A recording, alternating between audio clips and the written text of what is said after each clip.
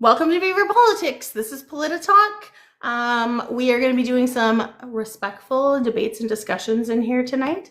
If you want to, like I said, make sure we're tapping. Tapping is clapping. Let's get the live shared out. We're at 96 shares already. Yay. There's 13 people in here. We're going to get some people up here and it'll help draw more people in here as well. So let's do that. I had a request. Grandma Sandy, you requested, and then you took it away. So, request away to come up if you want to come up and chat. Let's talk about what's going on in the world right now. Let's talk. Did I bring a pen? Man, thought I had everything under control when I left today. Clearly, I did not. I didn't have a place to write. I think I have a pen in here. Yay, somebody's coming up.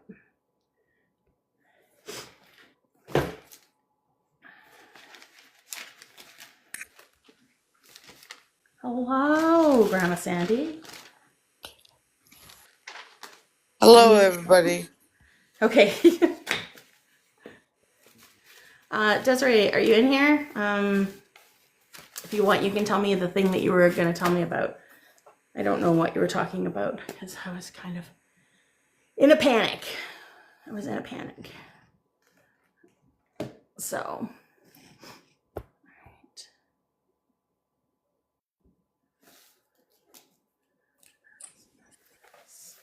Hey, Hello. so Ruby Dollar got disqualified. Oh, that's the one And that was like the found out really while far she right was person, right? yes, and she found out while she Good. was doing an interview on CBC. She didn't know. She didn't know she was disqualified Nope. until the interview? That's funny. And it's deserving. That's really funny. Yeah, well, I mean, she was probably trying to run in there just so that, yeah, it's nefarious reasons for doing it. So that's Yep. awesome. Fun times. Oh, well. Yeah. So, all right. I don't, what's going on in the world today? Where's my ground news? Aside from hockey, John wants to talk about hockey. Although, I mean, there is some kind of political thing with hockey anyway, because Trudeau's tweet after the game last night was pretty patriotic. I don't know if anybody saw it. I did, Yeah. and I think it was too late, but still on time. I don't know how to explain that, but I'm still glad Canada won. Yeah. It was kind of like it was almost like a slap in the face. I don't know. Yeah. How would you explain it? I don't know. I guess I'm confused as to why you think it was too late. Because, I mean, he already said stuff about, like, you're not taking our country anyway, right? And then, Right. like, so, I mean, he was just reinforcing it, right? I agree with that, but I think we're under so much pressure with so little information that it had to depend on a hockey game to get us a little more pride and reinforcement, and that's why I think it was too little too late. Okay. And hey, disagree with me I all love you want. Trump. He's my boyfriend.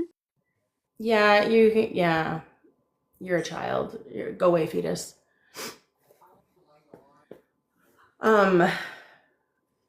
What I does couldn't mute their mic. Desiree or I can't, I don't have my glasses on. It's Desiree. I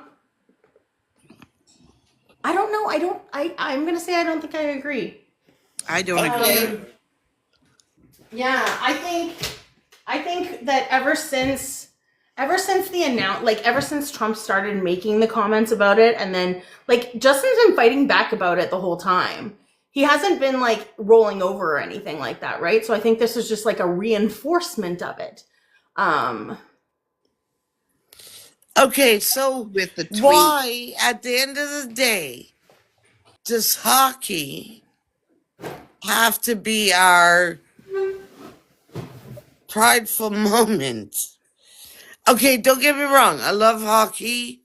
I've lived by hockey, everything. But what I'm suggesting is we were all hoping, this is my personal opinion, we were all hoping Canada would win because of everything the US said against us. You don't agree? oh yeah, no, for sure, for sure. I mean, I guess it's I guess I think I just don't know where you're coming from on it because like what I'm thinking is like if if any moment that would be like the perfect moment because that's our game. You know, like we brought that game. We were the ones who um the majority of players that are in the NHL are Canadian, right? Like it's a Canadian game. So basically it was kind of I don't think it was the only time he's been prideful about like our country and patriotic about our country. That's the only, like that's the thing. Like I think his entire speech that he made was completely like was exactly exemplifying that. And then this was a dig, if anything, right? Like it was just Trump puts out his little digs all the time, and JT was punching back.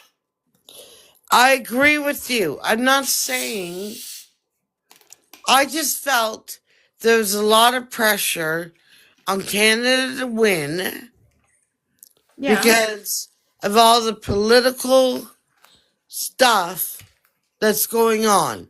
That's all I'm absolutely. saying. Yeah, And I think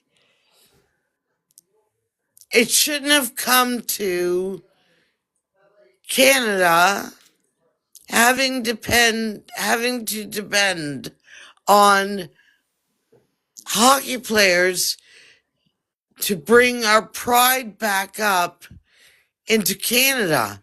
We should have a lot more.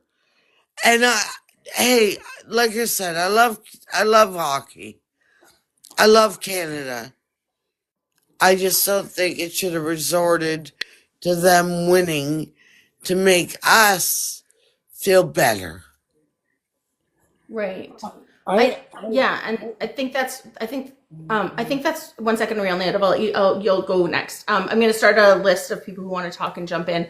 Um, yeah, I think that I think there's been a lot of pride going around before that though. Like I think that's where I don't like where I don't think that this was our moment of it, and I don't think it was dependent on a hockey game. I think that the hockey game just added to like everything else that we're saying about it, right? Because if you look at like if you look at any of the TikTokers, like I've seen so many patriotic songs written about our country now. You know, like people are bringing out their art about it. People are they're raising their voices about it because we've always just been put in the background, but now we're finally in the forefront, and people actually feel like they have a voice to speak about how they love our country, right? So, real native. If I can just make sure that everybody mutes when they're not actively speaking, that would be fantastic, just to avoid any background noise if there is any. Yeah, real native, and then if you guys put your hands up in the chat, I will start making my list. so yeah, like um, I just realized um, I'm pulling for Mark Carney, but I haven't heard his views on or his plans for the indigenous people. I don't know if I'm Okay. the only one or if anybody else has heard anything, but I have yet to hear him. Like, I mean, we've heard like, uh, you know, Pumpy Poilievre there give his views or what he quote. I'm using air quotes right now. You can't see them, but his plans for the indigenous people. He's slipping in the polls, so he knows that the 7% can sway the election. He's finally realized it, so he's trying to sway that vote. But I haven't heard anything from Mark Carney. You know Okay. that? I don't know that I've heard anything. Hmm. That's the thing. I haven't Yeah. talked to anyone who has. Like, has Mark Carney put out anything Have any about? of the liberal leaders? Like the No, people going for the liberal leadership? Okay. no. I mean, that's a. I'm starting to panic here. Right. Hmm. I'm back. Okay. I pumpkin spice you. Desiree, just 1 second. If you guys raise your hand in the chat, then I can add you into my little list.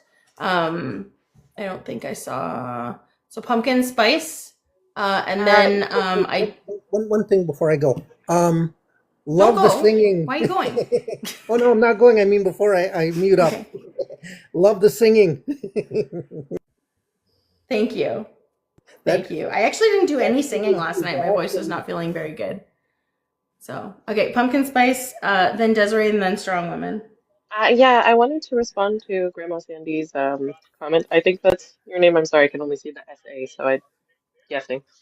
Um, yeah, in regards to that, I don't think that there has been less pride in Canada. Like, I mean, I think that a lot of us were feeling the tensions on this game. There was a lot of tension on that game, but that wasn't because of the fact that we weren't feeling pride in Canada.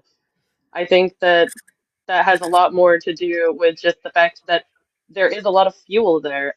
The way that Trump was treating that game was really, truly disgusting. And so I think that the way that Americans and Canadians have been feeling in this particular moment has been strife with a lot of tension, and that that game was worth a lot more than just a regular sporting activity. In this particular case, it was about much more. It was a lot about the current climate because of the fact that they felt like they were defending their country, and they were, and they did.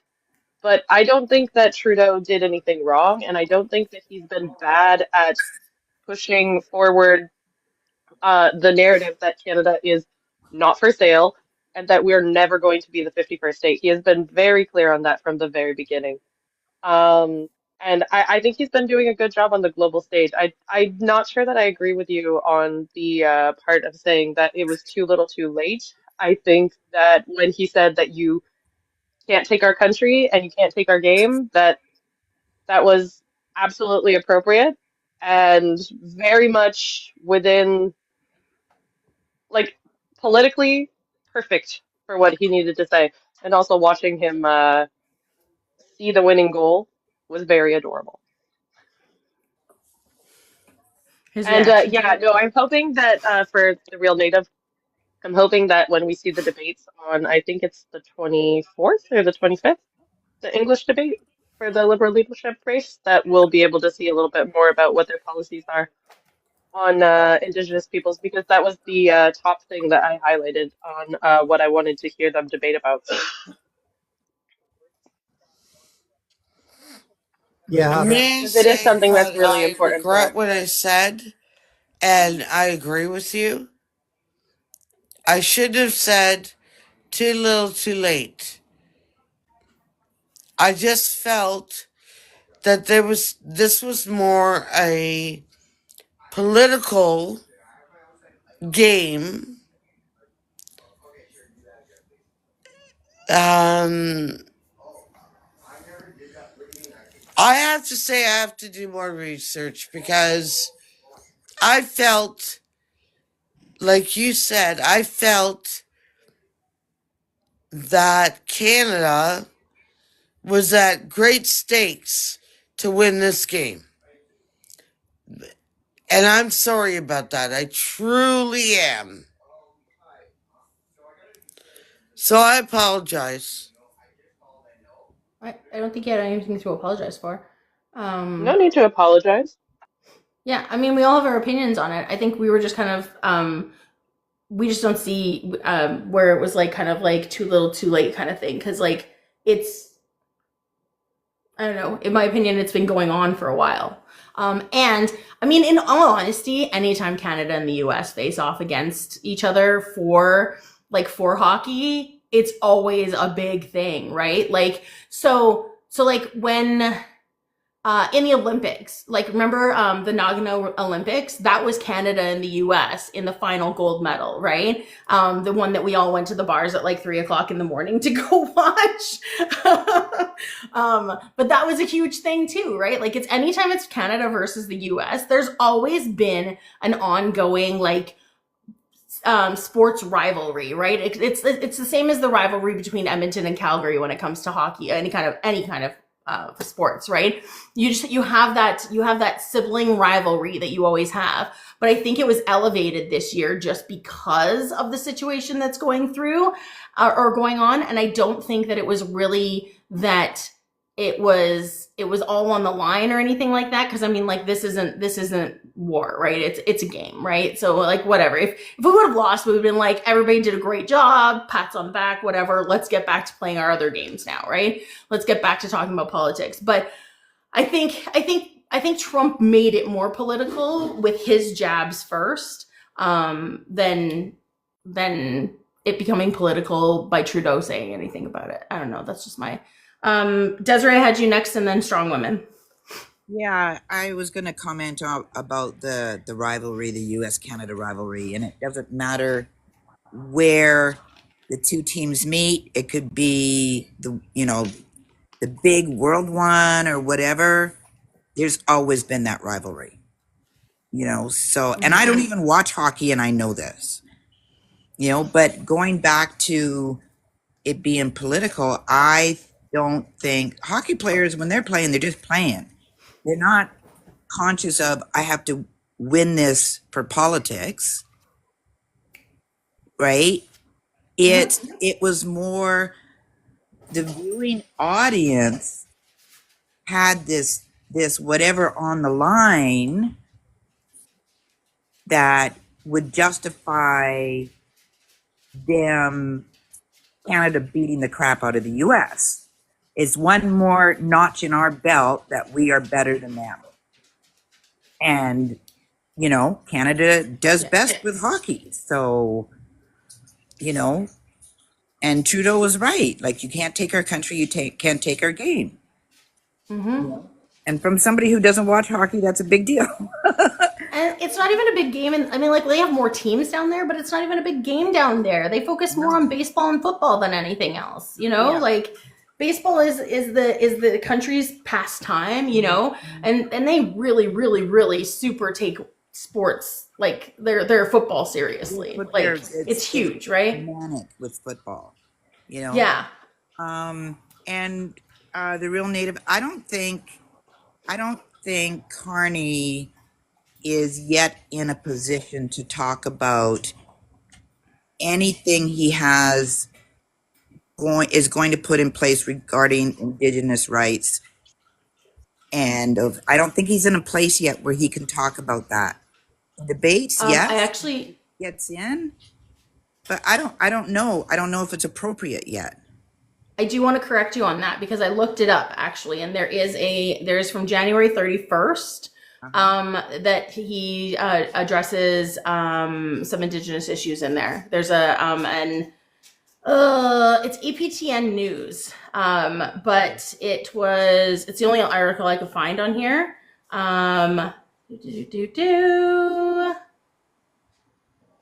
Yeah, he talks about, where was it? Fixing the child welfare system. Carney specifically highlighted fixing the child welfare system as a priority, as Micmac PM or MP Jamie Baptiste looked on. Baptiste dropped out of the leadership race on Wednesday to throw his support behind Carney after making child welfare improvements part of his campaign. And that part of that has to do with, sorry? Maybe behind the scenes, somebody told him to back off since he hasn't said anything since. Yeah, I'm panicking because yeah, the Cheeto loving PP that is PP slapped is like all over the news with his speech on Canada on Flag Day and everything like that. He's trying, like, for those of us that have lived the treaties, we know what Pierre Poilievre is trying to do. His speech said it would allow First Nations people to pay for their own clean drinking water. That is a right guaranteed under the treaties. What he's doing is he's going circular to try and get rid of the treaties one by one. So he's admitted that he's opposed to the treaties ever existing. He's been on record saying that Indigenous people having autonomy and say over the land would be a worst case scenario for Canada.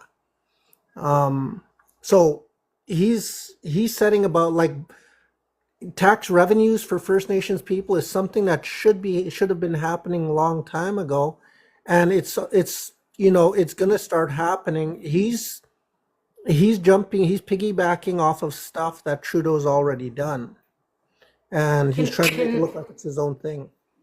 Yeah. Can I read there's just 3 more paragraphs that I want to read from this article that address some stuff in it. That's why. Because I wasn't done reading what I wanted to read. Canada has sanctioned repeatedly, or has been sanctioned repeatedly by the Canadian Human Rights Tribunal for discrimination for not providing equal funding in the child welfare system for Indigenous on reserve children. Carney has mentioned housing in the past, but for the first time stated housing for Indigenous peoples will be part of his plan.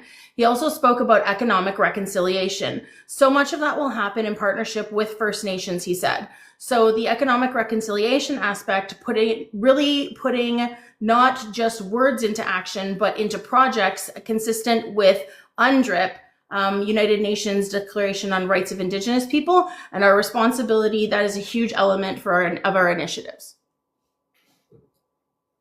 Yeah, that might have been the one speech that I missed. Yeah, because I've seen everything else, but I saw PP's speech as much as I could tolerate.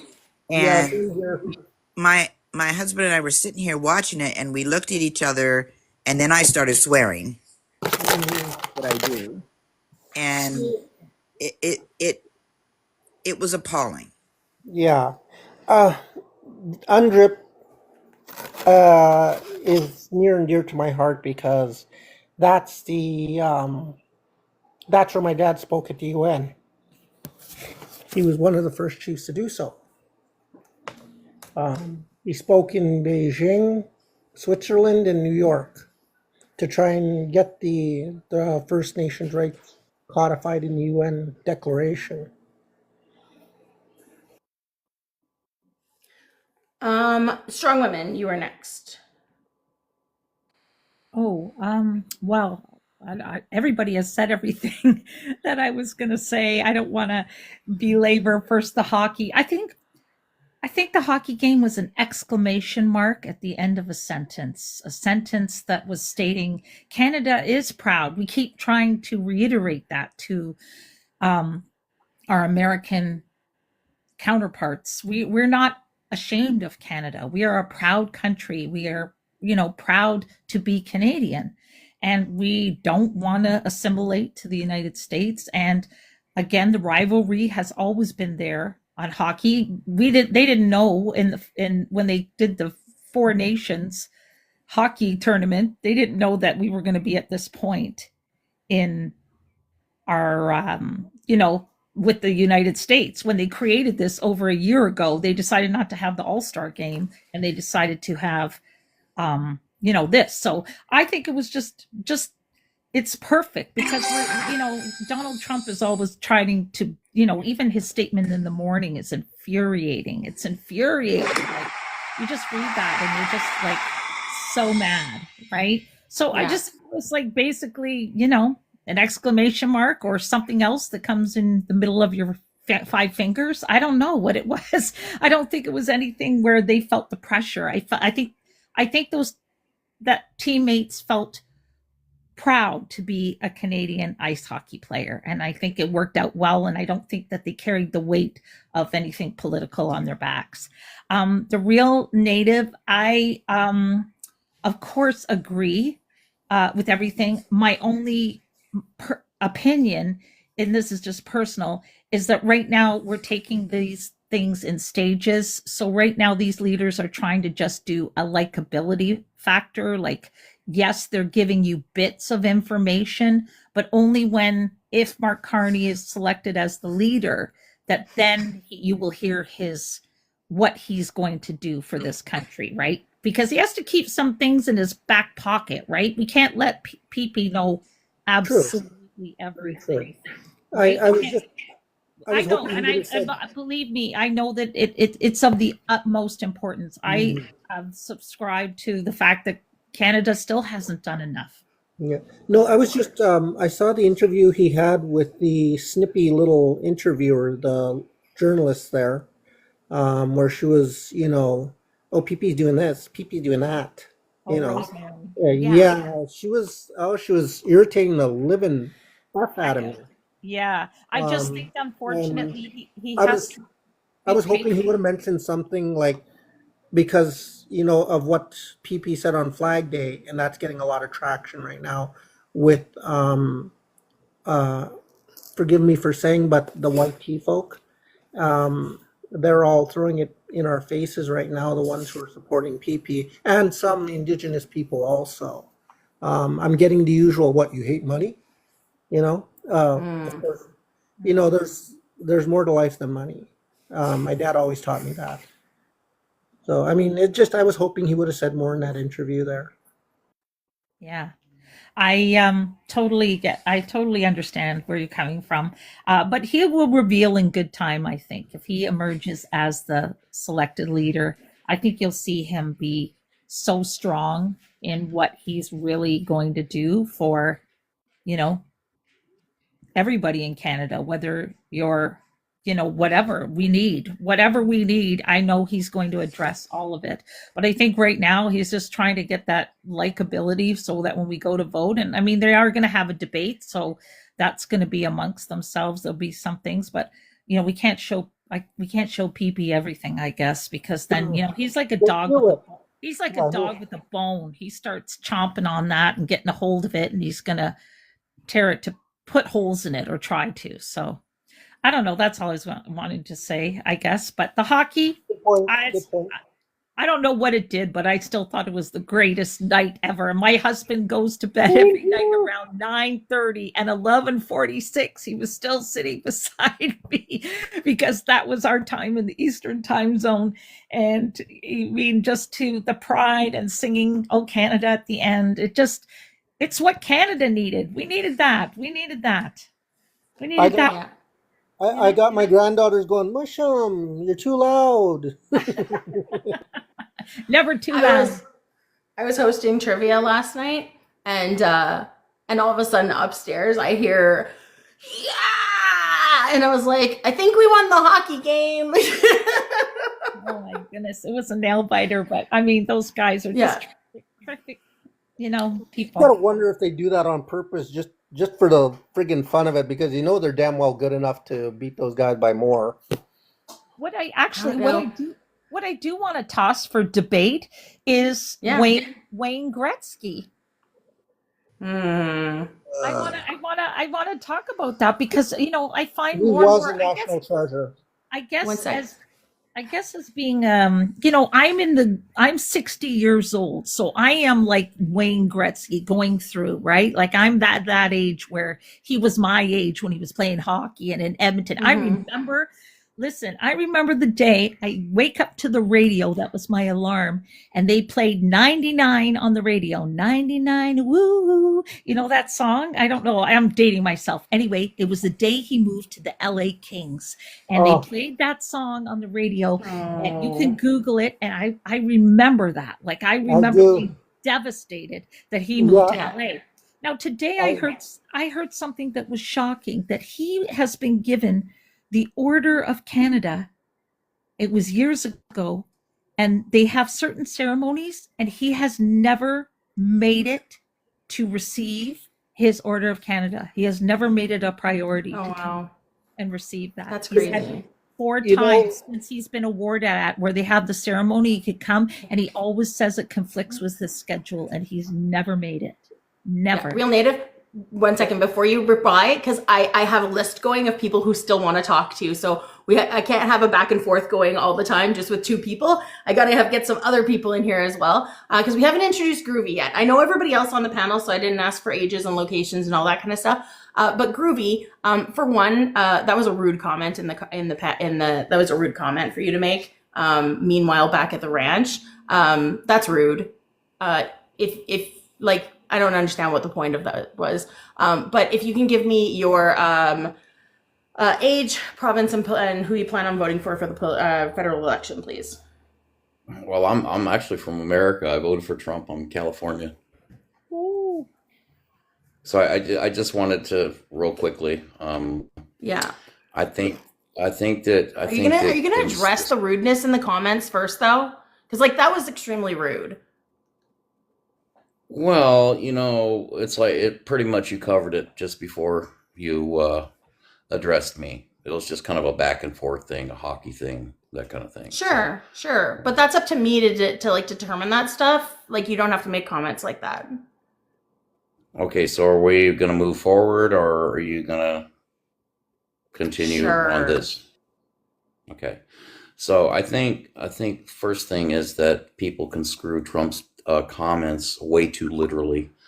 When he said he was going to make Canada the 51st state, the Panama Canal thing, I think that's just him trying to get people to fall in line. And so if you look at what Trump has done in America, he's gotten a lot of things done. He is a little bit controversial, but he's getting things done. He's cleaned up the streets. Can I ask one second? I want to know. One second. Give me an example of one thing specifically that he's done that affects you directly and is good for you. Okay, well, the immigrant thing, number one, I've noticed it in Los Angeles. How does that affect you directly? 1 second. How does that affect you directly? You personally, directly, how does that affect you? I'm an American. We have crime. That's generally. I want to know personally how does export, like deporting breaks, a whole bunch tax breaks. What kind of tax breaks? Well, I own several farms in California, Northern California. And from a business standpoint, especially the 12% tax that we already pay in California, it's going to save hundreds of thousands of dollars. 12% tax that you pay in California is a state tax. That's not a federal tax. Yes, it's a state tax, but I'm talking about on the federal level. On the federal level, he's giving back so much. What affects me personally, all this money that he's discovering that the Democrats just blew in foreign countries on stupid things. Can you tell me exactly where they're getting that, where they're finding the money from? Like exactly where they're finding the money from, and like they're talking about all this money that they found. One second, Jana, just 1 second, please. You're talking about all this money. You're talking about all this money that he found, $4 trillion. But you're not. No, 1 second. I'm in the middle of a sentence right now. Okay. You're talking about all this money that he found, but you're not saying specifically where exactly they found this money and how they found it and who did all of this stuff. You're just being told, we found so much money that they're doing these things with, and you don't realize that they're doing a deflection thing on you. This is what they do the entire time. They do it. No, just 1 second. Just 1 second. No, you can wait 1 second because I'm still speaking right now. You can wait 1 second. And this is why he shouldn't be here. No, Real Native, this is what this whole thing is about. We do debates in this one. I have to have opposition in order to do debates. So this is what this platform is for, like this show specifically. So it's for doing like these kind of conversations. But you don't understand that you are literally being told, look over here, they're doing this. Well, behind your back and you're not looking, they're doing the thing that they're telling you the other people are doing. Now okay, can I finish my sentence now without being interrupted? Because you certainly were being a lot more friendly with your other guests. I will interrupt you if I need to because I'm the host. I will interrupt you if I need to because I'm the host. Okay, well, as long as there's fair treatment, I mean, to be honest with you, I don't expect anything different from liberal two other people started to try and talk while you were talking. Did I not say please wait? And they stopped talking and muted themselves. Whereas you did not mute yourself and you continue to try and talk over me. So here's basically where Trump's coming from, okay? You fall in line or you're going to suffer the wrath, and that goes with Canada too. You there's no way Wrath. that Canada can even begin to threaten the United States in any way. We're just way more powerful than you. So our Oh, so military, not true. our Oh, military one shall second, one protect second, you. one second, one We second. Guys, we can't protect have a whole you. bunch of people talking over top of each other. I will give everybody a chance to talk, but I'm going to tell you right now that that is so not true. That is so not true. You rely on us way more than we rely on you. You get way more of FAFO. you get way more FAFO. That's exactly what you're going to do. Do you know the last No, time that that's what you're somebody gonna said, do. no, one second, Why? one second. Do you know the last time that somebody said, we're going to do this and we're going to force them to do things because FAFO. Do you know the last time somebody said, I'm going to do this so that you fall in line? The last time that happened was 100 years ago. Okay, one second. I have Desiree wanted to speak first, then I will let Real Native, then Jana. No, I'm going to defer to the Real Native on this. Okay, fantastic. Real Native, go ahead. The pompous arrogance I cannot believe coming out of your mouth that is typical of MAGA. They spew what Donald Trump says without checking the facts. They just hear and they speak. They don't check to see if what they're saying is correct. And to say that you're stronger than us, who do you think taught the snipers how to shoot? The indigenous people.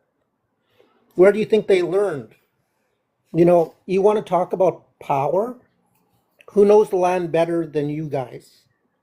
Us. So if it ever came down to power versus power, I don't think you would stand a chance, or you'd be given, it would, oh, I can't, I got to mute. Are you going to I will, sit there and one try second. to tell me that the Canadian military can It's my challenge turn. the American One military? second. Are you One kidding second. me? One second. Get over it. 1 second. I already told you that I have a list going. I was going to give you a second to respond, but you've already decided that it's your turn anyway. So I'm going to let Jana go and then you can speak. Thank you. Okay, Groovy. First of all, my husband served 13 years in the Canadian Armed Forces and, as an engineer, and spent a lot of time training Americans because they weren't as good of a military, frankly speaking. They're not nearly as trained. They're not nearly as experienced. We may be smaller, but we're a lot better. We're mightier. Secondly, how arrogant is it to come in here and talk about how we owe you when we don't owe you? That is Trump telling you lies. There is no $200 billion deficit. We don't owe you $200 billion. Maybe fact check. He is threatening us because he wants our land and our natural resources. It has nothing to do with fentanyl. Oh, sorry, the F drug. It has nothing to do with the F drug. It has nothing to do with immigration. Do you really believe a lot of immigrants were coming from Canada trying to get into the United States?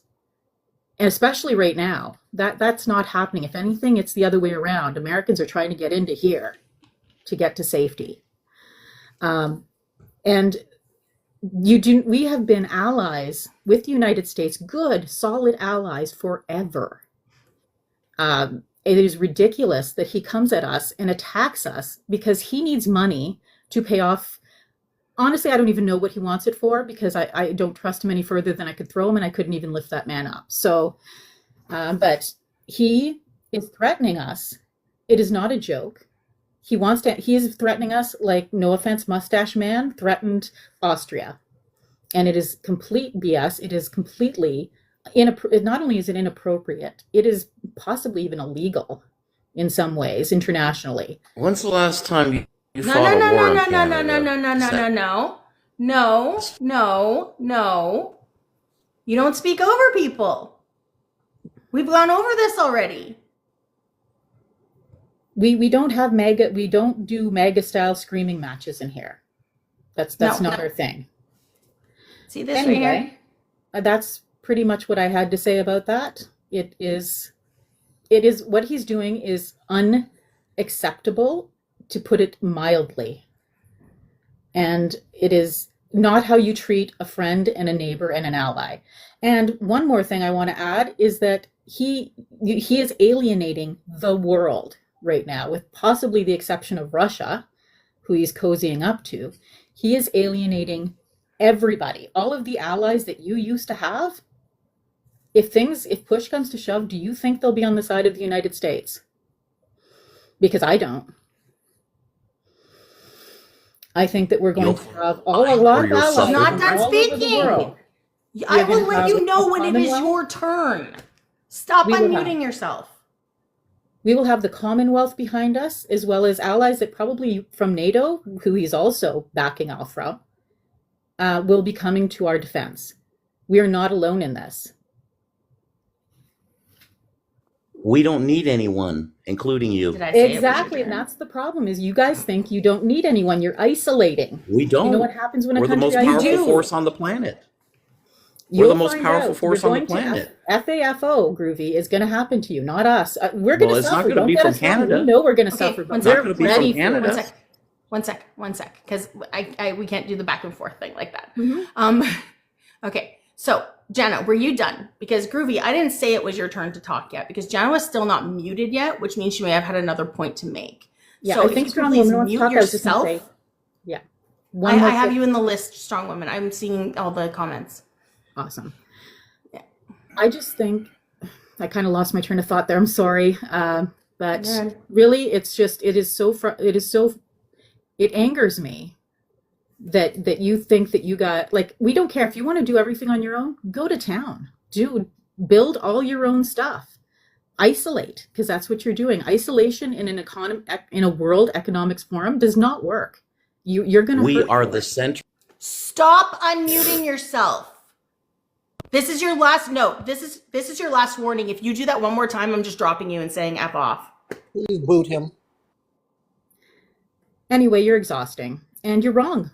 And you sound exactly like I would expect a typical MAGA to sound, unfortunately, which is very me. What's good for me? What can I do for me? What can I have? Greedy, me. And it's exhausting.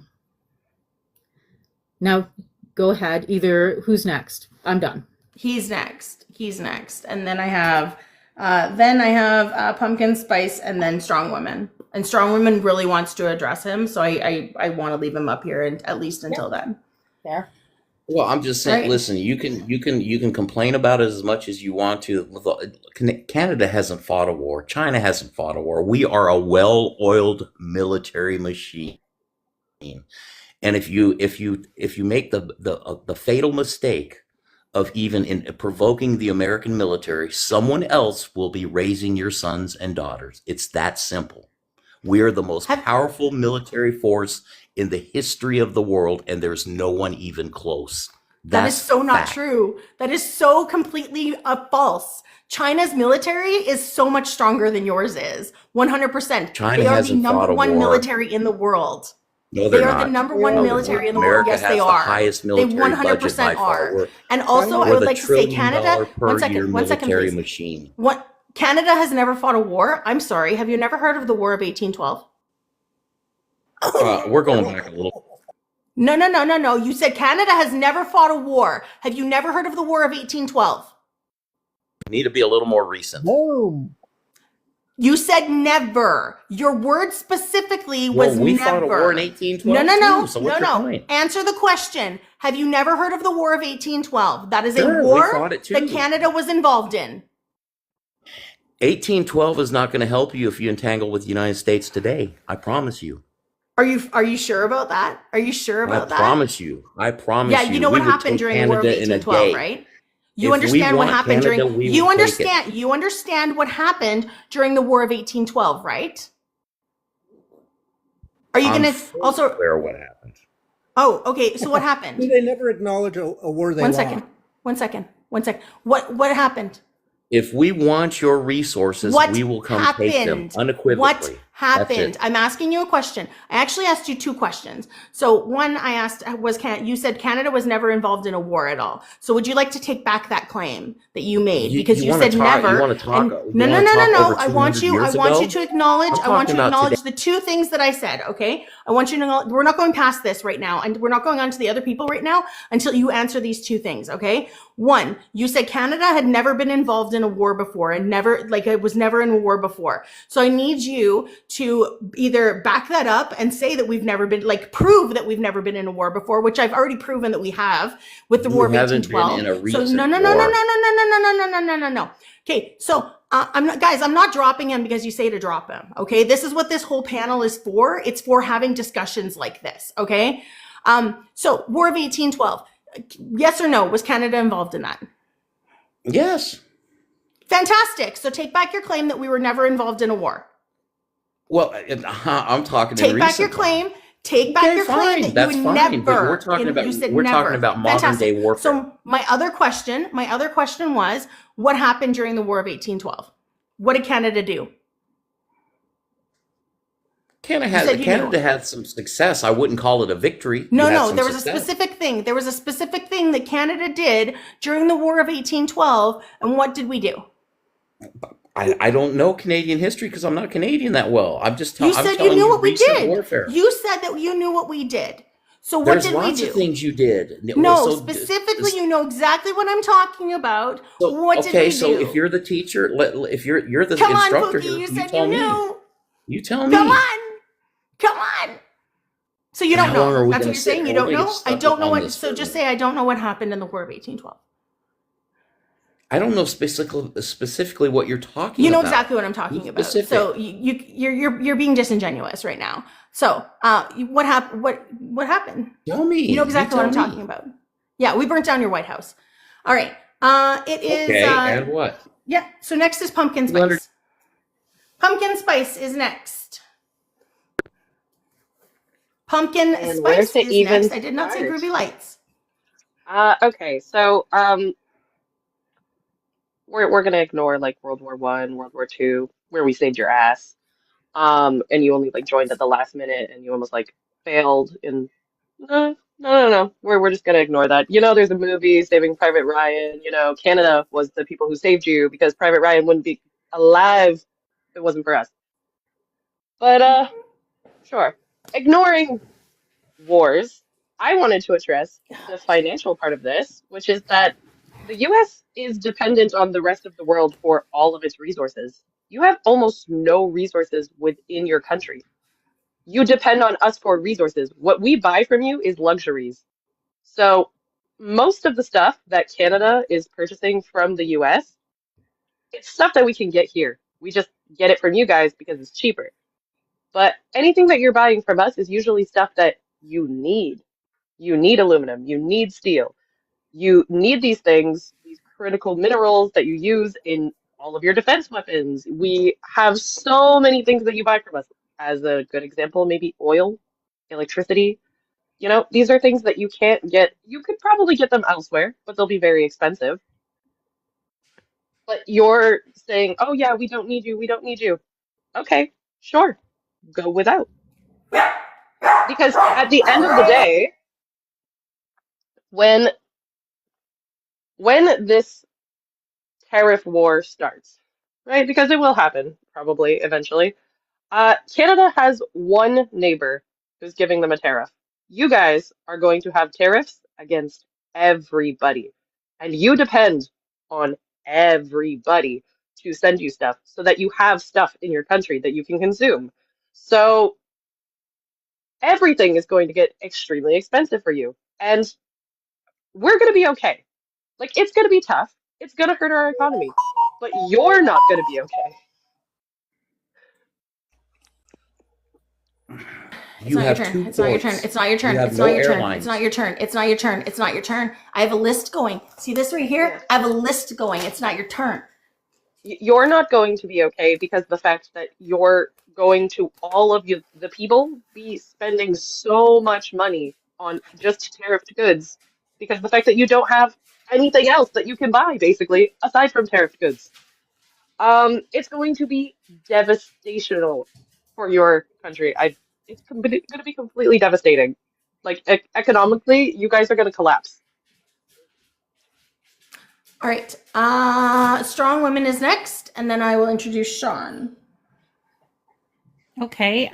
Well, I can entertain some questions I have. So, I want to know if you know what gaslighting is. Like, if you want to know the definition of gaslighting, I really want to know. I don't know if you can pull it up, and read it out loud, because listen, when you read the definition of gaslighting, that is what Donald Trump is doing to the American people. He is playing emotional crap, making the American people believe something that is not true, to where you get to the point that you'll be so dependent on him that he just ruins everything.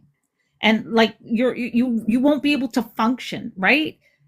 He's gaslighting the American people. This is the epitome of gaslighting. You hear about gaslighting when you're in a relationship, right? Your partner says things and they're so convincing to you that they tell you something that you didn't do, but eventually you believe it to be true because they are strong in their convictions. And that's where he's brought the American people to. So number one, I don't understand why your thoughts are you're going right to the place where you're about to fight us. It's 2025. Okay, we who goes around looking for fights? What's happening there that your country wants to fight everybody? Like, why is that your default? Like, I'm asking you, you can answer. Like, I wouldn't consider it interrupting. Because we're a finely That's fine. honed military machine. That's why. But why is that your answer to resolve any type of problem? That this is what he wants you to do. He doesn't care if Americans lose lives. He doesn't care Because we're tired of other countries always taking advantage of it. That was interrupting. That was This interrupting. This is where I would like to say, what really upsets me is that you are like that girlfriend that we were best friends, and eventually you set eyes on my boyfriend and took him for yourself. Okay, we have stood beside you. 9/11, Kandahar, so many things that I can't even begin to unravel. We showed up for America. So I find it really offensive, your attitude, that you say we're going to just come and obliterate you. Like, you're that bad girlfriend that we thought we could count on, that you did me a dirty. That is what people have a problem with the USA. Like, your whole attitude, you're just screw you. Like, I'm just like, forget it. I don't care that you were there at 9/11. Even as recent as a month ago, we're bringing water planes to California that scoop water up and do it all over. And your president is telling people that there's these taps that they can go on. In his press conference, he actually said, I don't know how they're going to do it. I left that to the people up there in California to turn on the tap. Because it's not even a real thing. There are no taps. There's not some flippin' faucet in California. Do you know that the rest of the world, North Americans, those people that you want to, come and fight, that we're laughing at him like he's not rational? You're being gaslit. You're being gaslit.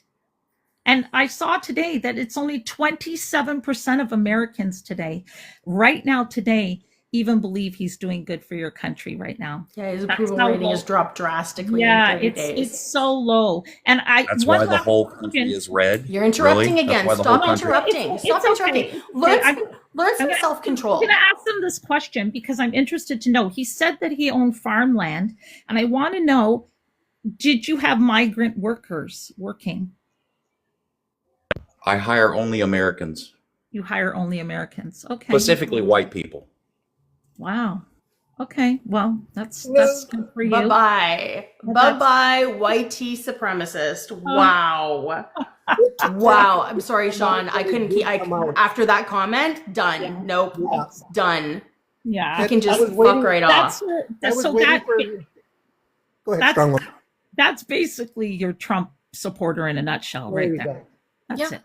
I was waiting for it admitted to it. come I out. mean- I knew it would come out. It just took longer than I thought. I drew him out. Yeah. See, he is not ready for it to be fighting because he was drawn out like no tomorrow. Boom, you know. Right? Hey, Sean. Hey, Sean. Hello. I'm sorry. I know you wanted to speak to him, and I know It's Petty okay. really wanted to maybe talk, and there's a lot of people in the requests right now. Yeah, no, it's okay. It's Sorry. probably Yeah. best No anyways, because worries. after No that worries. comment, I was like, I don't know if I could be calm. Yeah. But yeah, no, Um. strong woman said a lot of things that I wanted to say, So, and ask. so Sean, I just need to ask. Is he still here? Oh, sorry. 1 second, Sean. 1 second. Real Do native, yeah. you want me to drop so someone else can come up? If you got a lot It's of people, totally up to you if you want. It's totally sure. up to you. I can go Also, up. Groovy, I have taken away your freedom of expression because here in Canada we don't have freedom of speech. We have freedom of expression, but it also doesn't apply for private platforms. So if you want, you can listen to people, but you don't have the ability to comment anymore. All right, go ahead, Sean. All right. So, if he's still in here, I hope you can hear me. So what I gather is that it is your opinion, Groovy, that because you have a quote unquote superior military, you can do whatever you want. You could come and take over Canada, you could take over Panama, you could take over Greenland, all because you have the strongest military. The last big, huge war that we had, I'm pretty sure Mr. Mustache Man had that same attitude. And not only did he take over Austria, but he took over several other countries forcibly. And look what happened to them. So if you're in line with that type of thinking, you are a disgusting person. I'm sorry if that's rude, but that's the bottom line. And violence is good when you need it to defend yourself, but if you're promoting it to take what you want, then why can't your neighbors go onto your farms and take what they want? I mean, if they had more pew-pews or other stuff to take over your farmland, why can't they do it? Yeah. Anyways, Okay, that's I've my got point some about that. people. No worries. I've got some people in the guest request. There's 3 people I don't know in there. If you are, so Adam or Eric, I don't know if either of you are conservative or Trump supporters or whatever. But if you can let me know in the comments if you are or not, that would be fantastic. Because I don't want to have like everybody here, agreeing. We want to have somebody that we can actually have a talk to. He probably left because I muted him. Libertarian. I mean, it's a differing view.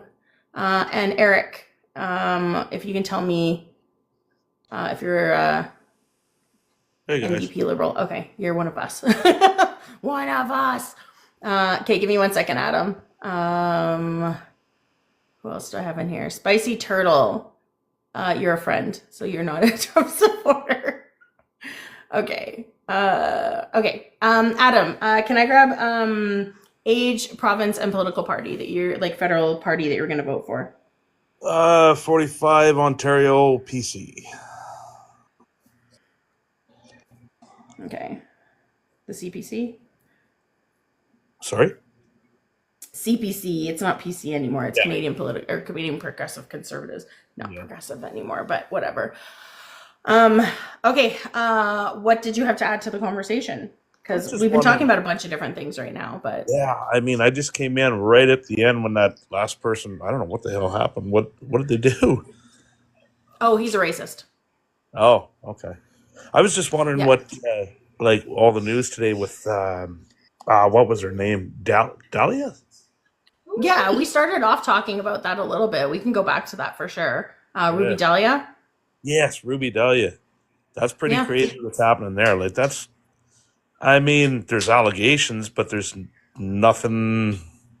I mean, there's nothing to prove. So why was she disqualified? Because she was a conservative running as a liberal. Like far right wing person running as a liberal. But she's a caucus member. She's a liberal caucus member.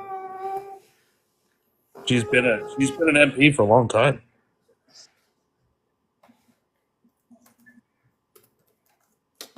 Give me 1 second. Let me bring. You're gonna know more than I do. What up, Joe? Not much. I'm trying to look up the the reason for Dahlia. Apparently, there's 12 incidences that were being investigated, and that's one of the reasons why she was dropped. And they seem to have been severe enough that caused the Liberal Party to discontinue. To be honest, it didn't really make much of a difference. I'm not too sure why people are particularly concerned about it, since her polling wasn't showing she was going to be winning anyways. Whether she dropped out now or later would have been the same thing in the end. Well, her polling was starting to come up actually quite a bit in the last about a week and a half. But the thing was, like, it's interesting. Like, I get the idea of it if there's suspicion of wrongdoing. Okay, well, that raises some red flags for sure. But if somebody's being 12 red flags to be specific. Sorry? It was 12 red 12 flags. red flags. Right. Which, that's all fine and good, but, this is supposed to be the you're innocent until proven guilty. So if she's under an investigation, okay, fine. Like, there's not really a whole lot of Liberals that aren't under investigation right at the time. But when you show like consistency in things that you're doing, and when you show like a pattern of behavior, that's a problem, right? Like, that's what you look at, and like that's the same thing like people see with like the orange Cheeto down in the States. There's a pattern. There's a pattern of behavior. So according to the Liberal Party, there were specifically 10 violations of expenses and additional rule breaking that she's done. So that caused her to be disqualified. Second thing is that these are parties and internal parties. There's no rule of law that they need to follow. It's whatever rules they are. And having discussed it with a lot of people who worked within parties, not just Liberal, but all the other ones, right, they can do whatever they want. And they're going to be following their rules. Yeah, that's right. They can, but like, I mean, to be, quote unquote fair and democratic, it's supposed to be the type of thing where anybody can run. Now you've got now two sitting MPs, members of the Liberal Party, that have been put their name in the hat for a leadership race, that were disqualified on kind of shaky ground. So it puts out the unit there that, like, this is Mark Carney. Well, no, hang on a sec. The first one was not shaky ground. The first one was a very clear reason why. Why? What was it? He couldn't speak French. Okay. That's an understood rule that's been around as long as I can remember. Even when I was a child. And I'm an old ass man. Language fluently. Right. Yeah, I remember that. That's true. But was that the given reason why he was disqualified? Yes. Oh, it was? Okay, I didn't know that. So, okay. Well, back to her then. I mean, she's under investigation, but she's not been, found. Well, she was found guilty on 10 violations. That's what the article says right now from CBC. Specifically, I could read the sentence off. Azam Ismail, the party's national director, said in a statement that the Liberal Leadership Vote Committee determined she made 10 violations, some involving the party's leadership and expense rules. So the committee for the leadership race found that she already violated 10 rules. So you can understand where the issue is, right? So here you have a situation where you have a sitting MP that puts in for the leadership race, that's starting to come up through the polling numbers, and immediately disqualified. And then there's, like you just said, here's the reasons why. There's 10 questionable expenses. Okay, fine. Now you have Mark Carney, who's outright just outright refusing to put forward any financial statements, any qualification that could possibly disqualify him. And there's no possible way, because of a loophole. Joe, I'm just going to mute you when you're not talking. It's a lot of noise. There's a loophole there that he doesn't have to. Now, the morally right thing is for him to do it. And if he was, if he had nothing to hide, then why would he not, if he wants to be a trusted leader? It all comes back to the same sort of washing. Can you go tell me where you heard that he is not providing his financial statements? It's What's been your all over source? the news for days. What's your source? CPAC. What? CPAC. CPAC CPAC? is okay. Yeah. CPAC Yeah, isn't a CPAC. source. It's CPAC isn't a news source. CPAC just takes whatever's going on in Parliament and broadcasts it, or whatever news events that are occurring. But it's not journalism because No, I understand that. It's not just a journalism. platform. It's well, so And it's MP. also doing nothing with the leadership race. They are going to stay detached from that because it's an internal Right. party situation. So Michelle Remper Gardner, I think her name was one of the PCM or conservative MPs. She was on there today carrying on about how Carney isn't disclosing any financials, and then there was a couple of news clips. I don't know what source it was. It might have been CBC. I'm not just sure. Might have been CTV as well. That was lightly touching on it. They're not really talking about it a whole lot for obvious reasons. I mean, media is pretty biased. But I'm going to ask you to repeat that. Did you say Michelle Rempel is your source on the Liberal leadership? No. She was the one that was talking about it on CPAC today from the House of Commons. Like, I don't know, they were doing some kind of scrum there, right? So, and that's where it all started from. yeah, again, but like Okay. somebody saying Yeah. something isn't like factual. Like there's so much misinformation that's being spread all the time. Like, there is, I mean, yeah. and Pierre is like one of the worst ones for it. So, I just have a really quick question. Just because you have an issue with Mark Carney, like allegedly not supplying his financial records, which I mean, there's other people who have been elected in that have never done that. But also, Not as a do you have a party leader. problem? One second. I'm not talking about in Canada. Do you have a problem with Pierre not getting his security clearance? No. Really? Why did So he you need don't it? it's okay for him to not, because he's a party leader. He should have his security clearance. It's actually recommended that he get his security clearance. He just Okay. wants it so he can have plausible deniability. He So doesn't want to get it. interesting fact So about that. I just find it really interesting that you hold standards for one person, but not the same kind of standards for another person. No, that's a totally different sort of thing. So with security Really? clearance, yeah, with a national security clearance, because I work in that kind of field, let's say, without going into too much detail, I kind of work around that kind of stuff. So what would be the advantage of him getting the security clearance that you're talking about? You're talking about with the investigations into MPs that were possibly compromised, right? And just security clearance in general. He's never gotten it. Well, no leader has to have it. That's a requirement for the PM. A party leader who isn't Somebody who wants to become prime minister is refusing to get security clearance. He wants to be prime minister, Right. and he is refusing to get his security clearance. But what good would it do if he's not in a position of policy making? So you'd be okay with Carney or Dahlia or any of the other Liberal leadership contenders right now not getting their security clearance? Well, does Carney have a security clearance? That's not the question. You need to answer the question. You can't answer with a question. I wouldn't have a problem with a non-sitting prime minister not having a security clearance. Non-sitting prime minister. What do you mean by that? I mean, just a party leader? No, they don't need to have a security clearance. But they get access to CSIS reports. They get access to military deployment and military information from the federal government. They get access to all sorts of information that is critical to the nation.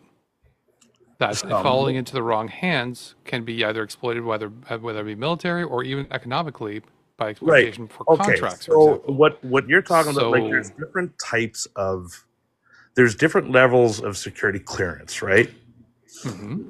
So the things that you're talking about here is, like, I mean, if there's, a national threat or something like that. We're just talking about one person and their position. The position of a political leader, whether for a leadership race, is going to be the same clearance, whether it be prime minister or the opposition or any other party. The prime minister, the job Mm-hmm. comes with a security clearance. The security clearance requires a check. Like what? Like it might come with a security clearance, but what that means is still they need to be checked. So everybody else has been checked. All the other party leaders have been checked except for Pierre. Now, are you comfortable with the Liberal leader? Should they take over come March after the election? After the Liberal leadership election, and they become the new leader and therefore the new prime minister? Are you okay with them not having clearance? Well, whoever wins the leadership race will automatically be the prime minister, right? Now, should the election happen tomorrow, where everybody goes to the polls after the Liberals take it, and we'll say Carney wins it, and Pierre comes into power, would you expect him to get his clearance? He'd be required to, yes. No. He's kind of required to, but not really right now. So if he doesn't, the position of prime minister. Who's the he you're talking about? Are you talking about Mark Carney or are you talking about Pierre? I think that's where the confusion lies. Yeah. Joe. Oh, sorry. I'd say Pierre wins. Yeah. Okay. Right. You're talking about a general election. Who are you asking? Yeah. Are you asking him if Pierre should get his would you only clearance? expect Pierre? Yeah. Would you only expect Pierre to get his clearance at that point? Yeah, it comes with the job. All right. So, and if he fails his clearance? If he fails his clearance? Yeah, clearance doesn't necessarily mean you automatically get it. You get checked, remember? Yes. What if he doesn't succeed?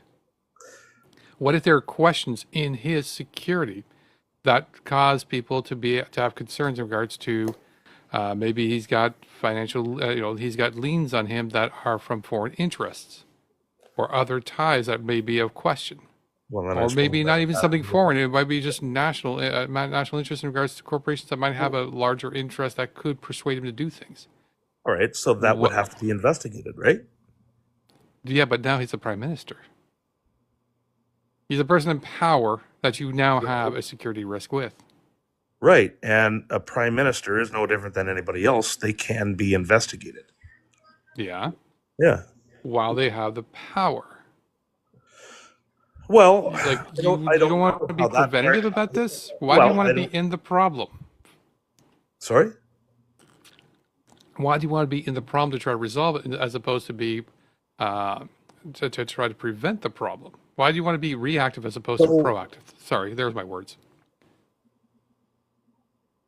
All right. Did Justin Trudeau have a national security clearance before he became prime minister? Yes. He did? Yes. And how have you verified this? So did Pierre, by the way. He had one in 2006. Then he let it drop. Oh, okay. So then what? How did Justin Trudeau have a security clearance prior to becoming prime minister? Because he was the leader of the Liberal Party. That was his. Like, That's what they all do. Where does that say that he had a security clearance? Let me check. If you take somebody like a minister of defense or shadow ministers, even they all because they have to sit on certain committees and whatnot. That all comes with the need to have a certain security clearance, but you have to understand too, with certain security clearances, that doesn't come with the ability to just go along and dig up whatever information you want. So if I have even the Minister of Department of Fisheries requires a security clearance. I don't know. Maybe they do. I don't know. They do. But even so, okay, the Minister of Fisheries. If that person wants to go and look into, I don't know, just dream something up, something that requires a top secret security clearance, but doesn't pertain to something that they actually have to look at, they're not getting into it. They're ministers. No, ministers are allowed to look into anything. No, they are not. They represent the people. They represent the people, but if their portfolio is Minister of Fisheries, then they have no business looking into like defense matters or. Okay. Give me stuff one like second. I just want to break this up a tiny little. I want to break it up a tiny little bit. Okay, there's 80 people in here. We did have 100 at one point. I really want to get some tapping going because there's no reason. We are an hour and a half into this and we're not even at 20K likes right now. So if I can get everybody tapping and tapping, tapping is clapping. We should easily be at like 30K likes already at least. So if everybody can do some tap, tap, tap, tap, tapping, that'd be fantastic. I do have my gift goals up at the top. Thank you for the tiny dinies. I'm not going to be doing my normal thing that I do. You can send that to me on Mr. Trash Panda. And don't forget we have our YouTube. What? I said, continue. I'll pause for the next person to ask questions. Okay. Hey guys, I'll go ahead and back out. Thanks for your time, but People want to talk to you, Adam. Questions. Hang on. Oh, okay. People want to talk to you. Yeah. Give me one second. I have to do these little things to like intersperse and like break it up a little bit because we got to advertise the page. Rant. Yes. Okay, so we have our YouTube channel. Everything gets posted on YouTube within 24 hours of our lives happening. And don't forget to support us. If you really want to support us, subscribing is also a really good way as well. It's $4.09 a month, and you get 15% off on your first month if it's your first time subscribing to us. Don't forget to gift the panel. They are having some emotional labor and mental labor going on here. So, they deserve some gifts too. And if you do want to join, put a request in. It might take me a little bit to get to you, but I'm going to try and rotate through people as well. I do want to get to Spicy Turtle because they've been sitting up here for a little bit and I want to be able to give them a chance to speak as well. Maybe they will have something to ask, Adam as well. So Spicy Turtle, can I grab, age, province, and political party, please? Much older than you. I don't have a political party. I consider myself a sovereign anarchist. First Nations. I've never voted. I've never paid taxes, filed taxes. So the age thing is for TikTok because I've had a thank you. With a smoker's You're not voice. much older than me. I'm older than I look. No, I was kind of hoping that because I was listening to Real Native, who I've seen. Which province are you in? Just so I know which province. Ontario. We have an idea. Okay, Ontario. Yeah, Toronto. Thank you. Born and raised hundreds of years in Toronto. Before it was even called Toronto. So just in regards to UNDRIP, and this is more for your audience and you as well. So UNDRIP, some people are thinking it's just God's gift, and it's for some of us, we think differently. We think it's a land grab. There's something involved in UNDRIP that allows for free and informed consent in regards to land.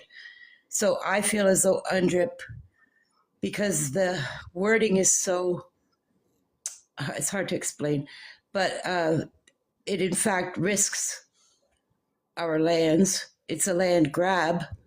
It does not give Indigenous people rights. And then the other thing I just wanted to say was, I notice a lot of times people keep on saying the resources. We have all these resources that Trump could want or whomever could want. I lean conservative. I am not left. If I were to choose a side, it would not be left. Okay? But what people don't seem to understand is a good chunk of where these resources are on unceded territory, right? So really, do Canadians as a whole have all these resources, or is it just based on the map? That bothers me too. And the other thing I wanted to mention is not only Trudeau Jr., but Trudeau Sr. and Chrétien.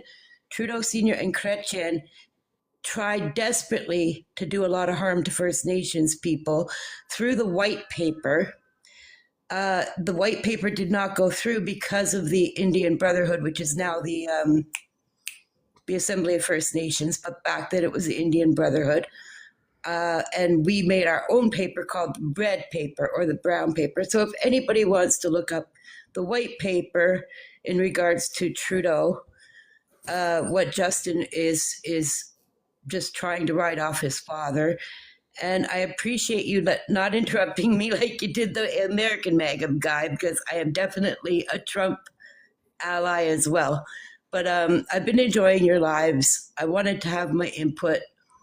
And I heard yesterday that you were wanting opposition, which I clearly am. and I can be respectful. And yeah, thanks for letting me speak. Yeah. I will say I only interrupt when because that guy was interrupting a lot. I match energy. So, you were not being like totally harsh or anything like that, or like nasty. And you actually waited very patiently up there. So yeah, I'm going to let you have your turn to speak. That other guy wasn't. I stopped myself not interrupting. The people in this algorithm that know me know. So yeah, it was not easy to stay muted. Thanks. Yeah, no worries. It's all good. I appreciate that. I can understand that. I have ADHD, so I like to if I have a point I have to make, like that's why I make the faces, because I'm like, I have something to say. I usually write things down. I have a notepad with me all the time, and I write everything down just so I'm not like bursting in all the time on people. But thank you for the tiny dinies. I appreciate you. Smarsh, I know you wanted to address some stuff. Smarsh is in Ontario, or not Ontario. Smarsh is in Trashberta with me. I know she wants to say some stuff. And Alex, I will get you up here eventually. I am going to be rotating people, but I'm keeping it at 6 people. I'm not bringing it up to the 8 because it's too many to keep track of. So okay. Can you hear me? My earbuds kind of going in and out, so I just want to. Yeah, I can hear you. You're good. Okay, Alberta, 41, anything but conservative. I wanted to say something to that person that came up and was talking about, oh, Canada this, Canada that. 80% of their electricity comes from us. 60% of their crude oil comes from us. It's very hard to it's very hard to understand why most people don't get that. And it's very, very hard to see Trump as a decent human being because, well, he's not. And I want to talk about the fact that Danielle wants to put herself in charge of the investigation into her party, meaning that she wants to be head of the investigation when they're doing the investigation on her because she wants the reports to go to her first. I don't think that's fair. I think that's a conflict of interest, in my opinion. I don't think that should happen at all. And um, UNDRIP is actually very important to the indigenous people. It keeps our land intact. It doesn't allow anything to happen to the land unless we are asked. But that's basically what I wanted to talk about and see how people felt about Daniel Smith trying to be ahead of the investigation. Okay. I think we're on federal stuff right now, but if everybody's okay moving to that, we can. I mean, if you want to keep it on federal, we can keep it on federal. Well, I mean, I think there's somebody else. I think there.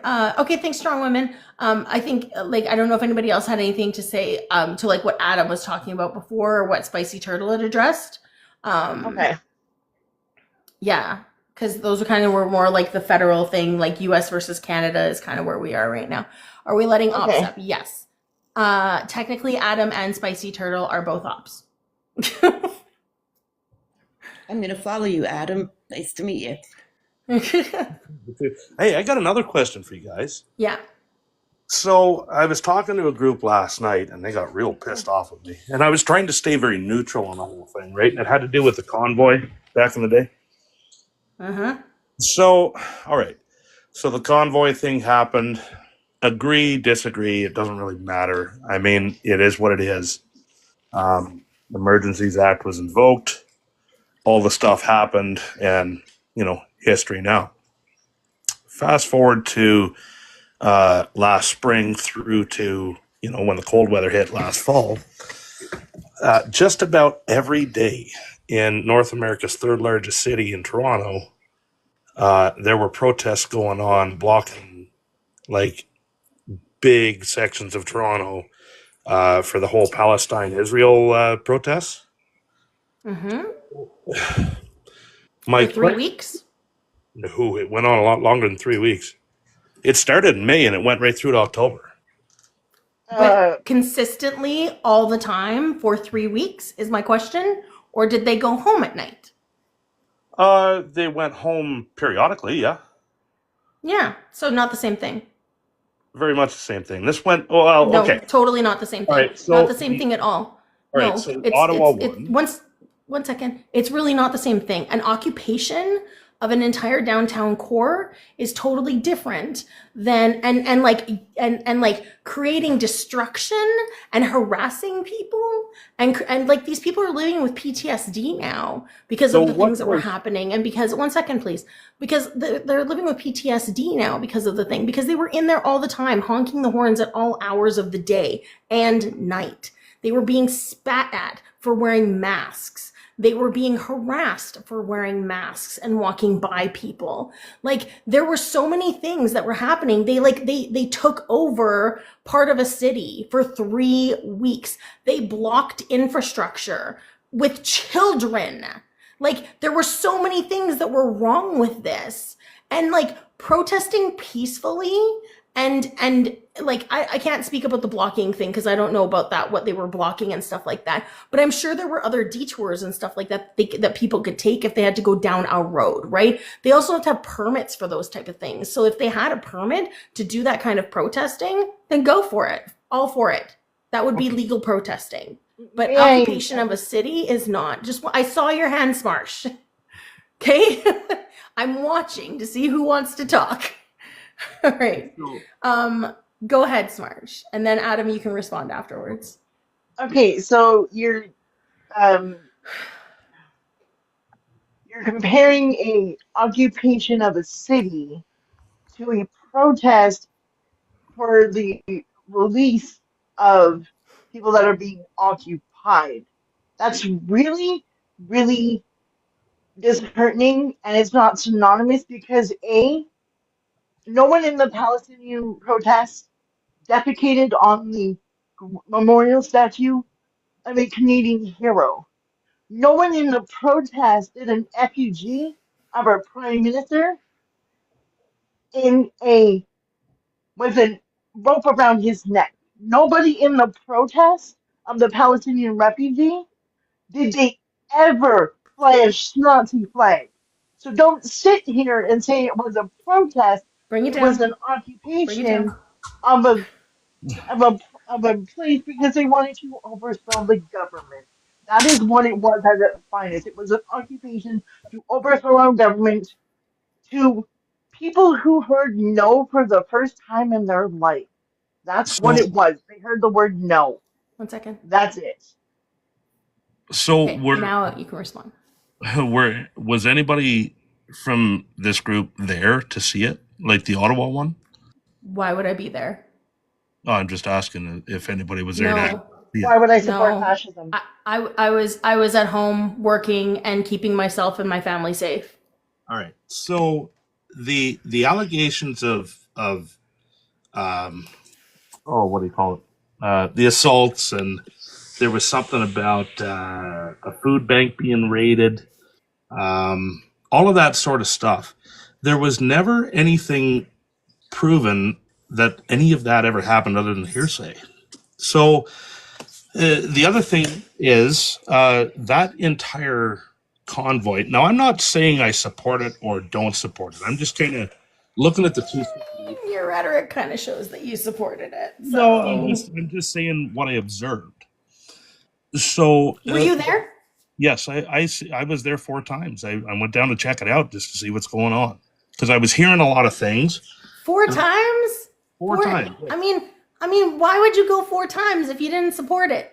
Because why wouldn't I? I was curious. Curiosity is like a one-time thing. Oh, okay, that's what's going on. Curiosity satisfied. No, going down 4 times. Yeah, because the whole thing on the news was being ramped up to be this violent thing. Not really. Not it was really violent. Sorry. Yeah. 1 second. 1 second, Happy. I got a couple of other people that were just up here before you. So, Alex, and then PG, and then Happy. Do you need me to do my 3 things? Sure. Yeah, just so everybody knows. Alberta, 34, and NDP. Okay, thank you. What'd you have to add? I just Adam, if I can just get you to mute in between, I just get everybody. If you look up here, mute when not speaking. It's just so people aren't interrupting each other actively. Thank you. I just came up here to talk about the security clearance line of things, because I've actually had my security clearance done numerous times because of my military service, and because I was in communications, I had to do like top secret. So when it comes to security clearance, if you're doing secret, you only have to renew every 10 years, but when it comes to top secret, you have to renew every 5 years. And it's not just this questionnaire that you do and you do all the checks in the box. You literally have to document where you've lived the last 10 years or 5 years, I can't remember, your family, who your family's married to, your sister, like your siblings, your step siblings, everything. And they research everything about you.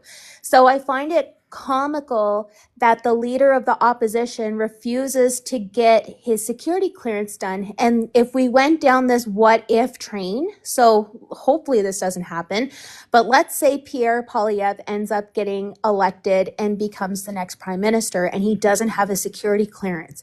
That means that he would not have access to any foreign affairs that crosses his table, which means he has to solely rely on the Department of External Affairs and the diplomats to make those decisions. And he's not even privy to make decisions based off of the department's decisions because he's not privy to any of the documentation they receive. So he would not be able to have any international relations without that security clearance. And that is concerning. And I know Happy can back me up on that based off his family, but it's a huge deal not to be able to have access to your security clearance. PG, you do have bars, so you may have a bit of a lag, but if you wanted to. Sorry, thanks for having me up. I didn't realize I was up finally. Well, doesn't really matter. But I asked to come up when you had that American on, and I wanted to ask him, and I kind of want to put it out there. Whatever happened to this whole outrage about Trump having the lowest unemployment rate? And now it does not seem to be a concern, especially since he's firing pretty much everybody, right? Like, so all of a sudden the unemployment rate is skyrocketing. Now it's not a concern. Is that what's going on? So that was one of the things I wanted. We don't talk about it anymore. I remember it used to be a big deal, but unemployment rate, nope. Firing everybody that's DEI, firing everybody in the federal government, firing everybody who's protecting your nuclear establishments. That's going to raise unemployment. So that was one of the things. The other thing I wanted to mention, Adam, I heard you mention something about how, let's just say I work in the field where I need security clearance, but based on what I'm hearing, it doesn't seem like you know much or basically anything about security clearance. So I'm not sure what your role is, but you may want to review the job that you're doing, because it doesn't seem like if your job requires security clearance, it doesn't seem like you know much about it. So I don't know. That's on you. Adam, if you want to respond, and then I'll go to Happy. I'm not sure what you're trying to say, but yes, it does require a security clearance. And yes, we do have to renew through CSIS and our CMP every 3 years. Okay, but you didn't know that earlier. That's my point, is you didn't know the renewal process was there, was needed, right? So I don't know the renewal process for government officials. That's what I'm saying. Well, it's not different. It needs renewal. But anyway, across the board. if you need the box, I'm fine to drop. I'm okay.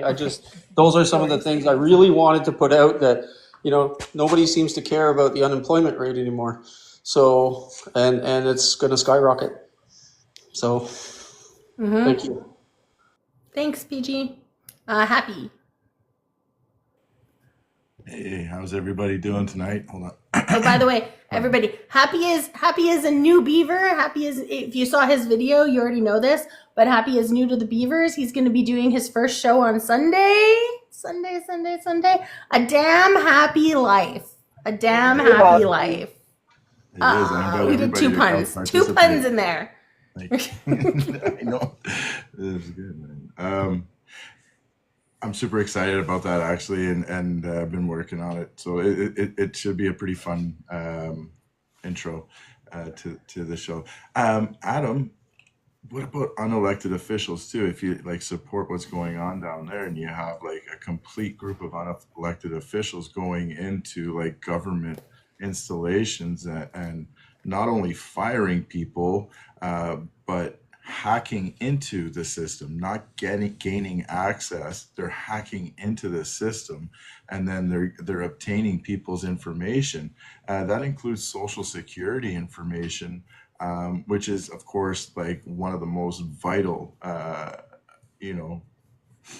sources of information about identity, right, in the United States, and like supporting that kind of a movement, supporting Elon Musk making the same kind of assertions he did in the States about Democrats against liberals up here, and not understand the implications of what's going on and how that's going to result in a I don't know, in a downward spiral in both of our economies.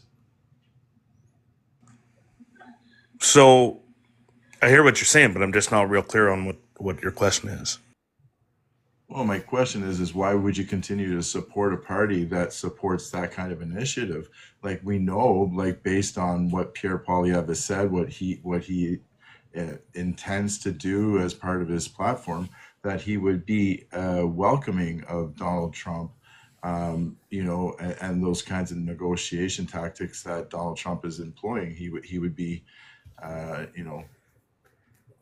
don't know, a supplicant, or he would acquiesce, and so, like, do you not see an imminent threat to Canadian society by allowing that to penetrate our culture? Well, that's a good question. I guess, well, the whole Elon Musk thing going on down there, well, I guess you could say that's, what would it be called? I guess sort of a appointed position, right? Just kind of a made up thing that Trump decided to give him and set him loose on. I don't know whether I agree with it or not. I guess time will tell. It really doesn't have an effect on me right at the moment. So I'm just kind of like, well, that's their business, like that's not up to us to decide. But because he's appointed in the role that he's been given by the commander in chief, all right, well, is that really any different than appointing a new RCMP commissioner, new CSIS director, new, whatever the case may be? Absolutely. You asked a question there, so just to quickly reply to that, it is absolutely different than having just a basic government employee. We don't even know what level these people are cleared for access to that information in the first place. Secondly, nobody said that they could do this. Nobody said that there could be a department of unelected officials that would terminate government jobs, right? Like, these jobs and these departments have been a functioning part of the government for generations and overseen by both Republicans and Democrats. Never eliminated completely, maybe reduced or whatever, but and on top of that, as evidence of the perfunctory nature of this action, you see them trying to rehire the people that they fired in these critical positions, and they didn't even think about the need of them. But my point wasn't about what's going on in the States. My point was, this is saturating our media through Elon Musk and through different social media communications. And it's becoming an issue where people in Canada are believing that this is kind of a benefit to us. And that was my question to you. How can you support that? How can you support a party that allows that to fester and metastasize like cancer in our society? Well, I guess it comes down to the whole, you can choose to watch it or you can choose not to watch it. I mean, it's hard to avoid, right? I mean, it's right there on social media. Everybody's going to see it if you turn it on. How does that not saturate? Does anybody else want to take a swing at that question? How is that not going to saturate the news? Yeah, I don't understand that you can choose to watch it or not to watch it. It's kind of like you have a choice on whether that's going to happen up here or not. And by voting for the Conservative Party, you're allowing that to become a truth up here as well. Like that's where Happy's going with it. Like there's what's going on down in the States always ends up filtering up here, right? So if you have all of this stuff that's going on down in the States where it's like they're changing everything with the government, they're getting rid of officials that are getting rid of like complete sectors of the government that are supposed to be there. That's something that could easily come up here and affect us as well, because that's what always happens. So like, Justin, just wait. I have to introduce you first. I just saw you come off mute. So you just have to wait, please. If you can mute yourself back up. Thank you. So yeah, that's where Happy's going with that. Like why would we just sit and watch or sit and not watch when our active thing that we do is voting for people who don't let this happen? Well, I suppose. Well, Pappy, or sorry, I called you Pappy. I meant Happy. Like you said, that it's saturating the media up here, and the influence is coming up here, which is true. It's largely unavoidable unless. What's the alternative? The government take action to block internet access to certain platforms? What do you mean saturated in the media? Like, I don't understand that, because like, because we're seeing something in the media doesn't mean that it's not true, but it also means that if you see something in the media, go and look it up. Like, look up the actual like primary source information of it and find out what actually is going on. And when you see what's actually going on and you realize that it's a really bad thing, why would you choose to vote for something like that to happen up here? Well, because I'm not voting for Elon Musk or Donald Trump. Are you sure you're not voting for Elon Musk? Because he's already tried to put his hand in our politics now. Yeah, he's also a Canadian citizen too. He has the right to talk whatever he wants. You know, so does Donald Trump, so does everybody. He doesn't have the right to buy elections for people, though. No, he certainly doesn't, nor does anybody else. But, I mean, the reality is that happens. And it happens on all sides. I hate it when people say that. I'm sorry. I really hate when people are like, well, that's the reality. This is just how it is. It shouldn't be how it is. And you should be upset about that. And you should be doing something to fix that in the first place. You shouldn't be allowing this to happen. And by voting for the people that you're voting for, you continue to allow it to happen. Ask him how he defines how it happens on all sides. I like how Happy... You're like, just ask him this, because he's not understanding what I'm saying. Sorry, I got a phone call in the middle of what you were saying there. You're good. It's okay. You had a phone call in the middle of what I was saying? Yeah, I'm sorry about that. It muted everything, and I'm pretty new at this sort of stuff, so I didn't hear most of what you said. Yeah, basically, my Smarsh, I'm going to get to you. I have hands up already as well for other people, and I need to get to Justin as well because they've been waiting for a little bit.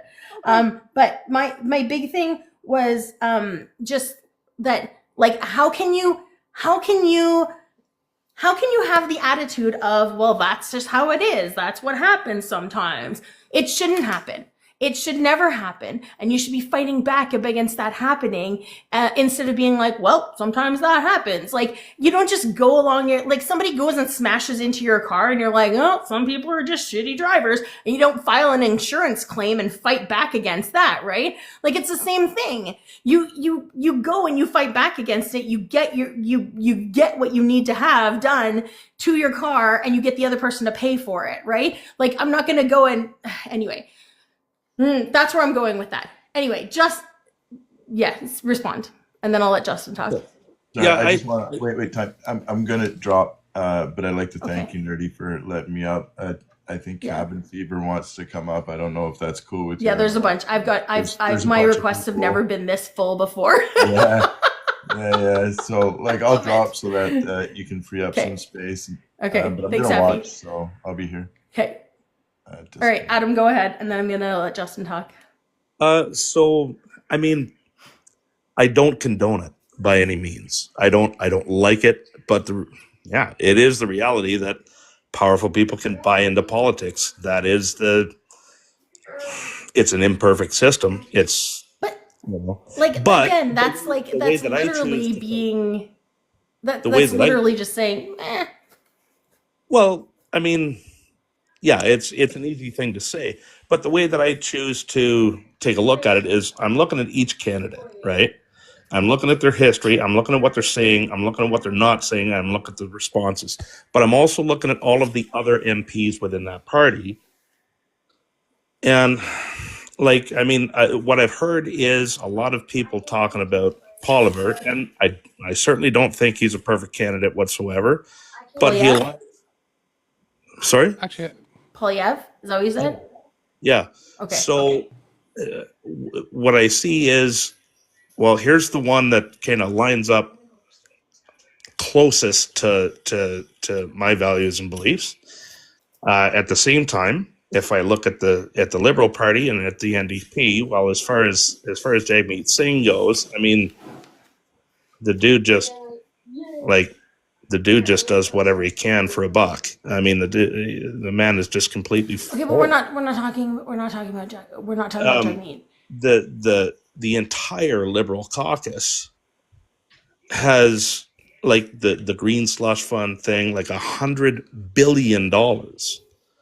And this whole thing has been Can you completely, provide a source for that? every news outlet there is. That's not a source. Well, Can you go to sources? can I provide a source for what? The Green Party and the claim that you just made about them. No, not the Green Party. The green slush fund. The $100 billion. The Green Slush Fund. Yeah. Yeah. Can you provide a source for that? CBC, CTV, all of Those them. are news outlets. That's not a source. That's a third party source. It's not a primary source. Well, I don't know. I can't say. If you were writing a paper in school and you provided a news source as a source, would how would the teacher, would they mark that as accordingly as that's a good source? Here we are sitting down having a conversation. I'm not sitting in front of a computer dialing up sources. So I mean, I've seen this 1,000 times over the last 6 months, to the point that it's actually put Parliament in lockdown since October, because the House Speaker, the Liberal House Speaker, demanded that the Liberal Party put forward the papers, and they refused to. Okay. No, Parliament has not been in a lockdown since October. That is completely false information, like 100% false information. Parliament has been so seized. you can't just say that. You can't just say that. You can't just go and say stuff like that when it's not true. Like, you're going and spouting, literally, this is all stuff that you're spouting off that is rhetoric that you've heard from people. So, Justin, hello. Can I grab age, province, and your political party you plan on voting for federally, please? Sure, yeah. British Columbia, 55. Likely Liberals, would have been Conservatives, but watch Trump down south and can't take that. Yeah. Don't need it. Don't want it here. Gotcha. So I've listened to Adam, and Adam is he'd do well with the MAGA party. Let's be clear, and Adam probably suggests that's where his values line up. I want to address a couple of issues. One, the Green Slush Fund. Those are all talking points from the Conservative Party. So any source you'll find is going to be ads coming from the Conservative Party or statements made by the Conservative Party. The facts are on that one, and I will tell you, based on the Conservative Party's ads, that all three other parties voted against requiring all documents related to the Green Fund be released. So the Bloc, the NDP, and the Liberals all agreed that should not be released. So the Conservatives, of course, being the outliers, will make a point of that as if it's a bad thing. But democracy's working. There are three parties with all those members voted against it, and therefore not a leg to stand on that one. Let me then carry on to the security clearance. CSIS has been very clear. There are a number of Conservative MPs that have been identified that are at risk from foreign interference or are currently being meddled with. The leader of the opposition has an obligation to protect his MPs. Without that knowledge in his hands, he cannot protect his MPs, who could unwittingly fall into the grasp of foreign interference and end up in jail. So let's just put that one to bed. I mean, there's so many things to start with Adam, but I'm going to stop there. There's two things that's the. Oh no, one more. The Elon Musk issue. I have to deal with this too. I'm sorry, but the low-hanging fruit is just too low. So the challenge when Elon Musk does what he does, first of all, you've got the fox running the hen house in America. Trump fired 10 inspector generals, 6 of which were investigating Elon Musk and his companies for misappropriation of funds, etc., go on down the list. Trump fired them all and then put him in charge of reviewing all of those departments and more. What we see in Canada, and people like you Adam go, well, that's a good thing. They're doing government efficiency. Well, so far they've made a $7.9 billion error after announcing an $8 billion fine and then realizing, whoops, wait a minute, we missed 3 zeros. It was only 8 million. But they came out and, of course, ballyhooed an $8 billion fund that they saw was way offside. Not to mention the 150-year-old people getting pensions, which in fact are not getting pensions. It just lines up to 1875, which is the date that the Social Security Administration started, and so that's a default 150-year when they're investigating and moving people through the system. It's just a default placeholder. But what happens to us in Canada when we see that is people like Adam go, this is a good thing. There's a rich guy, and here he is. He's getting rid of government efficiency. You're helping with government efficiency. He's finding all this money. He's doing all this, but he's not doing it for the country. The guy is doing it for himself. He is doing it primarily to free up tax dollars so that Trump can move on and provide a $4.4 trillion tax cut to the 1% wealthiest people in America over the next 10 years. His tax plan expires this year. He wants to put another one in place this year for the next 10 years. Biden got hamstrung by that tax plan. So that's the Elon Musk issue. And some people in Canada will be swayed by that's a good thing. So how can you support somebody who you know is in conflict, who is really more self-interested? Because not only does he get to wash away all the investigations, but then he gets to free up money that he will largely be the beneficiary of. You know, he brags about paying $11 billion in taxes last year. That was 1/10 of the increase in his wealth since Trump was elected. He has increased his wealth by $100 billion. So he paid $11 billion. Who cares? He has increased $100 billion. And that's the kind of activity that you support, Adam, because the Conservative Party in Canada are the same values. They're on the same side. They are on the very right-wing fringe of our political party. Thank you very much. Adam, I saw your link. I copied and I pasted it, put it in my computer because I have my TikTok open on my computer for my other account. The first line of what it says is, Conservative leader Pierre Poilievre lamented the House of Commons remains paralyzed, in quotations, Tuesday as his party extends a debate about turning government documents over to the RCMP. Yes. That's what I'm reading. So that's when it all started, was in October. And that was over the SDTC fund. And at that time, I think it was they thought it was somewhere around 50 million. And Fergus, the speaker, ordered the Liberal Party to hand over the documents to the RCMP for the investigation. They refused to do it. It wasn't being done. And that led to Parliament being paralyzed. Paralyzed is in quotations. That's a Pierre word, not actually what That happened. doesn't mean it's shut down. It doesn't mean that it's shut down.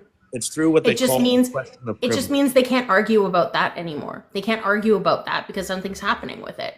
It literally just means that argument was put on hold. They're at an impasse, essentially. Yeah. Well, yes, they're at an Conservatives. impasse, and And if as a Pierre result of the Gauthier, impasse, One second. Too many people are trying to jump in. Okay. and if Pierre, 1 second. One second, please. Let Adam finish what he was saying. Okay. And then okay, I have Justin already done. Let Adam finish what he's saying, and Alex is next on the list, and then Smarsh. okay. So somebody said that they redacted parts of it to protect witnesses.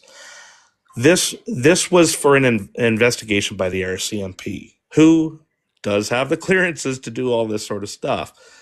But it was such a farce because they were ordered by the House to provide the documents. They provided a portion of the documents, 99% of it being blacked out, which was just trying to say, here's some paper, doesn't have anything on it, good enough. They were hiding the evidence, just as plain as the nose on your face. But then the whole thing ballooned up to well over $100 billion, as far as anybody can tell, and possibly more. They can't really tell yet because the documents haven't put forward for the investigation. This whole thing resulted in the House being paralyzed because that whole situation created what they call a question of privilege. Whenever that all started, it stopped any further debate in the House on any other topics. They really couldn't do anything from that point forward, and that was October 8th, I think it was. And that went all the way through to when the prorogation happened right after Christmas. And now here we are. There's still been no forward movement on it, forward, backwards, or anything else. So I would also like to just say another thing before Alex goes again. But this is another thing that was in that article, because I don't know if you, Kevin, I have you on the list. This is another thing that was written on here as well. Liberal House Leader Karina Gold said this. They're trying to spin out of their own obstruction because they don't want this to go to committee. And that's talking about the Conservatives. So you're only hearing, you're only listening to the Conservative talking points about this, and not looking at the whole picture of it at all. Alex. I'm having a really hard time relying on Adam's sources and his background, because you said that you have to get your security clearance every 3 years. Is that correct, Adam?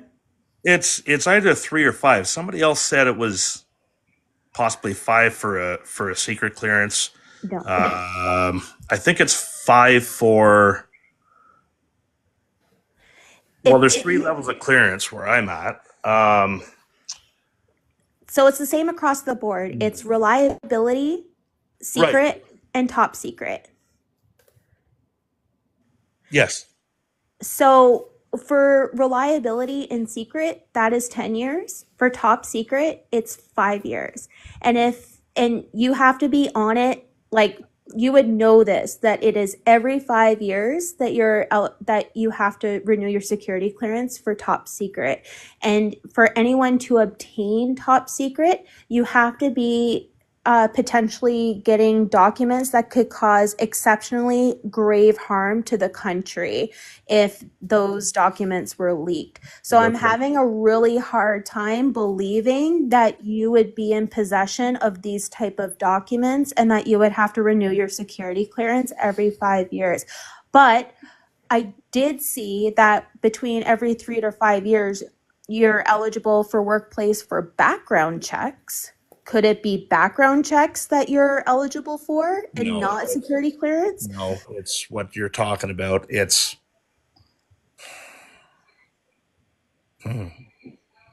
I don't want to. Most places usually do background checks every 2-3 years, kind of thing. I don't want to dox you. I just want to preface that I don't want you to dox yourself or anything like that. But what you are saying about security clearance right now is factually inaccurate, and I'm having a hard time trying to believe your credibility. Well, that's okay. I don't work in the. So part of our group works in the administrative end of that sort of thing, if you know what I mean. They're the ones that take care of the access and clearance into certain things. Personally, myself, 99% of the time, I don't need the clearance for what I'm doing.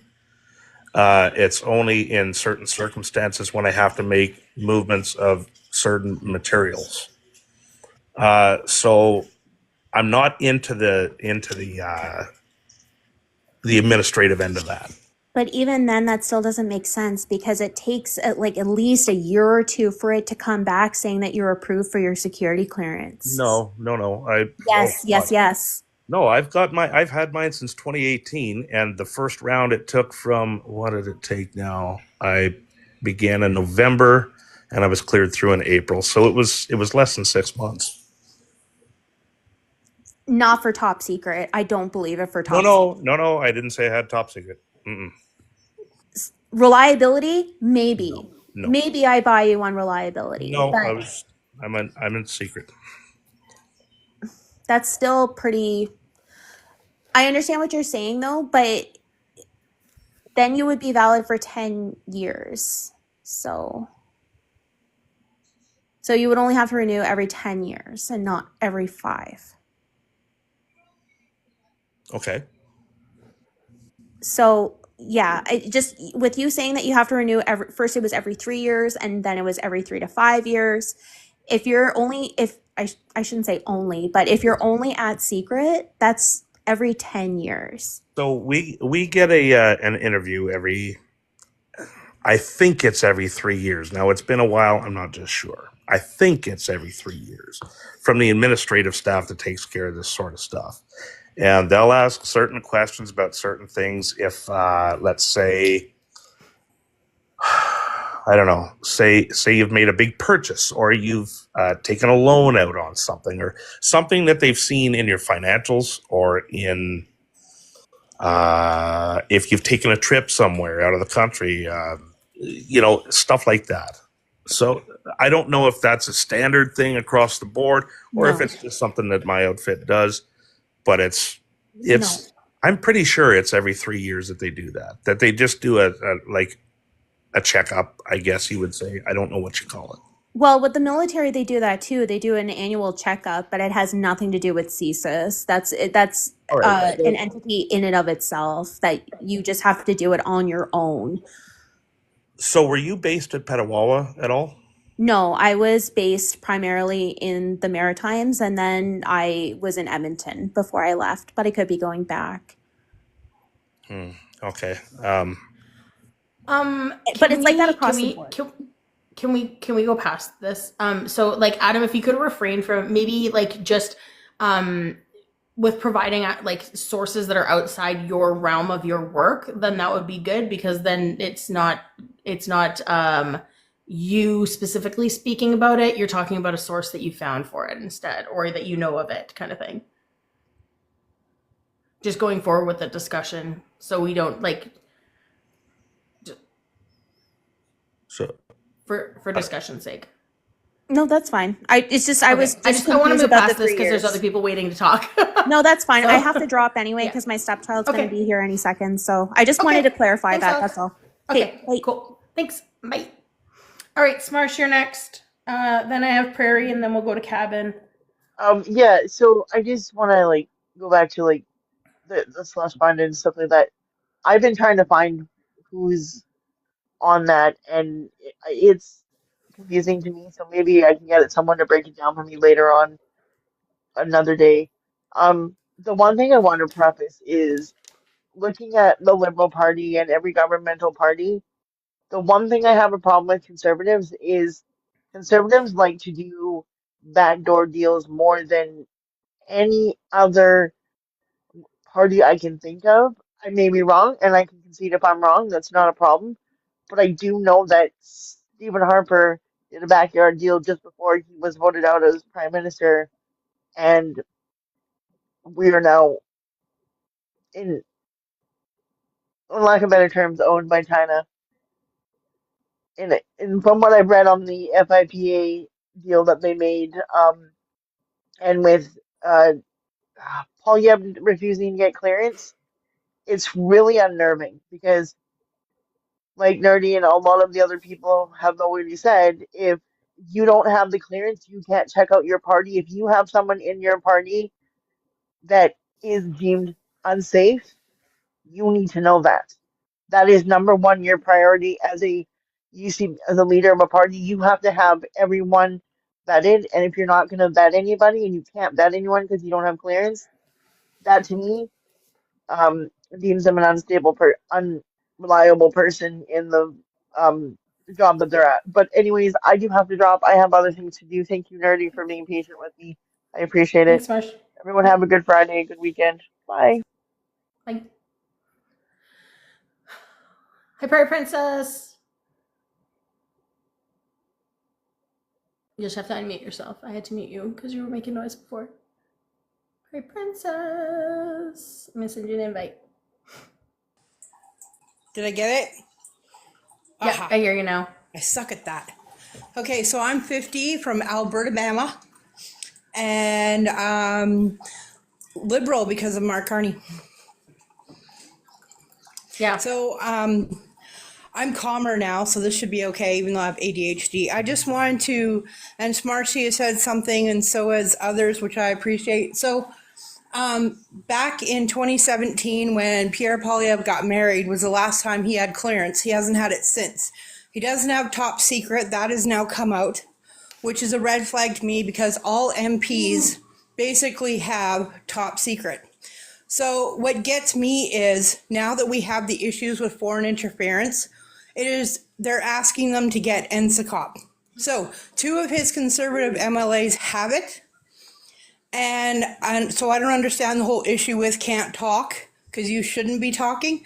But what gets me is, like Smarty said, your job as leader is to be told about any issues within the party with your MPs, and it's your job to handle it. So it's really important for you to have NSICOP right now, but I don't understand why he doesn't have top secret. Now, I do understand everyone talks about the reason why is probably his wife, her dad fled Venezuela because he was trying to avoid jail. So that concerns me because if that's true, him being leader of the country and not being able to pass clearance is a huge red flag. In December, CSIS offered to give him information and he refused. He said, it'll keep me, I won't be able to talk about it, but the problem was that information was only pertaining to the Conservative Party and no one else. That's a red flag for me because that means he's not handling the issues within his party. And when it comes election time, if there's any issues coming up, he has the ability to prevent a risk MP to run in an election because of security issues. So those are all red flags for me. Now, I caught you saying, you said you like to check their record and everything. So I'm just curious because Pierre Poilievre talks about all these things he wants to fix. But if you go look at his voting record in the House of Commons, he votes against all of them and has all the way up to the past year. So that's a red flag for me. Complaining about money, he's the most expensive MP. I don't know anyone who spends $7 million a year on travel when he's 30 minutes from his riding to Ottawa. So you can pull me off and let somebody else up. I just wanted to get that info out. Thank you for allowing me to come up. Thanks, Barry.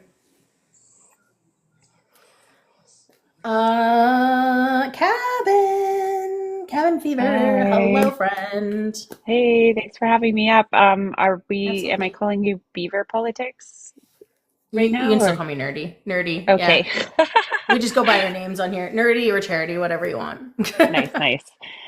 Yeah. So Adam, I just wanted to talk to you about the Green Slush Fund thing, because Nerdy said that it sounded like you were saying the Pierre Poilievre perspective, and that's certainly true. I'll let you know what my understanding of that is, because I did so much looking into this when I first found out about it. And after I explain my understanding, I'm happy to drop you some links so you can go and verify what I have to say about it.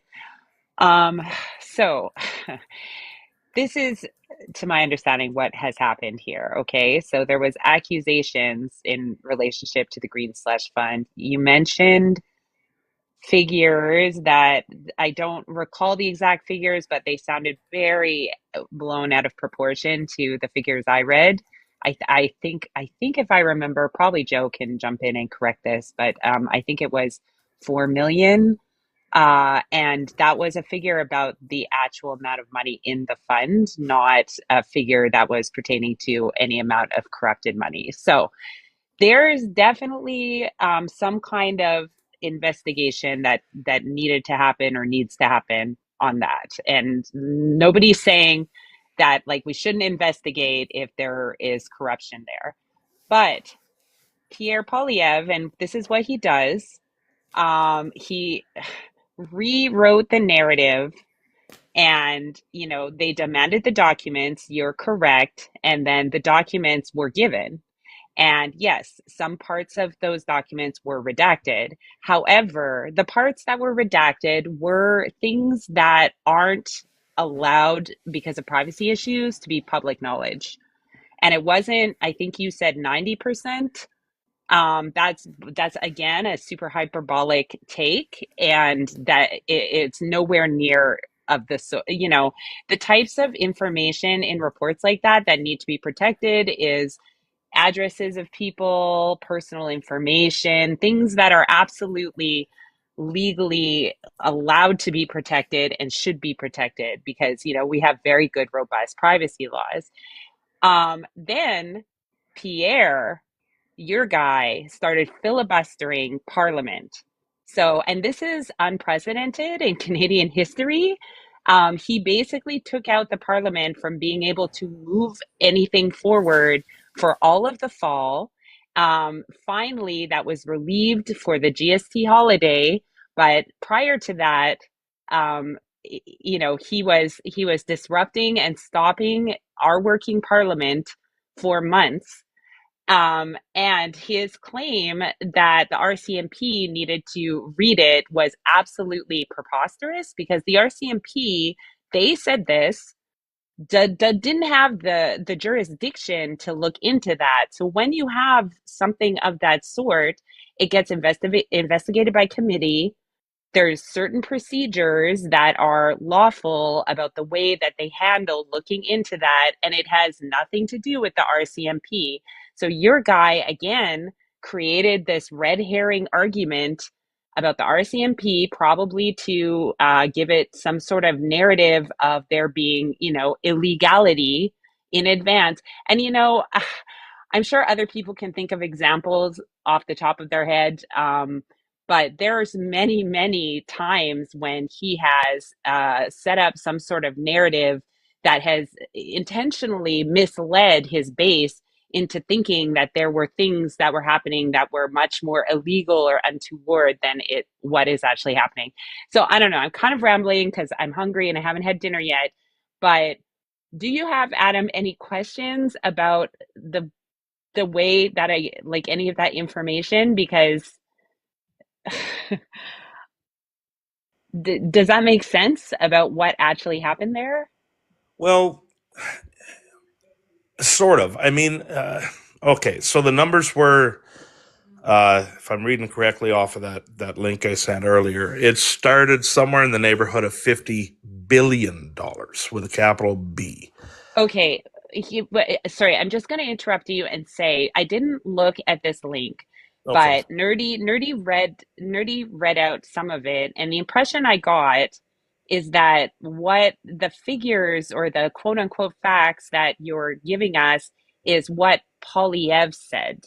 And that's exactly the problem I'm pointing at, is that he is the king of creating narratives surrounding things and going into Parliament and during question period and telling stories and recontextualizing and reframing stuff. So You know, just because Poilievre said there was somewhere to the tune of billions of dollars or any of the other of the super hyperbolic statements that he makes doesn't make it factual. You need to bring a source and some kind of evidence that is not just what he has to say. Well, and that was the Yeah. entire point of trying to get the documents out to the RCMP. Now, you're correct in saying it could have went through committee, but by doing No, it so, does. It does. It's not the RCMP's jurisdiction. They have well, It nothing was to do with supposed to it. go through committee. it can The be conservatives were by blocking motion. it from going to committee. The conservatives didn't want it to go to committee. Right. And their reason that they stated for doing that was because you're dealing with public funds. The public funds were being distributed incorrectly, and a lot of them were apparently going to Liberal minister, the businesses owned by Liberal cabinet ministers. So this being public funds going to public servants, and basically the allegation was they were pocketing it.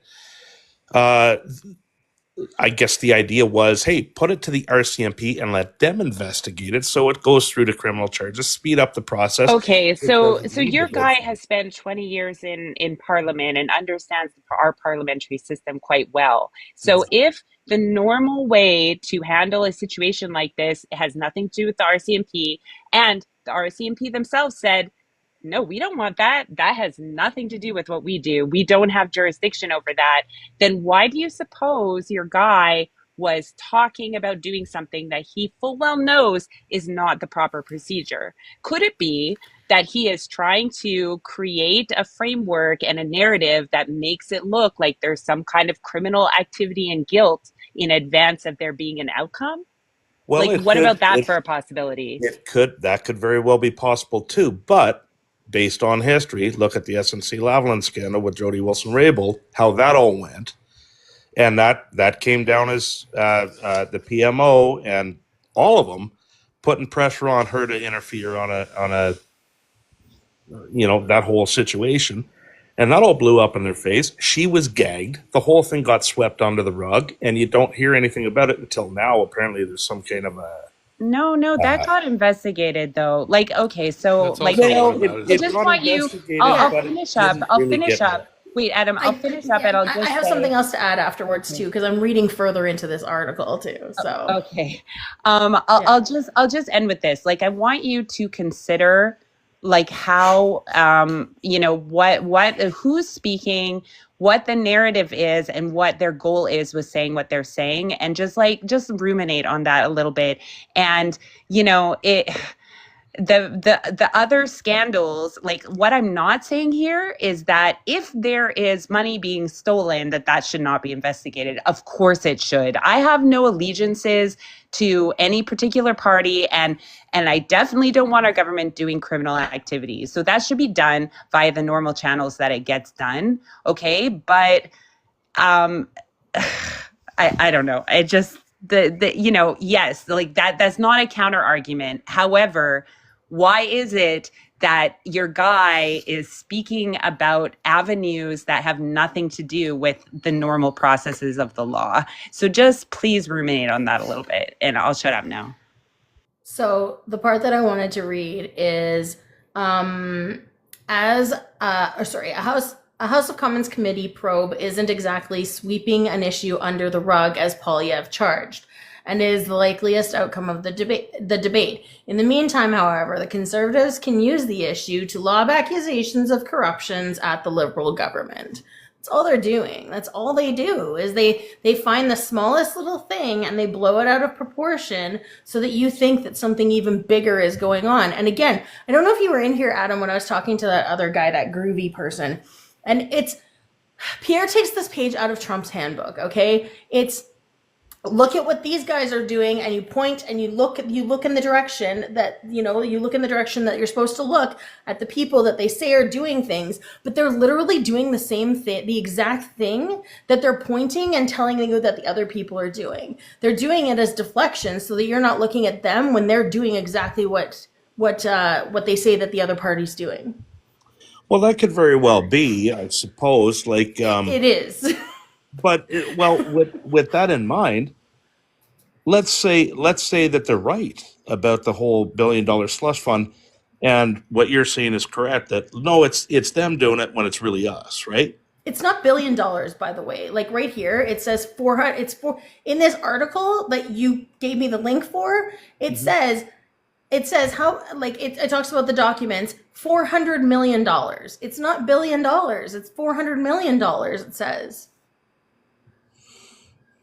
And isn't that just the amount of money that's in the slush fund and not the amount of money that they specifically thought had been corrupted? Yeah, because it's since a certain time. It's been like it's gotten that big over a certain time kind of thing. But it's not the whole $1 billion that they're talking about. They're only talking about the part since 2015.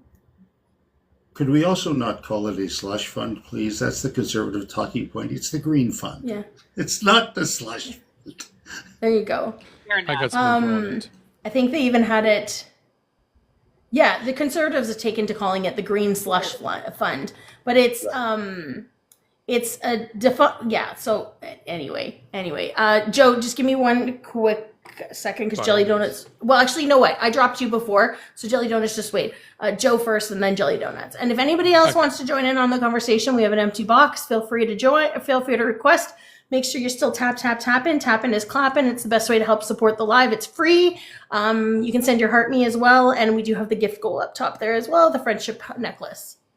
Go ahead. So this Hey particular guys, project sorry, is... I gotta bail out. So it was a pleasure talking to y'all, but I think you can't wait to just Joe was talking to you specifically. Yeah. Shit. I'm So sorry. I'm going to start off with, it is $1 billion. So to give you that, it is $1 billion in regards to the initial fund, because this is part of, the fund is called the Sustainable Development Technologies Canada. The Green Fund is the other name that we've had for it, and it is to help develop green technology projects. Now, there's a very set list of criteria in regards to what projects can be funded by this and what cannot be funded.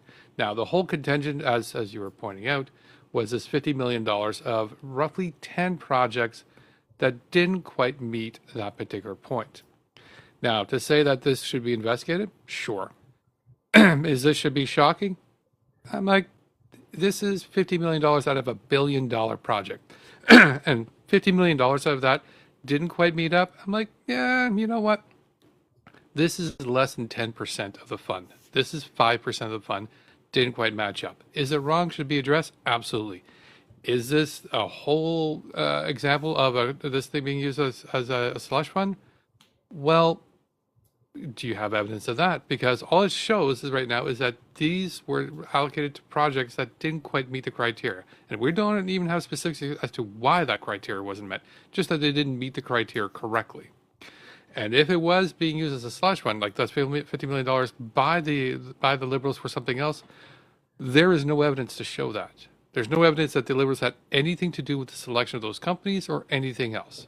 This is all rhetoric with no evidence by the Conservatives. And the fact that nobody, especially in the Conservative supporters, are asking their own leadership and their own party to back up any claims that they're making, because I'm sure, and I can understand it, wanting to have your party to get one on the other guy, yeah, I get that. But if they're doing it by lying, are they really helping you?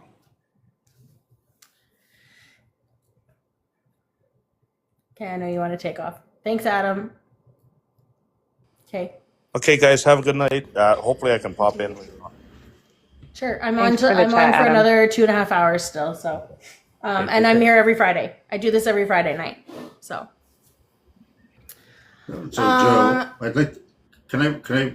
Sorry. Can I respond to Joe on go that? ahead, and then I'll do a little interjection. Sure. So Joe, they're not looking to help anybody. They're looking to gain power by persuading the less thoughtful that there's a huge scandal and this is all corrupt.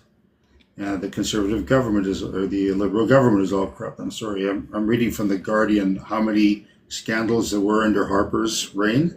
So I'm sorry I put Conservative and scandal together in that when they're trying to claim this is a Liberal scandal about a rotten government, when there has been about 3 scandals in the Trudeau reign, and 70 and the conservative rate of Stephen Harper. But people have very short memories of what conservatives do. So they're not trying to help. They're not. Justin, you're preaching very well, but I am the choir. Me too, Justin. I know you're the choir. I love it. I think we're all the choir here now. I'm sort of sorry Adam left us, but it is what it is. Yeah, you're good. It's all good. I get it. We have a new guest, but give me 1 second. Path. So just a reminder for the 67 people that are in here right now, if we can make sure we're continuing to tap. We do, Beaver Politics runs shows now 7 days a week. We have 10 shows 7 days a week.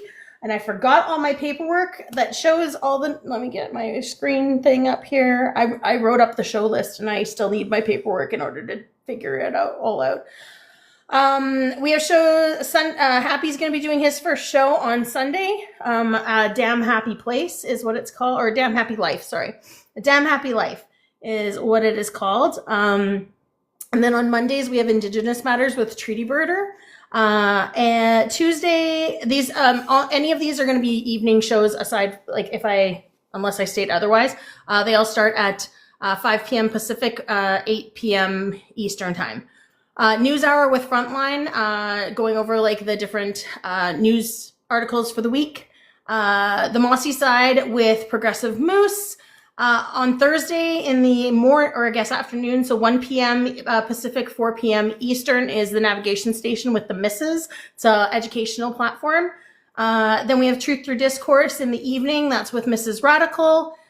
Friday afternoons around 2 o'clock Pacific, 5 p.m. Eastern time is Pixie Lee has Canadian History with a Purple Crayon. We have Politi-Talk, obviously, like I said, on Friday nights. I usually go till midnight. Tonight we're only going till about 11:30, just because I have a place I have to go to be at 12:30, like 12:30. So, and it's a specific time because I have to go get a cat some insulin. So, Saturday mornings, 11 a.m., 2 p.m. Eastern is Breaking the Dam with Jana. And then we have Radicalized with Mr. Radical at night on Saturdays. So those are our 10 shows that we now have 7 days a week. Make sure you're tuning in to watch all of those. All right. Path to Nowhere. Can I grab age, political party, and province that you live in, please? I muted you just so you know, so you have to unmute yourself. There we go. Sorry. Okay. Perfect. I'm always on the opposite end of this. 41 in British Columbia, not particularly affiliated with any political party. I usually vote NDP in British Columbia, but this time I'll be voting Liberals. Okay, so you're an ABC person then? Yeah. Okay, perfect. All right. Yeah. Just a cautionary. Not guys. Yeah, just a cautionary with the person you had up, Adam. We actually blocked him from chats for simply providing factually incorrect information, not admitting the facts. I myself had secret security clearance, so I watched part of it. Someone actually alerted me to your chat. It's every 5 years for top level security clearance. For top secret, it's 10 years for secret level, which is what I had. There seems to be a lot of disinformation that he's trying to sow amongst these chats. Just as a heads up. Yeah. His story in each chat seems to change. So, cautionary to anybody who's listening too closely to him. And the Pierre Poilievre security clearance, that was simply because he did not want to have responsibility in that situation. He wanted plausible deniability to not have to eliminate one of his party members and therefore a vote for him. Simple as that. Sounds like words I said earlier. Yeah, I wouldn't see that, but it is literally that simple, right? There's no reason you couldn't get a secret level security clearance. Like tons of people have them. Everybody in the Coast Guard has them. Like it's an easy thing to do. So yeah. Anyways, I just figured I'd chime in with that. Absolutely. I was watching a bit, liked your guys' chat. Thanks. Sometimes it gets spicy. You missed the spicy guy earlier. I had to kick him out because he was a racist. Yeah, we do that too. Yeah. I'm gonna.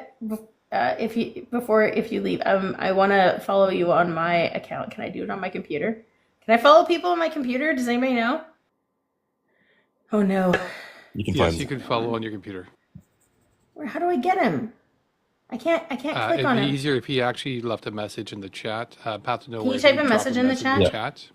Yeah. Okay. That'll there you work go. More easily. Because I can't click on your picture and do it. There we go. Follow. All right. So Nerdy is my regular account. I just followed you on there. So cool. Sounds good. Yeah.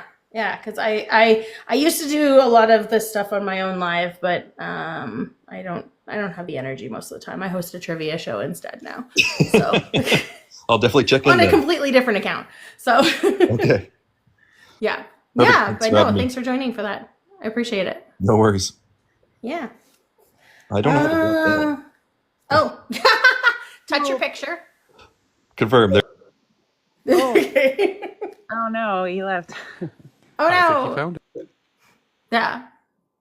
That's so funny because when you're host, it's totally different, right? But yeah, touch your picture. It'll pop up. It's a completely different interface, Yeah, we need people up here. If you want to come and join in the conversation, we'll totally go to a different topic if you want to come and talk. If you want to talk something else. Vic, is that the Vic that I know?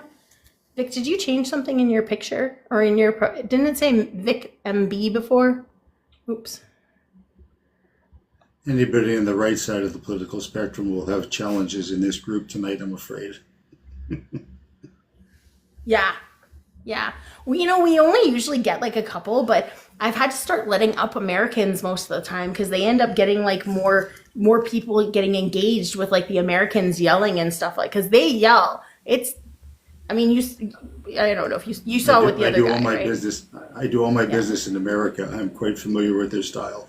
America's Yeah. It feels less like a challenge with the Americans because I feel it's just yelling rhetoric. But I'll let you introduce the next person. Well, no, Yeah, no worries. A lot of good Americans doing, sort of anti-Trump work, and they're getting yelled over by MAGA. Absolutely. Yeah. And that's where I hang out most of the time is like the American political lives. So I see all the yelling. One of my favorites is RJ Okor.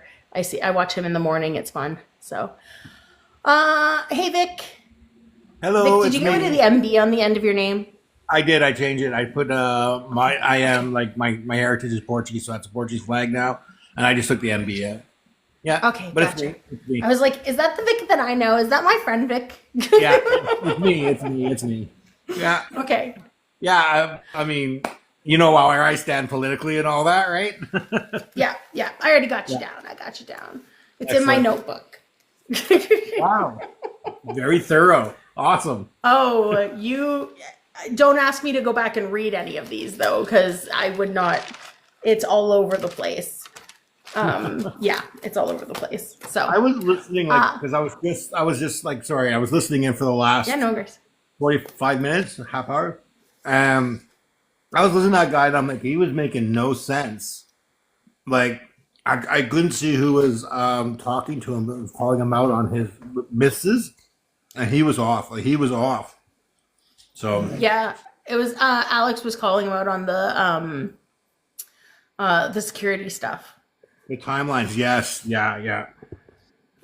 Also, just on the like espousing rhetoric front, like that's just, I mean, you guys were saying before I came up about how, that PP parrots a lot of like MAGA-y things, and like that's the same behavior I see with Musk. Like, there's even more of a Church of Musk. But, people are just like, I'm constantly talking to these people that are like, this is the thing that's happening. And then the source is always something that Musk said himself on his own social media platform. And it's like, seriously? You're right, Katie. I missed the memo where all of a sudden Musk was the almighty truth. I missed that memo. Yeah, right. We all missed the memo. The reason why people take him at his word though is because he skewed the algorithm on Twitter, right? He skewed it so everybody sees his stuff first.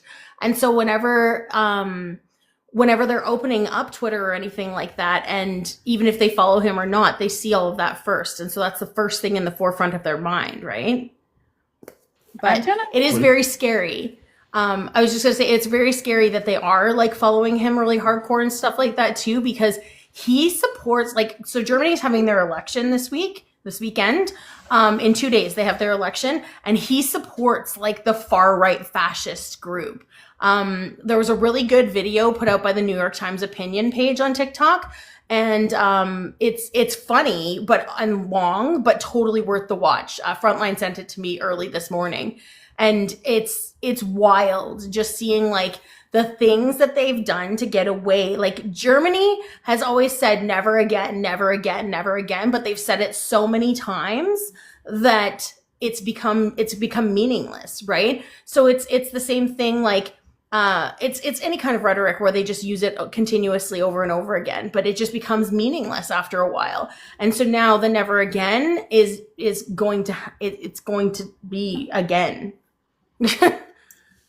Well, only 1 in 5 are polling for the far right of the 6 parties, give or take. So it's always been a coalition government there, and will continue to be. So they will have influence, but there's 3 other parties who can coalesce and form the government without them. But they are 1 in 5. Yeah. Hey, Strong Woman for Canada put on their. Did you know yesterday Charlie Angus put a petition to revoke Elon's citizenship? I want to put my name on that. Where is it? Where do I find that? I don't know. Strong Woman. Is it on change.org? No, I don't know. Someone in the chat mentioned that. Yeah. I don't know where it is. I want to find it. Strong Women, if you're on Discord, my user, I'm going to type in my username on here. It's my username that is for my, in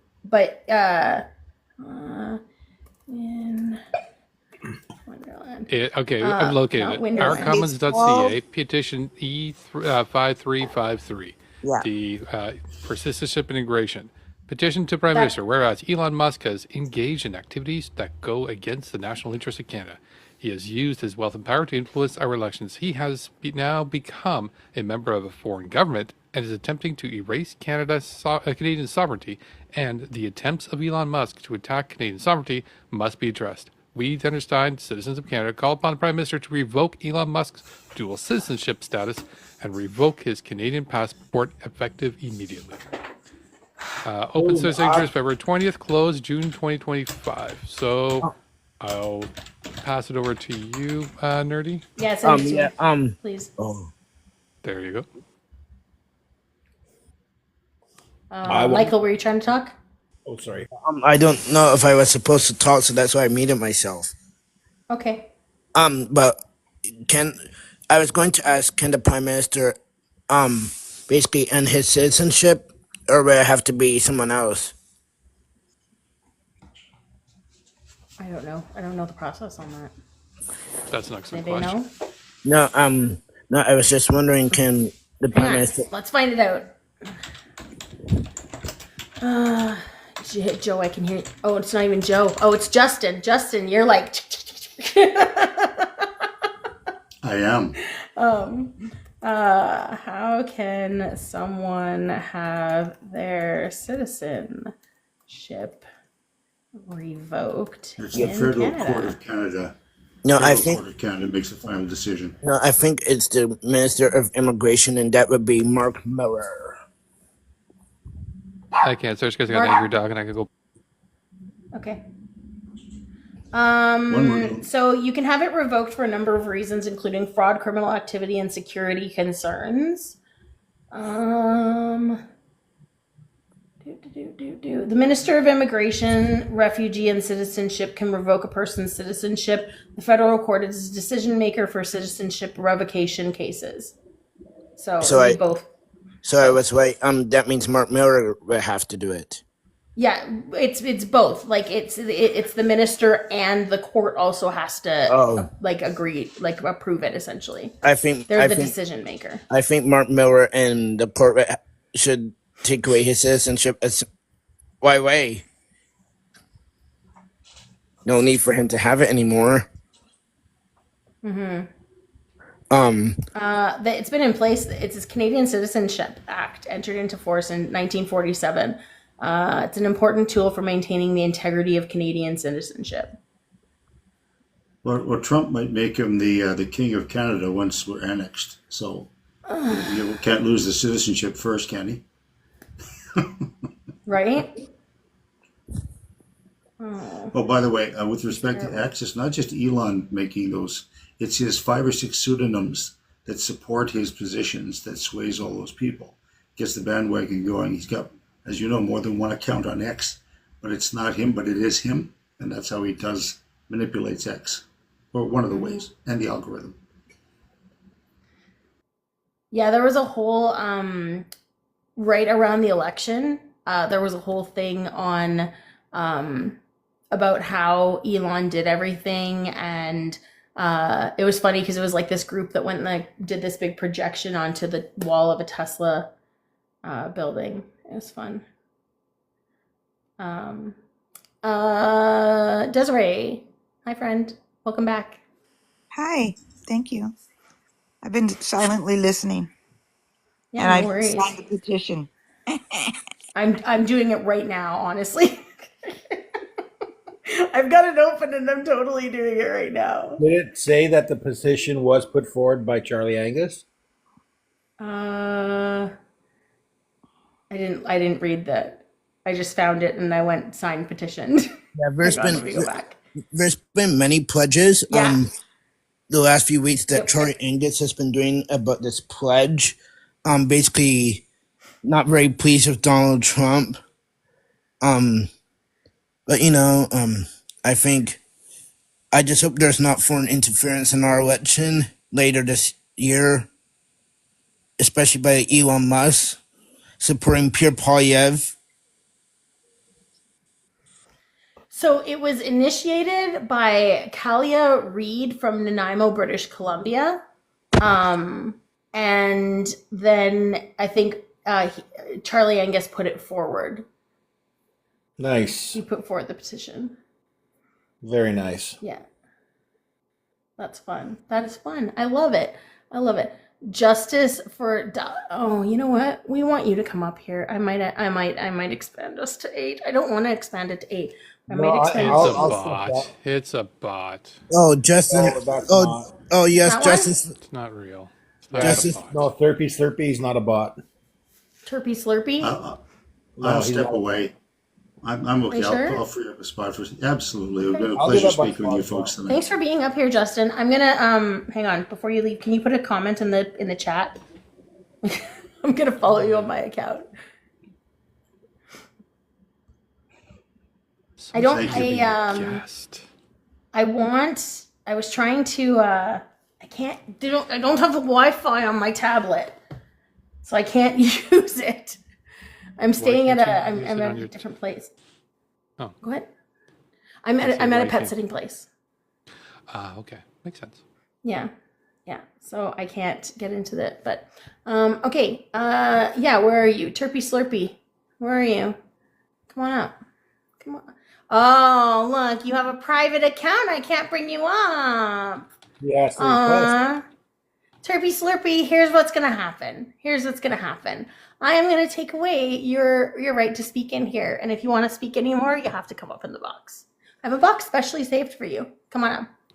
Come on. Do it. Request. Do it.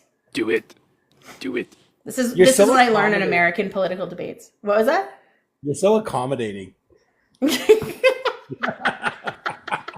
And it's all very low pressure, you know. I see he always start with Justice for Ruby Dalla thing. Oh yeah, I muted him though, so that's already gone. And the only way he can speak is if he comes up here. But while we are waiting, let's make sure we're tapping. Tapping is clapping, and it's also free. It's a good way to support. I do see the likes like being done there. Crispy Millhouse. Yeah. Sorry. It's That's a a really weird funny thing. name. I love it. It's a weird thing to see, like Crispy Justice for Ruby Dalla, who's had 10 violations and whatnot, and so she had some problems with the election. There's no justice; he just doesn't get a chance for leadership. While we're also watching people being arrested for really, really wrong things this week. Particular reporter in Montreal by the name of Yves Engler was arrested for making posts on Twitter. And all he did was criticize a Zionist. And he's right now being held without bail all weekend. Brandon wants to do some clapping. Clap it.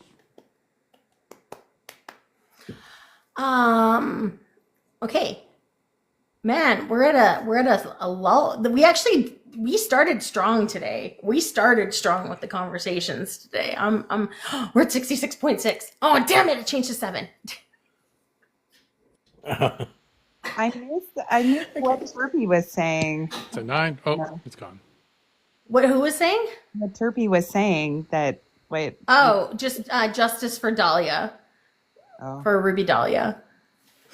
Yeah. So, yeah. Yeah, she's in Okay, very. there were other topics.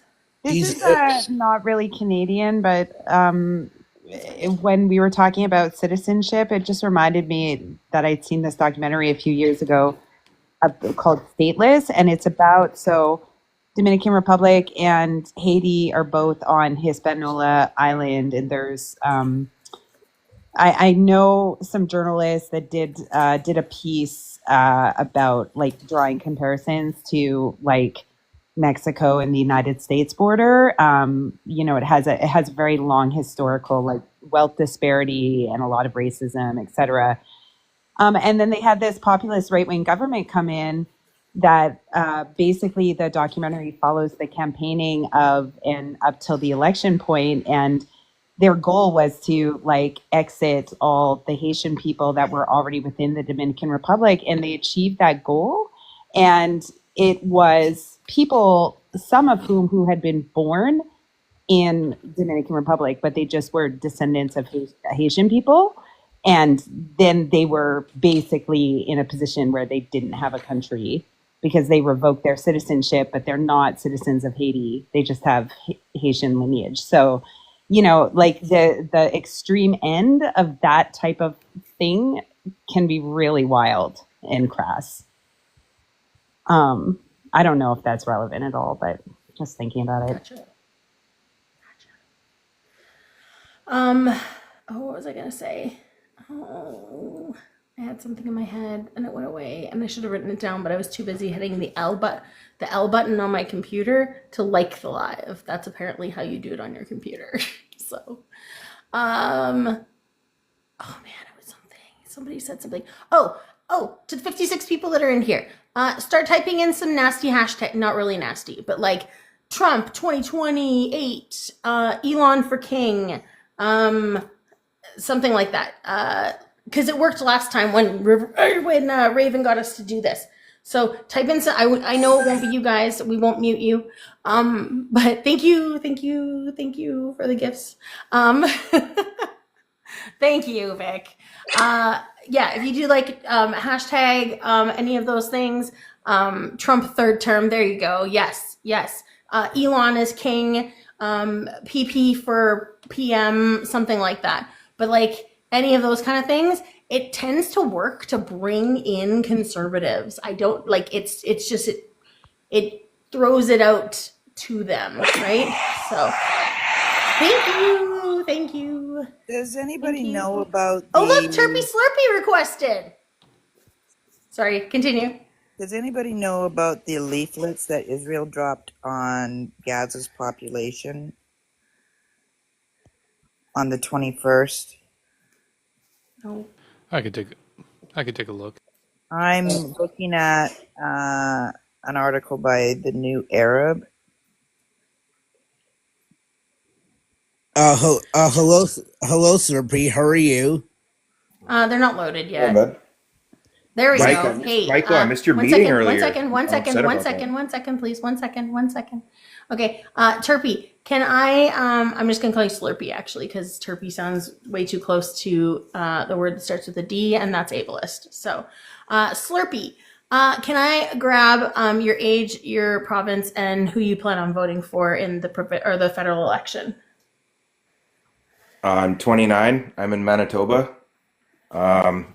I'm planning to vote PPC, but I don't think there's any in my riding, so I'll probably have to vote Conservative.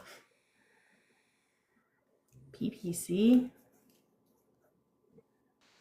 I didn't know that, Turpy. I've been on panels with you before, but I didn't know that. That's I don't meet people that have that position often. I've only had 2 PPCs come up here so far. Hey, Arch. What is it? If you want to say, what is it that draws you to them? I guess more of like not independent, but I feel like they're actual conservative. I don't see the Conservative Party of Canada as a real conservative party. Can you explain how you don't see them as a conservative party? What's the difference? Like maybe center right, I would say. That's So what conservatives are. what are some ways that they're letting you down, or like? I don't like how Pierre has walked back a few things, how he panders to some groups. I don't like how he wants to give more money to certain countries, things like that. Turpy, Turpy, or you're in a very leftist live. Just be careful by what you say. No, Why? It's a debate space, Michael. We're kind. Yeah, he can say whatever he wants. Yeah, as long as he follows the rules, be respectful, no over talking, no bigotry, no slurs. No, because you know me, Turpy, I'm to the center. But you're in a panel with a lot of people who are very left of you. So I was just telling him to be cautious. Maybe you can change my mind. I've said this before, Michael. Well, I'm not interested to change your mind. I definitely, if you speak about anything that I think that you need more information on, I'll try and throw that in the mix. But like, I don't know that in advance, right? But Michael, I was speaking about this earlier, and I really don't think it's helpful. Like from my viewpoint, I mean, you can frame things how you want, but from my viewpoint, I try to not take things into right and left spectrums very much, because I mean, yes, that exists, but also like I think that there's a lot of like, as we become more and more politicized, there's like this tendency to like view the other as being our enemies, and that is just not helpful to my mind. Like there's a lot of people that discount what's about to come out of my mouth on many topics because they see me as being the left, and so therefore I'm brainwashed and I don't know anything, right? So, you know what I mean? Yeah. Yeah, I do, TT. Thank you. I wanted to see what that looked like. That's the only reason I put it as the gift. Oh, that's hilarious. You start to be or is it Bernier himself, or like was that like a pandemic? Well, actually, I don't even remember. Did that party come up in the pandemic? Or they old? Honestly, I'd like to see a different leader. I think Bernier is kind of sleeping at the wheel. And if you look at his Twitter, he's kind of wild on there. I don't agree with certain things that he posts. Can I ask what those are if you want to share? What he posts that I don't like? Yeah, I see some racism on his Twitter that I don't agree with.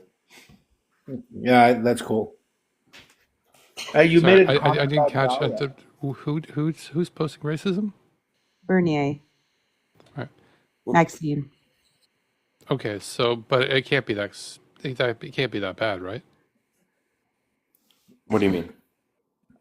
Well, the racism can't be that bad if you don't agree with it, but it can't be that bad, right? Well, I don't know. I haven't really like gone a deep dive on his Twitter, but it's just a few posts that I've seen that I wouldn't necessarily agree with. No, but I mean they're not really that bad. If PPC is still an option for you, it can't be that bad, right? Well, it depends on who's running in my riding, right? I would want to get to know what they're putting forward, right? But by supporting that person in the riding, you're still supporting that person who's the leader of the party. Yeah, that's true. Yeah. Well, they're not So going to racism isn't a problem win for you. anything anyway. So. Hey, JB. Well, most likely I'll have to vote Conservative because I don't think there's any PPC running in my riding. So. Okay, so wait a second. So you don't like Maxime Bernier because of the racism, but you'd vote for the Conservatives? And Pierre is actually like spouted racism? I don't think Pierre's racist. His wife's an immigrant. That doesn't mean anything. You can have any kind of, you can have BIPOC people in your family and still be racist. Sure. So can you point towards something that he's said or done that's racist? I can do that. Sure. Or maybe you're talking about that one time like 15 years ago that he apologized for a comment about First Nations? No, I'm talking about a recent comment that he made about John A. McDonald. Oh yes. He also said that John McDonald. No, okay, go ahead, Michael. I'll let you finish. No, he also said that he wants Canada to be like it was when John McDonald was our first prime minister. I don't know if he said that. I think he was quoting something that John A. McDonald said. Do you have the clip? Does anybody have the clip? He also I can find it. I can find it, or send it to me because I can play it through here. He also said he was the one behind the residential schools.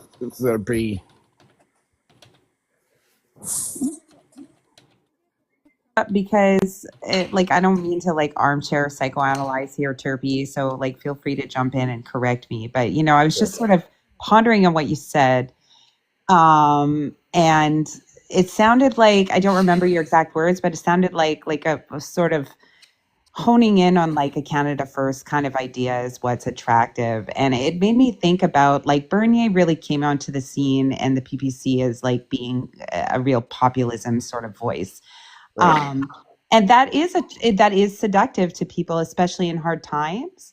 But at the same time, you're I don't like the racist thing. And one of the sort of inherent tenets of populism, once it gets going, is to do a little bit of xenophobia, and to kind of it's almost in order to put to segregate ourselves and put ourselves first, we have to kind of create a barrier to entry, maybe in specific terms, but also just this general sort of notion that we need to band together and just be about ourselves. And so therefore it's an othering of those that are outside of that. Right. So to me, those two things kind of end up being hand in hand.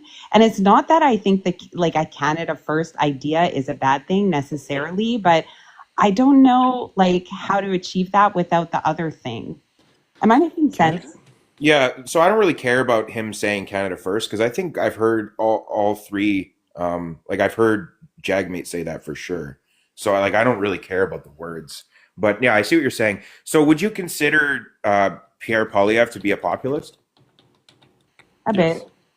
Okay, so if that's the case, do you see? So what's the race? Where's the racism coming into play? Canada First. He likes to talk about his favorite word. Canada First is racist? Not so much anymore. He used to talk about Bitcoin quite a lot. He has people in the Conservative Party that you don't like Bitcoin. Pardon? You don't like Bitcoin? So Slurpee, one thing we don't do is we don't interrupt. And if you look at the thing right above me, if everybody could just mute when they're not speaking, that would be fantastic. Just so it reduces the risk of interrupting. No, he also said in 2021, he was also one of the first conservatives to be out there joining a certain protest, giving them coffee and donuts. That was very very disrespectful and unacceptable what he did. He's definitely fed into that whole populist thing. He should not be doing that. And talk about something else. He also talked about the carbon tax for 2 long years, as me and you have discussed many times before. Mark Carney has said the same thing, that he will get rid of the carbon tax and put it on big consumers, so they pay for fair share as well. Michael, I think we want to stick with the Canada First thing. I think that's what we're trying to look at right now. I know Joe had something to say about it. Yeah, the Canada First is a big one. It's a dog whistle, and if people are going to be, and I know the first response, a lot of people will come back with me. It's well, he's just saying Canada First because, we're trying to get the pride thing because of the Americans. And I'm going to counter with, no, he knows what it is.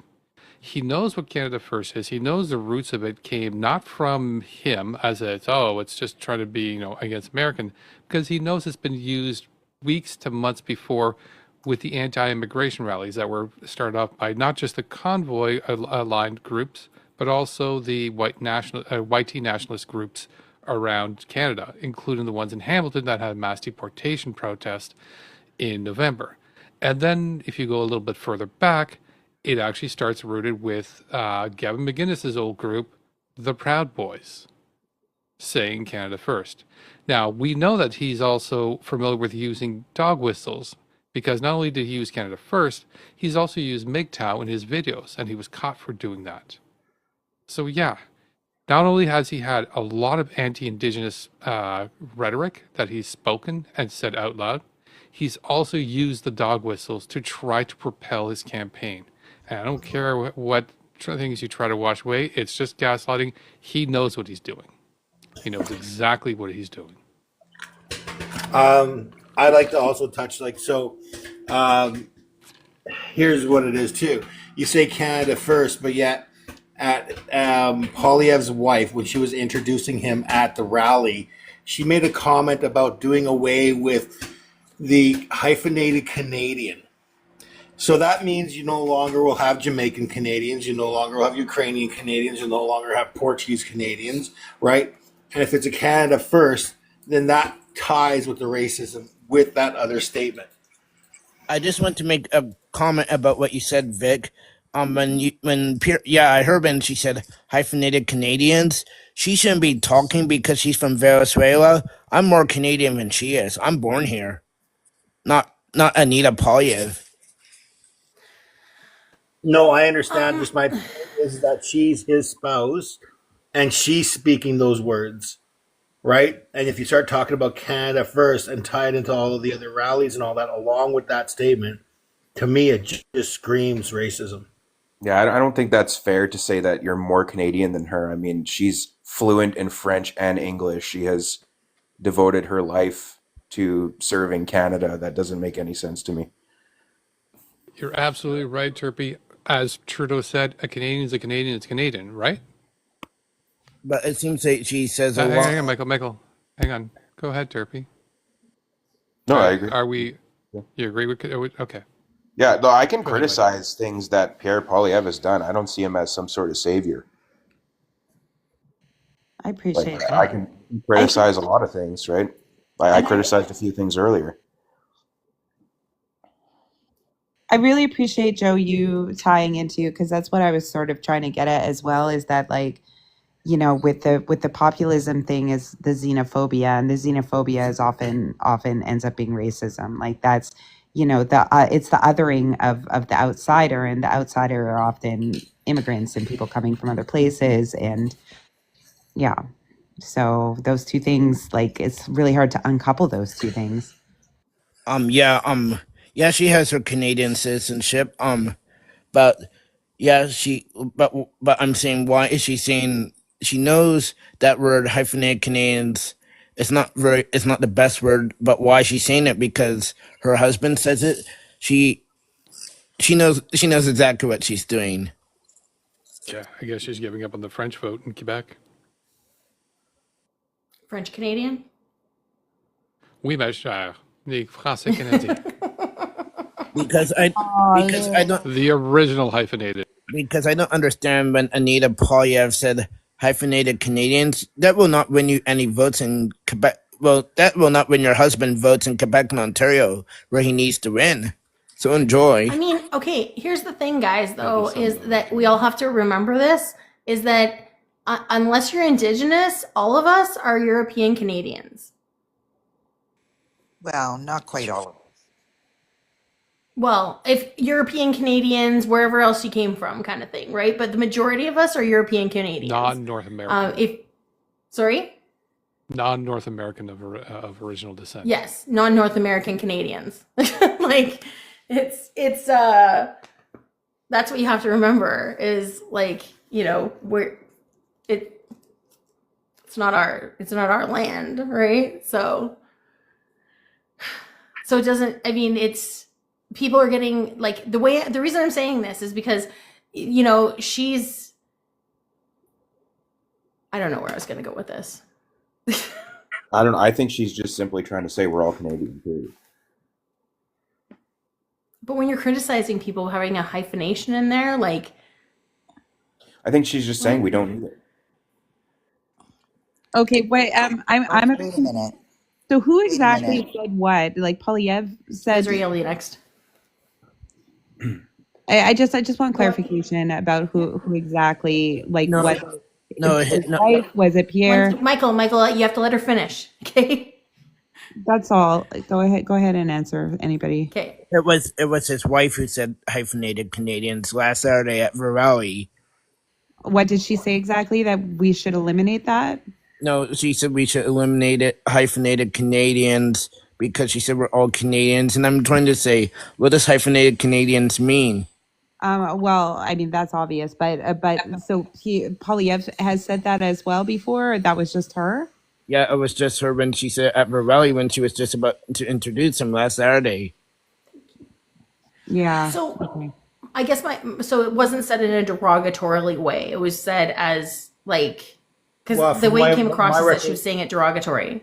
My recollection, the words that she specifically used, I mean, this I'm like 90% certain that these were the words. We need to do away with hyphenated Canadians. So I don't know what we need to do away with. That could be interpreted so many different ways. Yeah. Yeah. Can I? Because if you. Yeah, Desiree, go ahead. I am a Black Canadian. Yeah. Period. And 100%. I'm not going to allow somebody to erase my identity. Yes. Period. Yeah. That's Full how I stop. feel about that too. And it also sounds like a dog whistle. Like, I feel like maybe there's plausible deniability built into that, but like that is a cultural washing of people's identities to Exactly. Yeah. It's a melting pot ideology, right? It's not a cultural mosaic ideology. It's totally melting pot ideology. My words out of my mouth. Conformity rather than like individualism. But that's also a Christian nationalist viewpoint as well. Yeah, 100%. I think there could have been. I think she could have said it a better way. Obviously, her husband is tapping into the Matthew Bernier vote. That they lost last election when Aaron O'Toole was leader because he tried to move the party to the center, and a lot of conservative voters were not very pleased by that. So I think Pierre Poilievre is saying, for us to win election, we need to tap into the Matthew Bernier people and forget about the middle of the road people who are to the center, like me and the vast majority of Canadians who are more moderate. That's fine. We have the liberals who can do that. Job for him.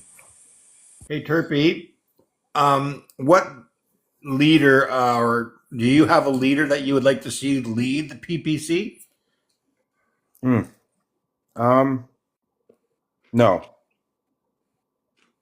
No, not necessarily. Okay. I'll be very honest. I'm not familiar with that party at all. So I don't know, I'll be honest. That's not the party I am. I think a new face would be good because, I mean, clearly he's not going anywhere with it, right? Sorry, I didn't catch that. Say that again. Sorry. I think a new face would be good because I don't see him going anywhere with it. Like, I think I have the quote. The last two elections were pretty similar. Turnout for the PPC. So the quote from Anna Indian is as follows. We are proud Canadians, not hyphenated ones, just proud Canadians. So how do you guys want to interpret No, I think she went more into detail, either in French or in English. I don't know. I didn't catch the whole thing, but I do remember that part, and she went into a little bit more detail.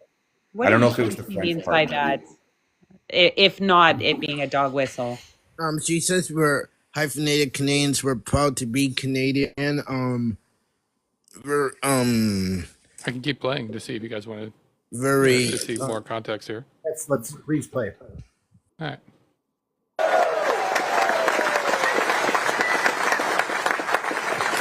And we feel that it is now our duty to fight for our country. My brother Louis embodies that deep love for Canada, whether serving in the Royal Canadian Air Force or standing guard to protect Canada's sovereignty. His dedication to Canada has been unwavering. So she doesn't seem to be really addressing what she meant by removing the hyphenated part.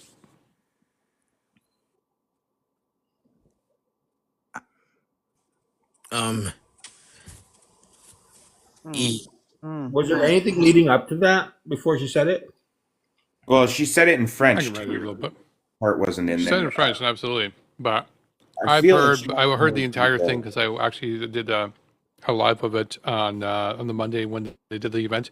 Okay. Everything they said in French was the same thing they said in English. Okay. There was no extra stuff in one language versus the other. The only thing I couldn't verify is the Spanish. Everybody was screwed on that one. I think, yeah, I don't think it. Okay, wait a minute. Wait a minute. Did she actually say that in Spanish too? She also talked in Spanish, yeah. So then that doesn't make any sense. Why? Because Spanish is not an official language of Canada. So you're not allowed to speak it? True. No, that's not the point. You know, she wants us to do away with these hyphenations, but then she hyphenated her speech. That's not the same thing. But is there anything else that they said that like was bothersome? Because I don't see that as racist. It doesn't bother me. I Joe, think. do you have the John A. McDonald clip? I can't locate that particular clip. I don't. I liked it on somebody's page recently, and I can't remember who it was. I don't think it was. If you go on TikTok, you go to your profile, you can go take a look what you like. No, I know. It's trying to do it on the computer, though. It's different. I don't think it. You can do it. I have faith. Obviously, I think when she says we're all Canadians, and I don't think it was. I think she could have said it in a better way instead of saying the hyphenated part. It's not. You know, Michael, I think it doesn't matter if we're gonna put the word racist on it or not. Like, we've already identified what the issue is with this. Is that, like, you know, nerdy put it really well about, like, we can't erase. It's an erasure or attempted erasure of people's, like, hyphenations, which means, you know, like, instead of saying you're coming to Canada to just be Canadian, no, like, people that have an identity and they have a life that draws from another place or another culture. Like, you know, when I was living in America, I wasn't I didn't become a citizen, but, like, you know, I still came from Canada. I still had my Canadian roots. I don't think I could be compelled to just be American and pretend that never happened. That was part of my life, you know? Yeah. Could this sorry, go ahead. Sorry, I found it. I found the one that I liked the other day. It goes into another video, but it's the stitch at the beginning of it, sort of. So, oh no. And unapologetic and most of all, being proud of our country and unapologetic for our history. We need to honor our past and our shared values. We need to live out the dream that started with John A. MacDonald. Yes, I said John A. MacDonald. Right. And let's be clear about what that dream was. So that's the part. Being unapologetic about our history and going with the dream that John A. MacDonald had. It started with John A. MacDonald, right? Which was wiping out the indigenous people on this land.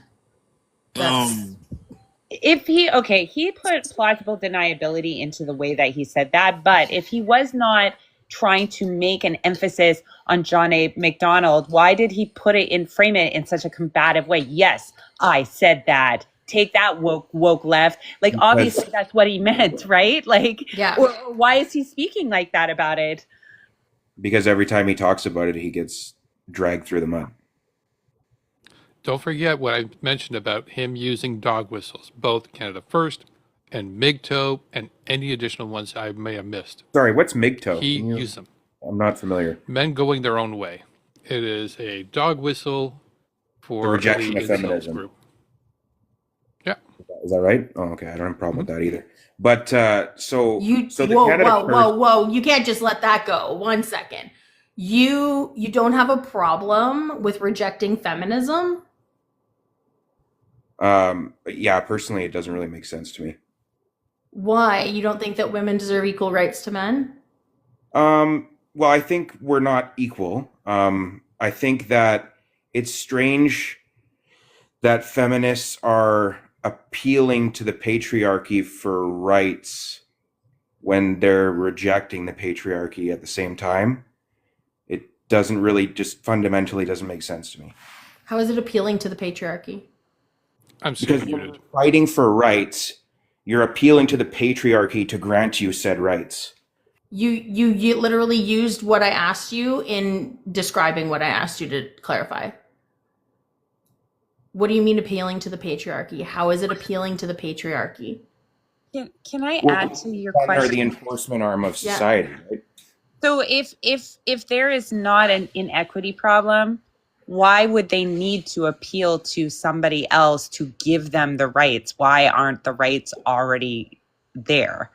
Right? So that, like, I mean, you named it in your own sentence, right? There's an equity problem. If you have to go and ask somebody who has more power than you to grant you more opportunities, then there's a power differential there, right?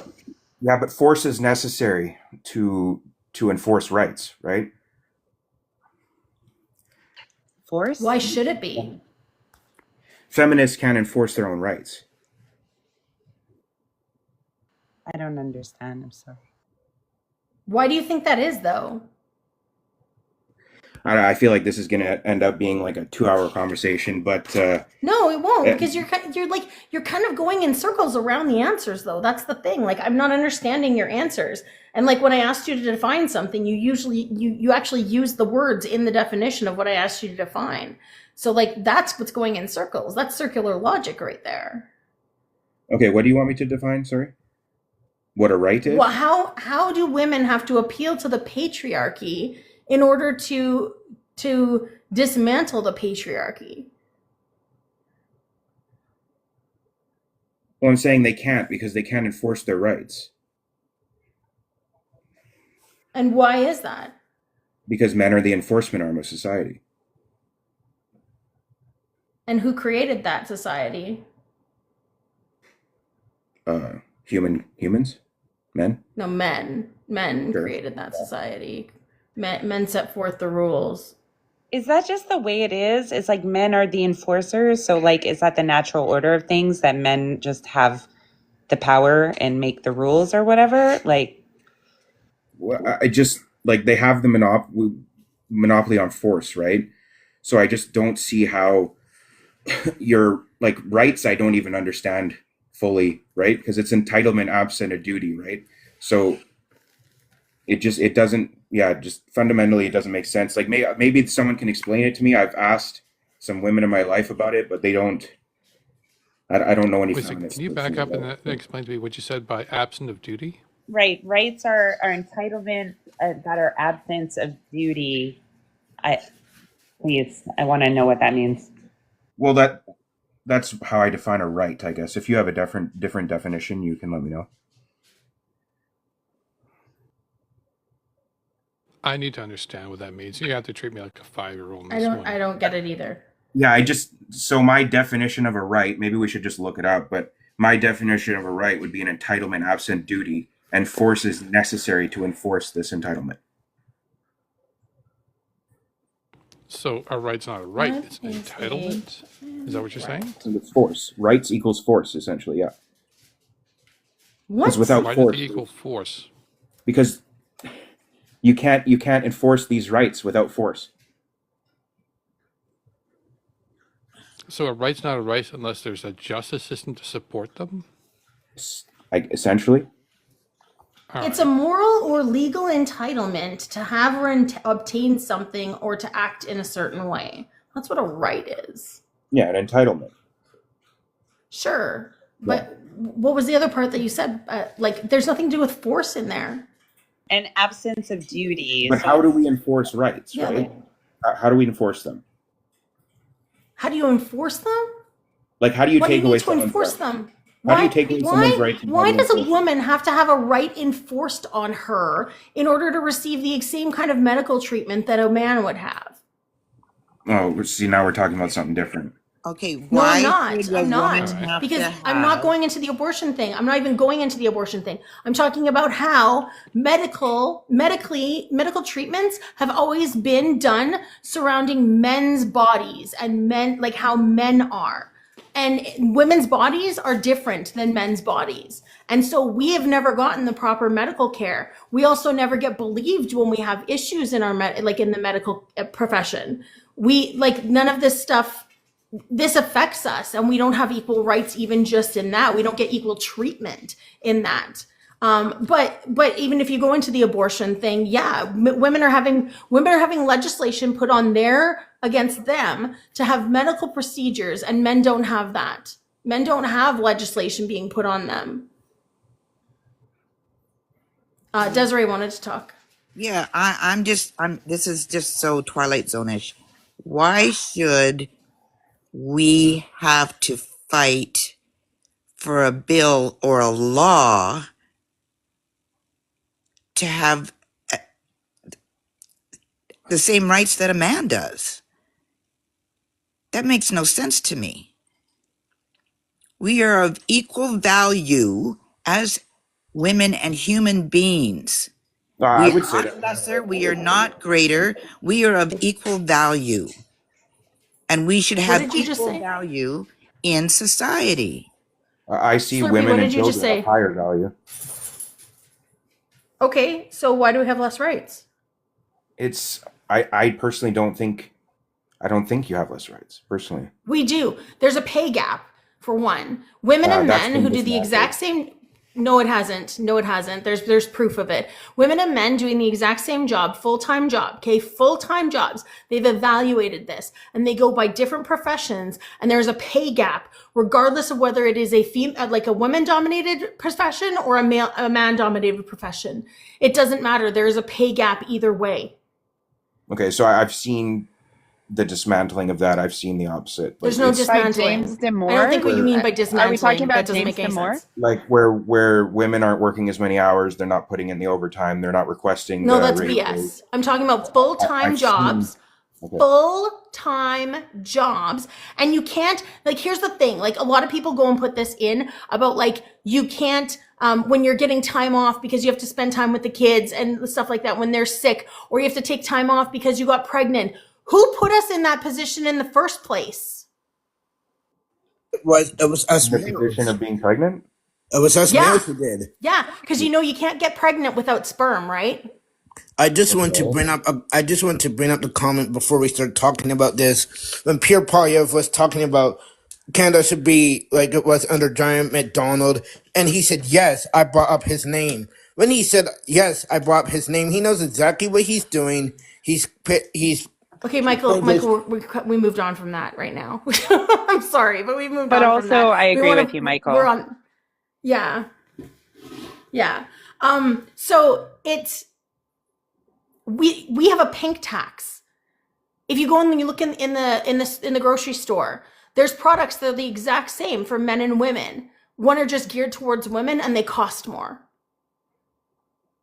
Like, there's so many things that we have to pay more or we get less of because we're women. Because men were the ones who created this system.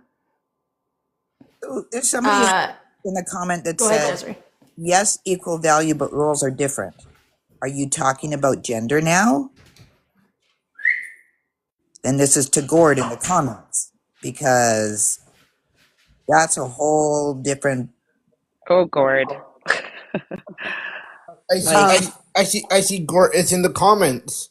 Somebody also said, so Tundra Wolf said, so if someone is born into oppression and can't enforce their rights, does that mean that they are less? And I thought that was a really good point, because, I have said the sentence, a right isn't a right unless it can be enforced. But I mean that, and I borrowed that from the legal podcast that I'm talking about all the time. What I mean by that is the access to the right, not that the right shouldn't be inherent. Human rights should be inherent, right? Like, we all have the right to not be punched in the face. We all have the right to, to safety, security, to access to human needs. Like these are just human rights, like to breathe the air, like whatever. So, that isn't something like we should try and gravitate away from society where that is going to be given at discretion by some group of people, whoever they are, because then you have a disparity of power, and what that means is that you have an oppressive force. And I guess collectively we should also absolutely work on a way to, whatever rights we decide on, we should collectively work to support and enforce that those rights are respected, regardless of what they are politically. Totally, and that people have access to them. I was just kind of thinking when Pierre Poilievre's wife talked about the hyphenated, I just thought about this as well because I seen a comment on is she then talking about maybe women not having hyphenated names and having to take the man's name like in the United States so they can vote? No, she was referring to hyphenated Canadians quite specifically. Not to say that she may not have opinions on that, but she was referring to hyphenated Canadians at this point. Yeah, Pierre had talked about it before, and I think she was just reiterating it. I remember hearing that in the podcast with Jordan Peterson. Okay. All right. Was it racially directed? Like, because I mean, a Canadian woman with a hyphenated name is a hyphenated Canadian. There's a really good case. There's a really good case study. Yeah, I thought that. I wondered about that too, Vic. But I do agree with you, Joe, that like I think that was specifically on the cultural identity topic. But I don't know if y'all remember when France won the World Cup and Trevor Noah got into it with the French prime minister or president. It's prime minister there, right? The leader of France. Do y'all remember that? So was it Macron? I don't. Sure. Yeah, probably. Well, and like he had like the France government like reaching out to him, which he read out the letter on his show, and basically he just kind of did a trolling joke about how, oh, congratulations, Africa won the World Cup, right? And it was just about the African makeup of the France team, and this pissed off some of the leadership of France, and they were like, no, these people are French. And then you guys can go and Google this because he spoke about it on his show, and he just made some really great arguments about like the same arguments we're making here about like, why is it that when people go to France, they have to, erase the side of themselves that comes from Africa, and why can't they be French African? And Get a phone call. Yeah, he got a letter. Like they tried to silence him. Yeah, this was 2018. I've seen the video clip here. Yeah, it's a weird one when it's a South African gentleman coming to this. They have a president and a prime minister in France. Right, that's why I got confused. Yeah, I think I remembered that. The prime minister is appointed by the president, who is directly elected head of state. So Macron would have been the president, and then he would have appointed a prime minister. That's right. Yeah. But it was basically the same idea and the same argument, right? And like the French government took it up in arms because, like, to their point of view, there should be an erasure.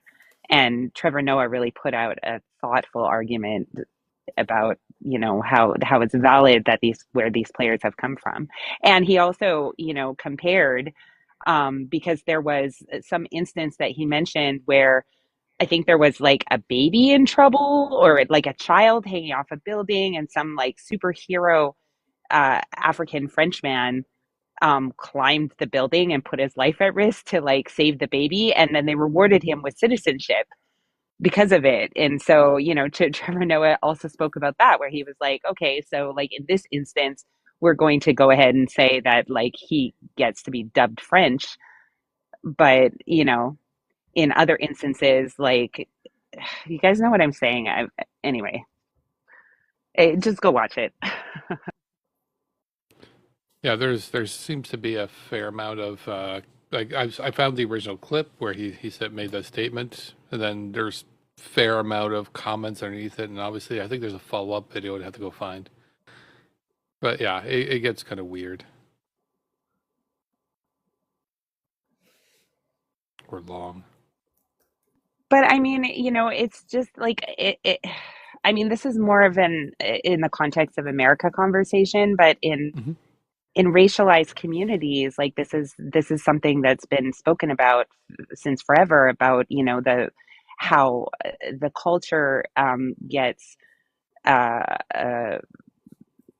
what's the word, appropriated through the music, through coolness factor, like all of these, all of these things that are elevated up. But then like when people like Colin Kaepernick take a knee, they're told to shut up, and and like, how dare you do that during the American like, that's un-American of you. So this is a conversation that people in those spaces are having about how, like, sure, you want the cool side of us, and you want to take like this what we're contributing over here, and then also you want to diminish our value within the rest of the culture if we don't toe the line.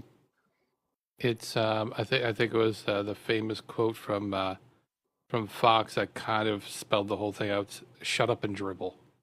And I think it was Laura Ingraham that said that, and that just became sort of the catchphrase. Like, yeah, that's cool. You can say whatever you want, but to be honest, we don't care. Shut up and dribble. We don't want to hear about your politics. We don't want to hear about that. And it's just exactly to your point, which is they don't care about anything else, about people's racial identities, their suffering, or anything else. You're good at basketball, or you're good at whatever sport. We want you to do that, and we don't care about anything else. That's it. It's like the Dixie or the Chicks, right? It's like the Chicks when it was like, shut up and sing. Yep. Shut up and sing, shut up and dribble, shut up and pass the football, whatever it is. It's just no. We don't, it's great you got your platform, but we don't want to hear it.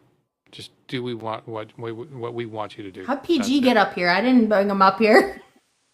I don't know. If moderators who have that power, if you could just let me invite people up, that would be fantastic. Thanks. I like to bring people. Okay, yeah. Let me bring people up, please.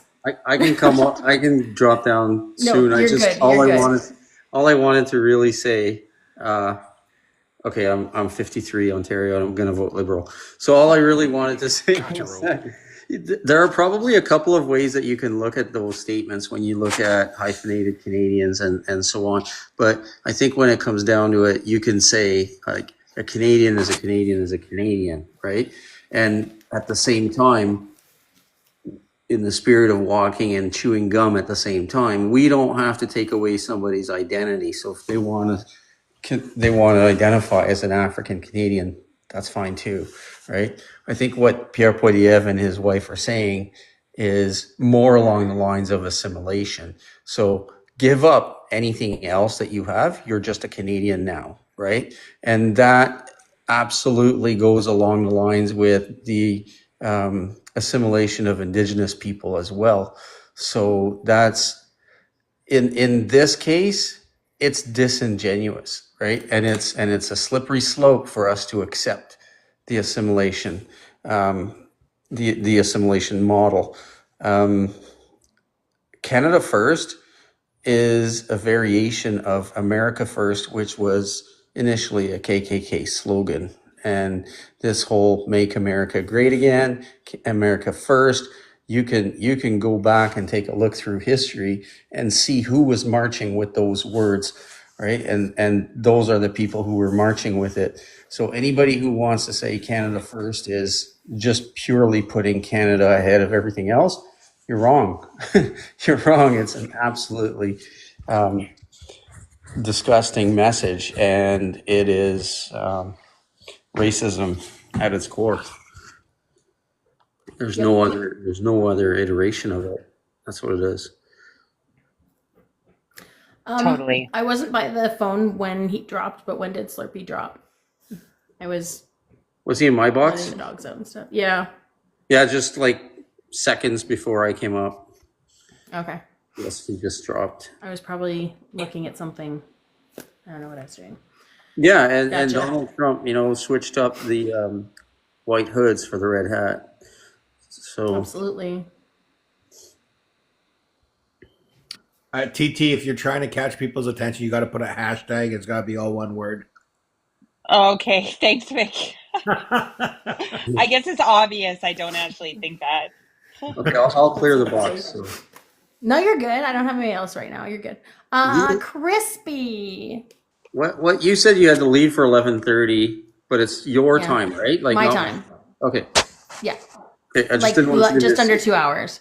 Okay. Yeah. I have a cat. I have to go to like the I'm like kind of southeast. I have to go southwest. And I have 6 cats I have to go and check on and give one of them insulin. I have to do that at 12:30 and noon. Wow. Yeah. No, I just Yeah. didn't want you to miss it because I was sitting Yeah. here doing file Oh, work no. at the time, and I'm going, oh, okay, it's Yeah. Yeah, we're good. We're good. Crispy, can I grab age, province, and who you plan on voting for in federal, please? So I am 35. I'm from Ontario, and I am still undecided when it comes to voting. I'm still trying to do lots of research and do kind of what I think is best for not only like me, but like all of humanity. Like I can't, sorry, my dog and cat are having an argument. Just kind of like based off of like humanity and stuff like that. Like you can't just be like selfish in your vote. You have to kind of look at the bigger picture. So I'm still kind of undecided because everyone's kind of made remarks where you're like, oh yeah, that makes sense. Then you'll go, ick, no, thank you. Are So you it's- undecided over everyone or undecided ABC? Where I live in like a touristy town in Ontario. And where I live, I've lived in this area for 25 years now, and it's always been conservative. Like this has always been a conservative riding and like overwhelmingly conservative. So I've always felt like my vote is wasted in my riding anyways. Yeah. There's just like a lot of white gray-haired men in the area that kind of drive the vote.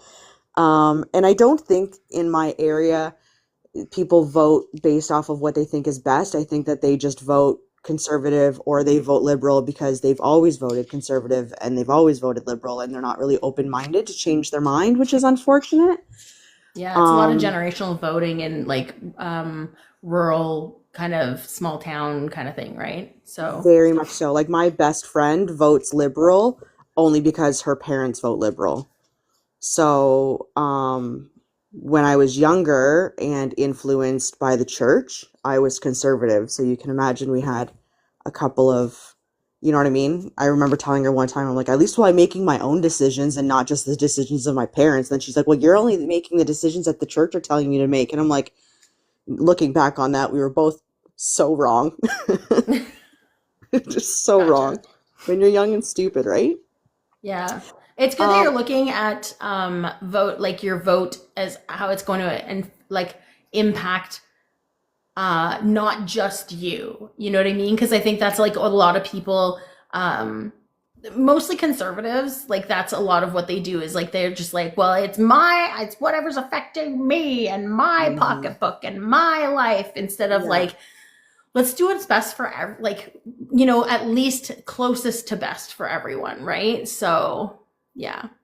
Tristan. I'm gonna be honest. I put in the request because I was going to tell a story when we're talking about like the medical go aspect ahead. difference between men and women, but then I forgot to cancel the request.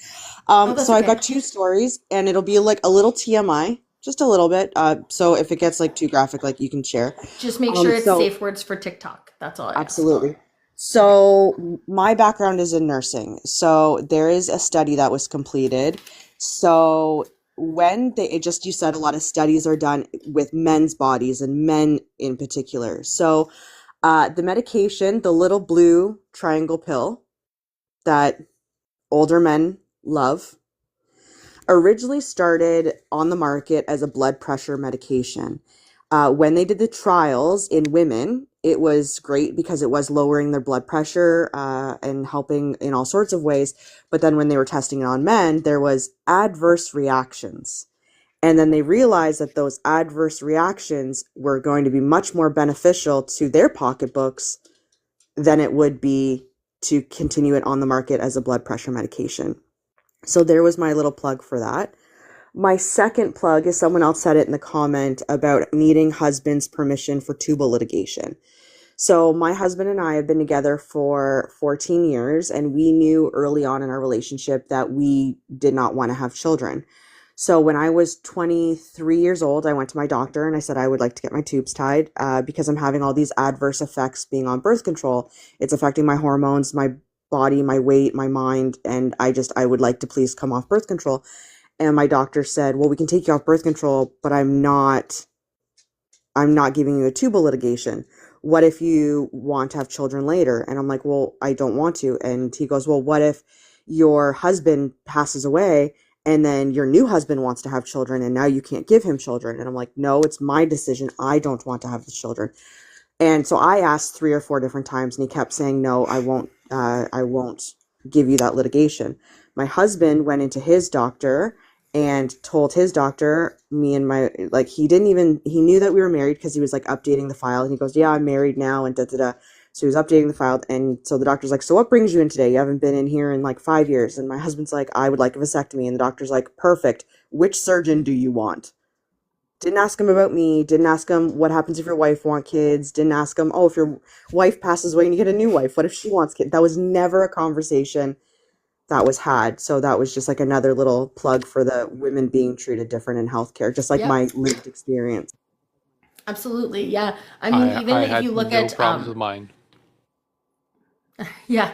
Even if you just look at like heart attack symptoms and stuff like that too, right? Like they looked at what they always if women were having heart attacks, they couldn't tell because they were equating it to how men had heart attacks, and we have them differently. Like I had a hiatus hernia that was discovered in October, and they took it so seriously because the symptoms for hiatus hernias actually appear the exact same as heart attacks in women. So I had to go through like all this plethora of testing just to make sure it wasn't my heart.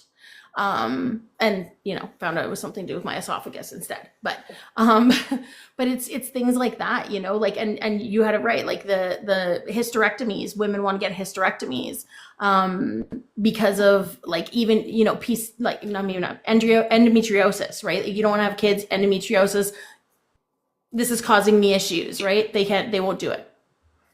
Can we just appreciate and understand what you just said too, that not only did you need your husband's permission, it was a matter of this non-existent potential other man that you had to rely on in order to get what you wanted, right? Like it wasn't even a real situation. He created that and said, what if this happens? Like you're talking about a fictional person here.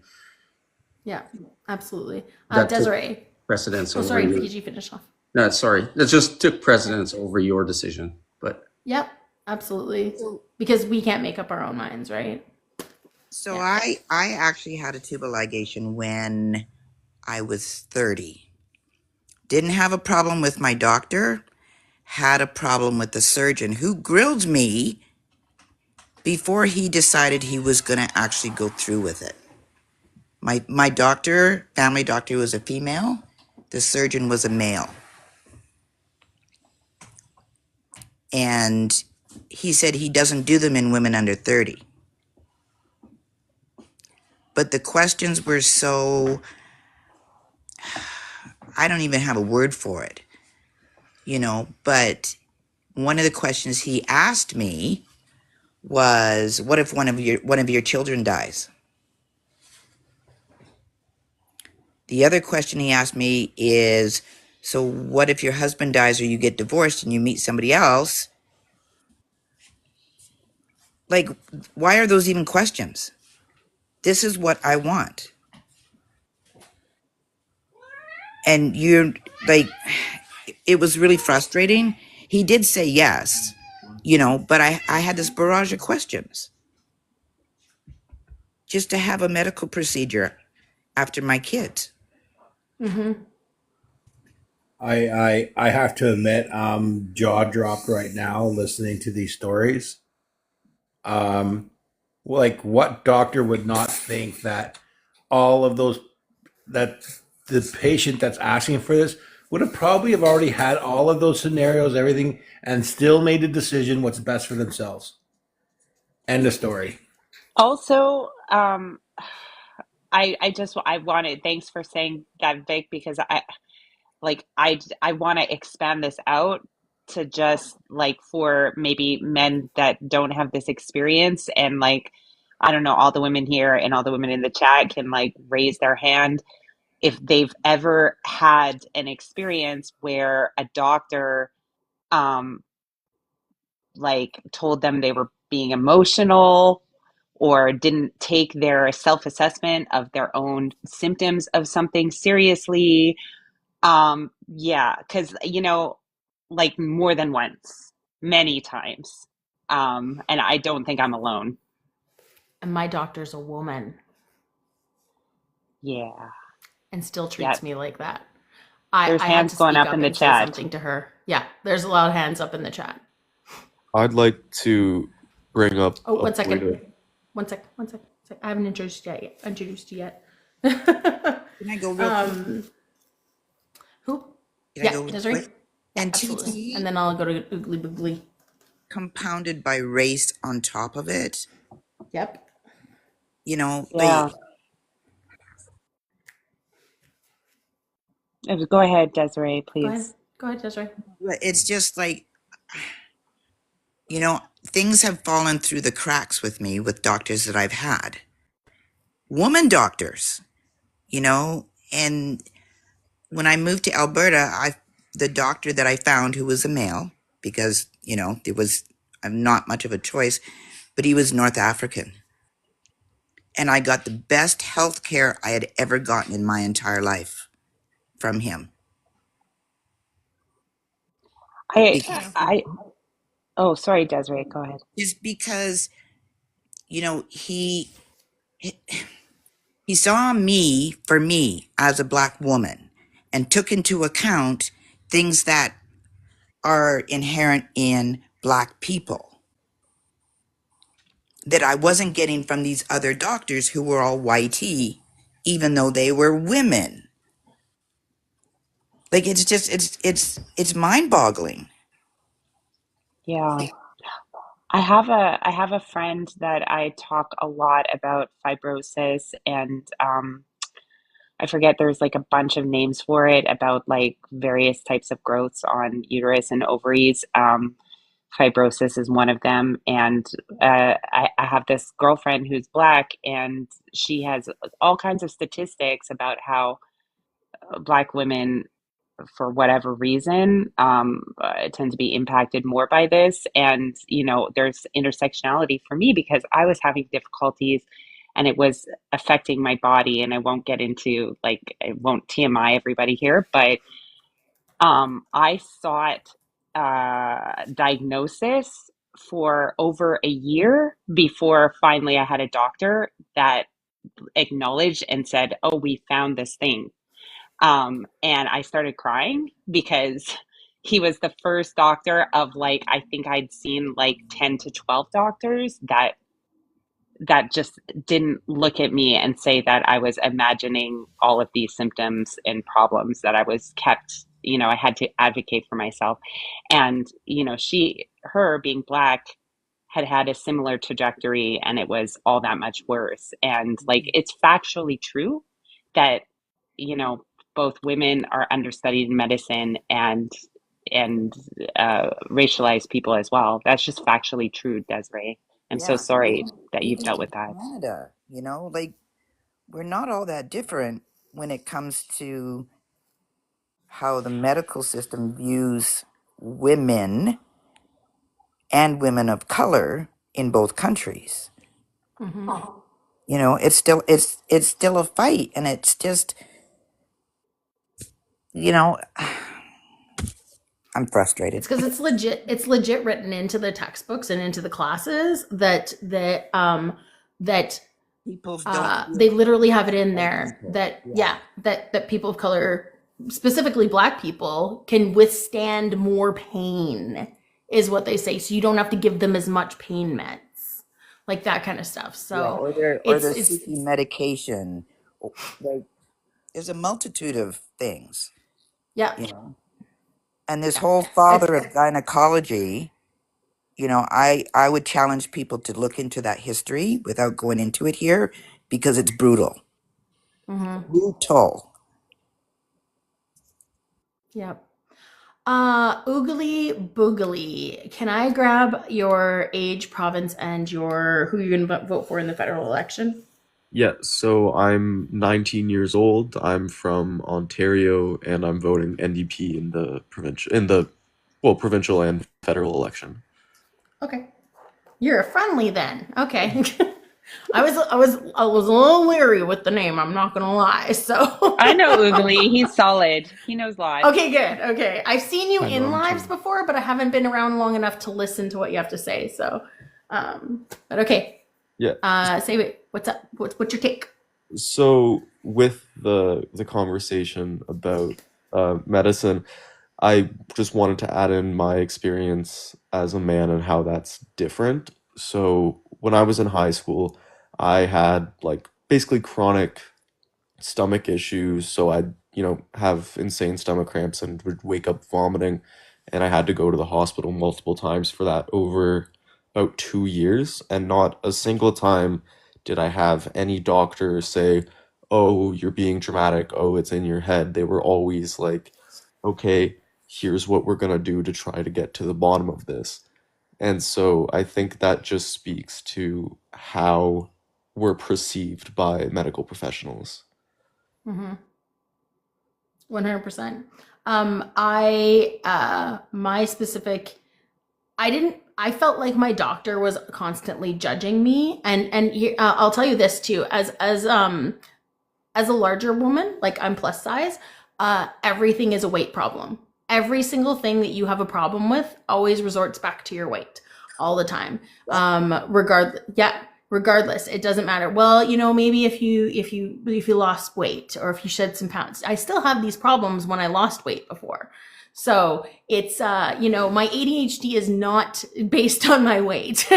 So it's like they base it, there's a lot of judgment, and for a long time I felt like my doctor was constantly judging me and not really taking what I said seriously until I literally I had to talk to my therapist about this and like get myself the guts to do this, but I had to stop and tell her, and I wrote everything down, and I was like, this is how I feel when I leave these appointments. I don't want to feel like this anymore. We need to change something here. And so at the end of the appointment, she's finally taking me more seriously because I was speaking up for myself, but because I didn't feel like I could speak up for myself, because she was always just very dismissive out of like the things that I was feeling and the things that I was going through. So and like I said, this is a woman doctor who's doing this to me. So it's But they suffer anyway. under the patriarchy too, that internal misogyny.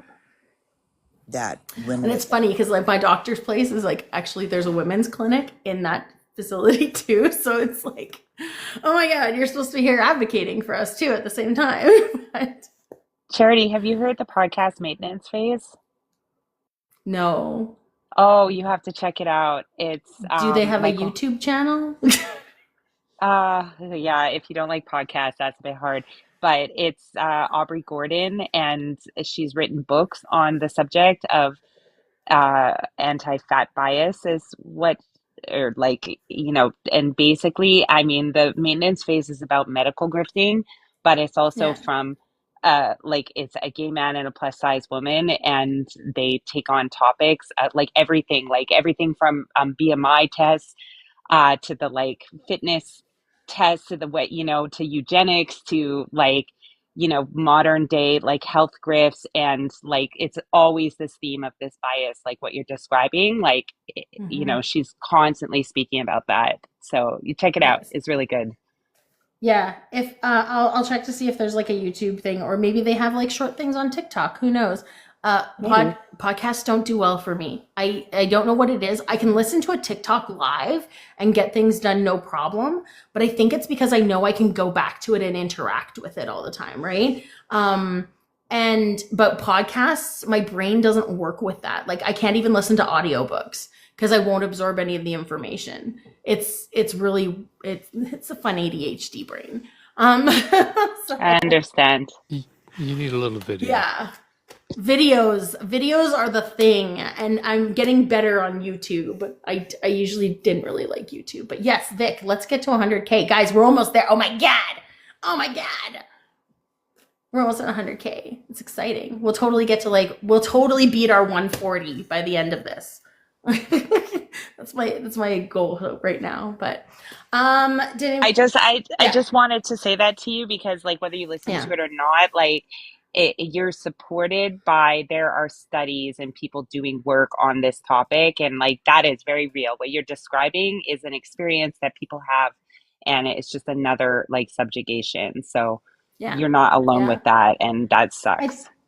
I think it's like, because like, I mean, there's intersectionality with all of it, right? And like even like the plus size community, we're a marginalized group as well. Like, because like there's so many different things in marginalized communities where we all have this intersectionality where we're treated in the same way or not equal ways. In what I mean? Like we all have our non-equity happening regardless. So it's yes.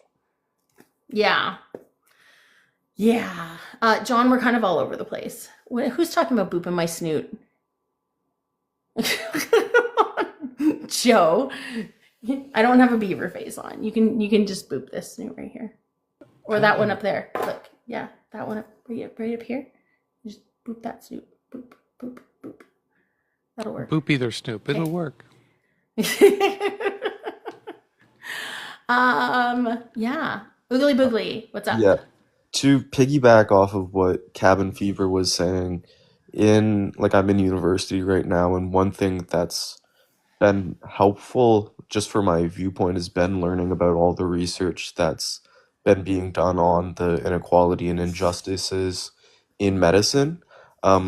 For example, I'm taking a research methods course at the moment, and we had a guest speaker who was a nurse and is now a professor of nursing, and she's currently doing a study on the over-medication of racialized people in psychiatric care, so like emergent psychiatric care. And one of the big issues is that for people who have committed crimes or have been arrested in mental health episodes, what they will do is that they will over-medicate them right before they go to trial. So basically they're incapacitated and they can't really speak, so they seem less competent. And hearing that, because I hadn't heard of anything like that happening, and just to hear that is it's insane how broken the system is. Yeah. I do a lot of I advocate for ableism, like for the disability community. When I've been doing a lot of like my looking up different parts of history and stuff like that, when you go back and like look at eugenics and stuff like all that, there's articles and it tells you like literally what happened in each of the provinces when it comes to like the disabled community and how they were treated and put in asylums and like all the different kinds of like it was vile, the things that happened in our country when it came to like when it came to how we treated people who weren't typical. Yeah. Where can we find resources of these things that you guys are referring to? Because I would love to learn more about it. If you want to see any of the stuff, Cabin Fever, I have a link tree in my personal bio, and I have a whole bunch of stuff on ableism in there. Amazing, thank you. And I'll have to go back and look in the in my actual like course material because the nursing professor's PowerPoint was posted, so I can definitely DM you the information about that at some point. Nice. That being said, Crispy, I'm going to get to you right next. But if you want a way that you can share information like this and stuff like that too, don't forget that Beaver Politics does have a Discord and it is free to join. There is a link in our link tree in our bio. If you have issues with it, just message me on my personal account. I have it tagged in our bio. So you can just message me, and that's a great place to share resources. We have different channels for like all of these different topics. So, Crispy. So just to touch on another like personal experience, my brother is on the spectrum. He was diagnosed with Asperger's when he was 4 years old. And we had him in like different therapies and stuff like that. And when he started having, I don't want to call them anger issues because it wasn't issue, just he was having difficulty navigating his feelings, right? We, as young as like 8 years old, I remember them asking my mom, do you want us to put him in a group home? Like that was the solution that my mom was given for her like 8-year-old child. And the doctor was like, well, you have to protect your daughters. And my mom's like, well, my one daughter's like 9 years older than he is. She'll be fine. But it was just, yeah, even still, like there's a lot of, I find with those older doctors, even though it's not standard practice anymore, it's still like, I think it's still just embedded in some people's practice to, yeah, just institutionalize these people. And I've just experienced how when you have disabilities that I call them invisible, they're not always invisible, but like your ADHD, OCD, Asperger's, autism, ASD, yeah. The world is so cruel to these people because they're just a little different. And I'm gonna get emotional because like my brother's like an adult now and I still like he just doesn't have like the social, like he doesn't pick up on these like social cues, and so he gets like really excited. And so we were at the Canadian Auto Show, and he did get into someone's like personal space, accidentally. And it was like I was like, I'm small, I'm 5'4", and I was ready to like fight a full grown man because of a comment he made about my brother.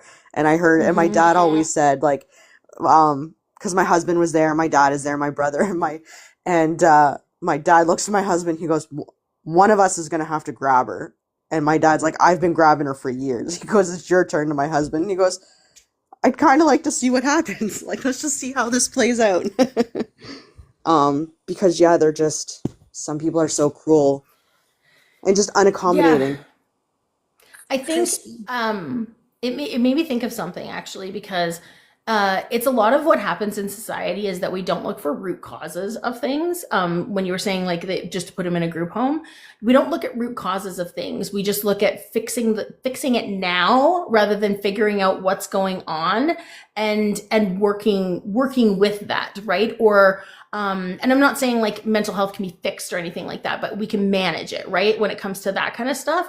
But like when you look in society and stuff like that, and like people talk about like, this is the biggest thing when people talk about like crime. I was in a live earlier today and people were talking about crime and like, if you got rid of the poverty rate, well, that's not going to reduce the crime. Yes, it will, because most of the crime happens because of the poverty rate. So if you fix that root cause of poverty, you're going to have less crime going on later on, right? So it's root causes, rather than just like putting a Band-Aid on it or like shoving it to the side and forgetting about it. You know what I mean? Like it's, yeah.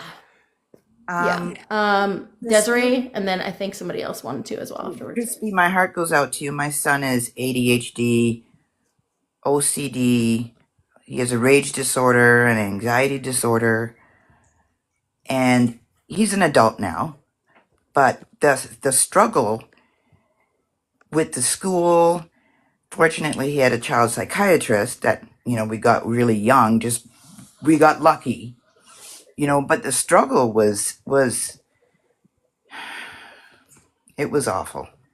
So was you awful. two have wanted to fight grown men, like in public. Oh, listen, I threatened there was an incident with him at school, and he'd wander around, but he never really got into trouble. And he wanted to see what was across the street from the schoolyard. So he was standing there, and it was lunchtime, and a vehicle stopped to let him cross. And he did this thumb over the shoulder thing to let the car know that he's across and he could go. Well, somebody had been following him, and it was an aide who he wasn't a regular aide, but I get this call that my son tried to hitchhike. But nobody actually asked him what he was doing. Nobody asked him what it meant by him, throwing his thumb over his shoulder. They just took the word of somebody who was also handicapped and ran with it. So he was put out of school, and I ended up calling the vice superintendent of the school board of Burnaby and telling him if he's not in school on Monday, I will be getting a lawyer. And they called me back that Friday afternoon and said, your son's back in school full time, because they legally cannot keep a child out of school. Mm-hmm. And that was like, we had already started with the fight, but it got worse after that. It was awful. It was awful. I could write a whole book.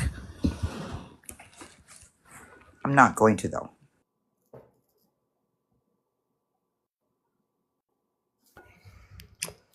John wants to address whatever you just said. And then, John, I'll drop you down for Disciple John because he was requesting to. All right, no worries. I won't be long. Trust me. So Desiree, like with me being when I was a kid in school, I do remind you, I'm like 35 years old now. I was always getting bullied and picked on by these kids in my class. Well, my little brother would always come to save me, and he would, fight back on the bullies and keep them away from me. So the principal, he taught my dad and my family back when I was a kid, or not when I was a kid, my dad was a kid, I should say. And yeah, this principal would always, go after the poor kids in favor of the rich kids. So my dad had enough, and he told the principal, said, hey, if you're not going to fix this problem, I'm going to go to the school board, and then I'm going to call CBC and, the radio and have a big, report outside the school here and let everyone know how bad of a principal you are, how you're favoritising the rich kids instead of the poor kids.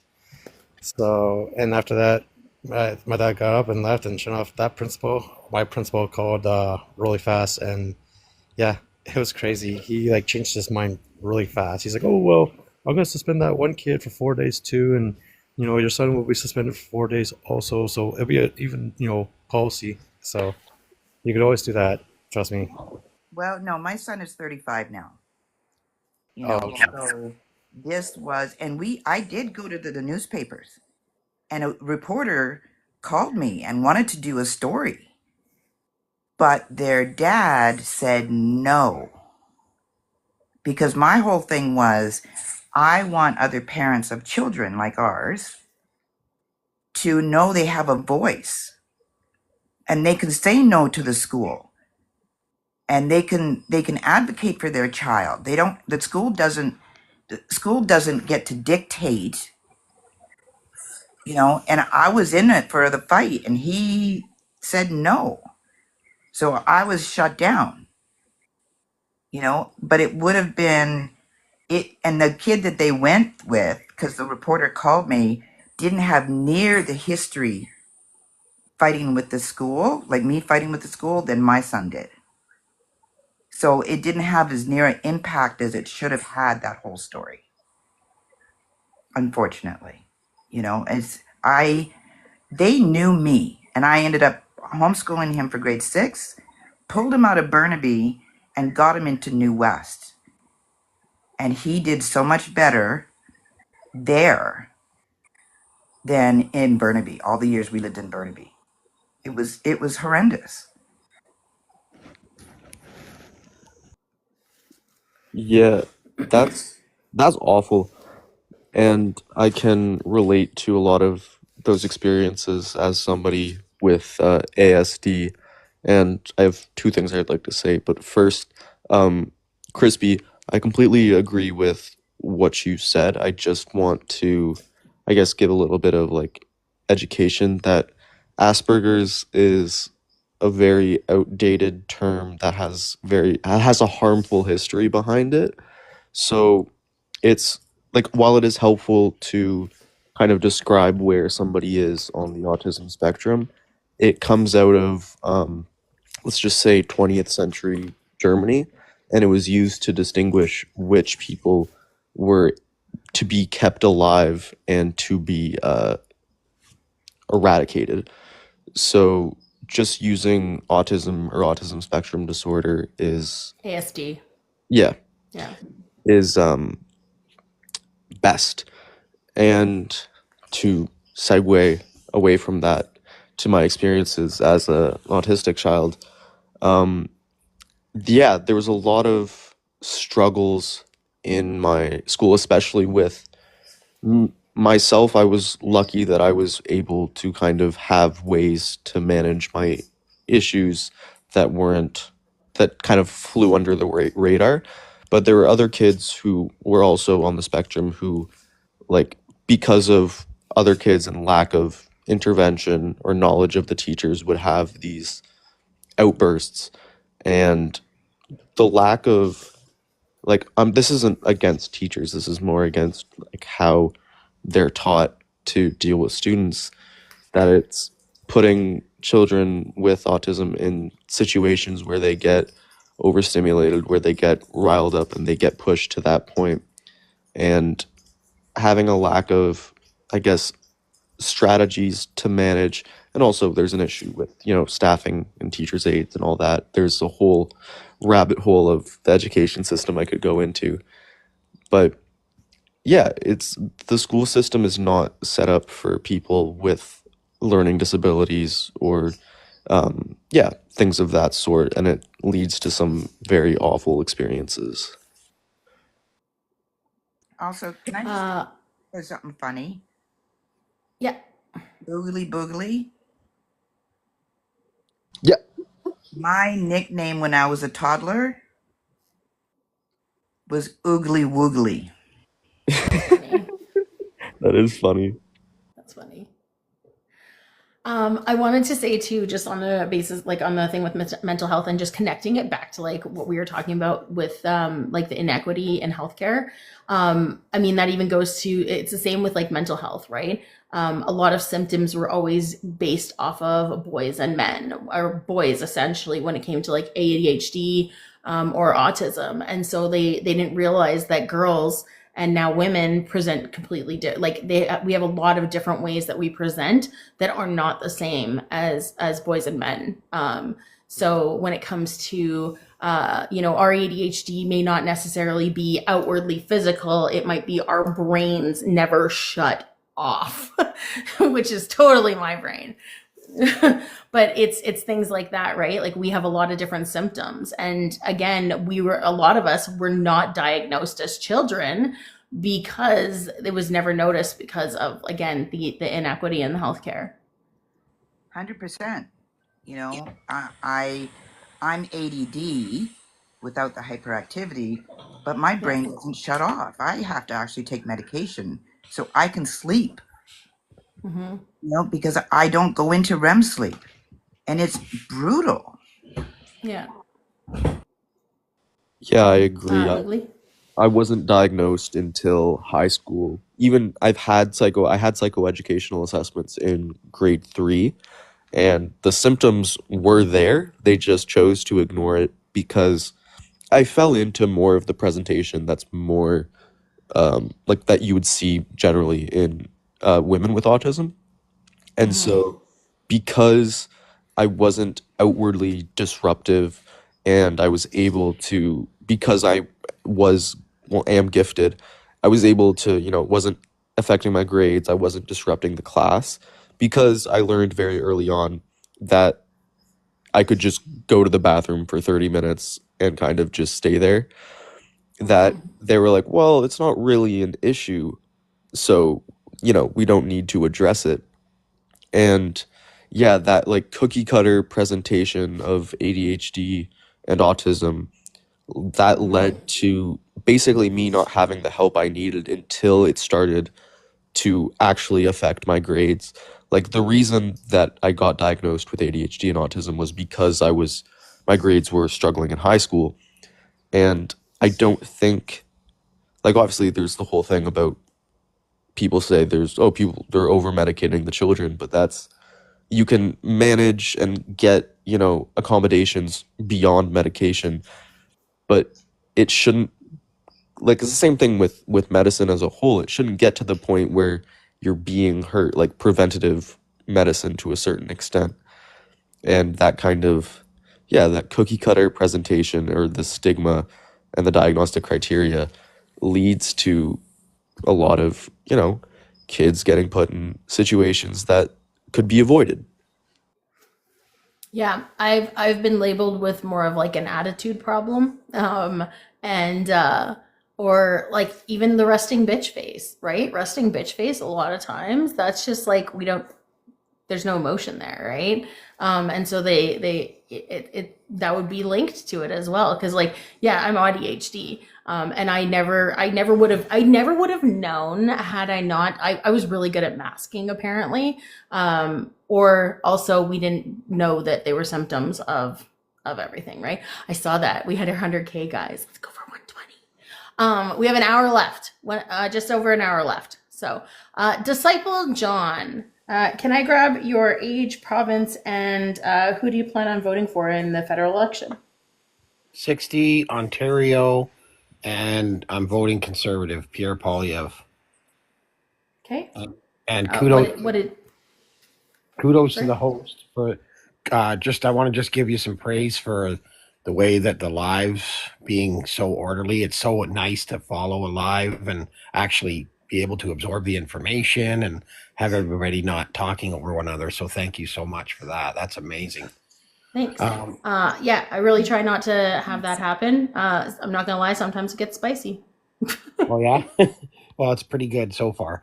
What I wanted, so a couple of things. So the doctor, I always like coming up when people mention something bad about doctors. So I want to jump on that bandwagon a little bit. Yeah, these doctors that think like I was shocked when you said even your woman doctor did those moves on you guys. That's disgusting. And all doctors, we've got to, get other opinions. We got to cancel doctors that are twisted like that. Just get rid of them. Just sorry, you're canceled. Next. But I know it's hard in Ontario anyway to get doctors even or to have a doctor. So, don't take that lightly. The other thing does that make sense? Well, I was gonna say, I think maybe just like better education or re-educating, or like just getting up to date on what the current medical consensus is as well. I think education is the key on anything, because you're never gonna know unless you're educated on it, right? So yeah, re-education. Constantly going back to your weight on everything. Like not you specifically, but if to me, that's something wrong with their brain. I don't want to be rude to doctors or anything, but to me, that's an attitude problem, not a. Sometimes it's a personal bias, but it also is medical. It is also medical misinformation, right? Like they've even been taught that it's probably going to be weight. You know what I mean? Like that's just it was the way that they were taught. Well, rare that they point out the things we struggle with. Usually they just pump out medication. It's another thing I don't like about doctors. They just sign out drugs. But anyway, the real reason I came up is because let's not say the D word though. Oh, sorry, schmugs. The real reason or pharmaceuticals. Pharmaceuticals. The real reason I came up though was the gentleman that made if you are patriotic to your country and go, because when we say Canada first, we're saying the people of Canada first, not the government. That's like people of Canadians first, whoever you are. And I just took offense. It just was offensive the way he said, "Oh yeah, if you're KK, if you go Canada first, you're." He even said that you were. Are we allowed to say racist? You can say racist. Maybe say triple K instead of the other one though, Okay, because so it's he another thing says he gets triple flagged. K. Yeah. He said it. He said triple K. He said you're racist if you put your country first. Like, I mean, do you guys all? You were joking, right? Are you liberal or are you conservative? Am I allowed to ask the host? I'm a leftist Oh, personally. you're a leftist. I would lean more towards socialist. Okay, so then respect. I guess that's why he was so. But what you think that we're just because we would support, like, put our country ahead like that, we're Do automatically. you? Sorry. Do you Go ahead. understand No, why no. though? I think you get my point. Yeah, I mean, the reason why is it's a sense of isolationism, and it's only looking after yourself and not like the whole thing with the whole Joe. I'll let it up. Yeah, I'll let Joe back up because Joe wants to.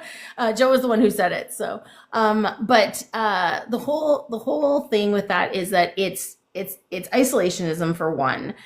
It cuts off all of your allies. It cuts off anybody who's not from like. Joe can explain it better. Okay, hang on. Okay, Yeah, thanks, because Crispy. if you're Canada Yeah. first, you want to respect your allies because you want Canada to do well. Yeah, but most countries that say that don't respect their allies, and they actually cut everybody off. That's the problem. Right. Joe, you can address absolutely. it. So the biggest Yeah. point of this entire thing is okay. So Canada First, as I was explaining it earlier on, has to do with dog whistles, and as everybody would try to dissuade, saying like, well, he wasn't quite understanding what it was clear. Pierre has already made it quite clear he understands dog whistles. He's been caught many times using them, from MGTOW to Canada First to a couple others I can't recall off the top of my head right now. Second thing, this is not when you start using Canada First, particularly where the point of origin was, which is the dog whistle that goes all the way back to the current people using it as anti-migration which is rooted in racism, to Proud Boys, who are a T group organization both in Canada and the U.S. and who has been bringing all sorts of absolute xenophobic and racist rhetoric for the longest time. And as Oogly Boogly also stated, Canada First comes from the origins of America First, which is tied to KKK group as to where the origin was. So this is all falling in there, and these are dog whistles to get to people who are quietly agreeing with these points, which is also a horrifying part, but where they're still believing these things, but they're just not openly out about it. He's tapping into these things, and if you are going to try to argue that this is not what it's about, you're going to have to give us the evidence on that. Right. I thought it was PG that said it, the PG guy, but no problem. I think they both did. There was three of us. I do want to say something though too. It also does stem from Germany, just so we all know, because there is a Germany First that was done by the Yahtzee Party and Mustache Man. So that is one, and it was a strategy agreed on by the U.S. and United Kingdom during World War I. It was like more of a like take care of them first more than that, but it still relates back to that. I wanted to ask a question. I want to ask a question really quickly. Disciple John, what happened in Annie's panel yesterday? Nothing happened in Annie's panel. Everybody, there was somebody said, someone said that Annie was an alcoholic or something, and they thought it was me. And they all said, oh yeah, you're saying bad stuff about Annie, blah, blah, blah, which I never did. And then a lady came on and said, oh no, it wasn't you. I was in the live and it was some other person. And then the other issue was,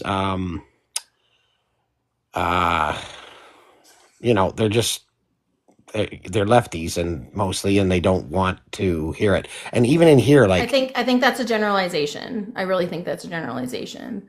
Well, even in here, I don't think I'm just gonna let you know though, like people on the left are actually a little bit more prone to listening than a lot of people that are right wing.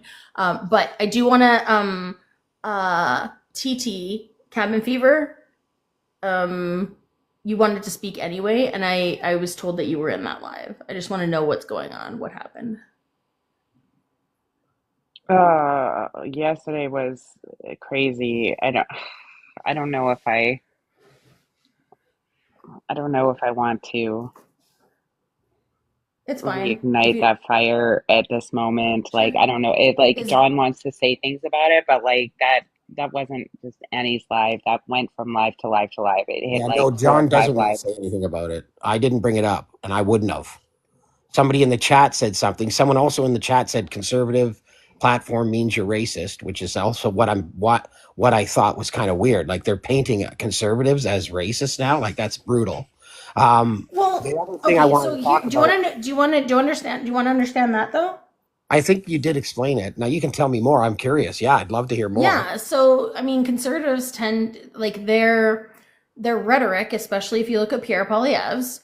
Even if you are supporting the person who is in your riding, you're still supporting the leader of that party.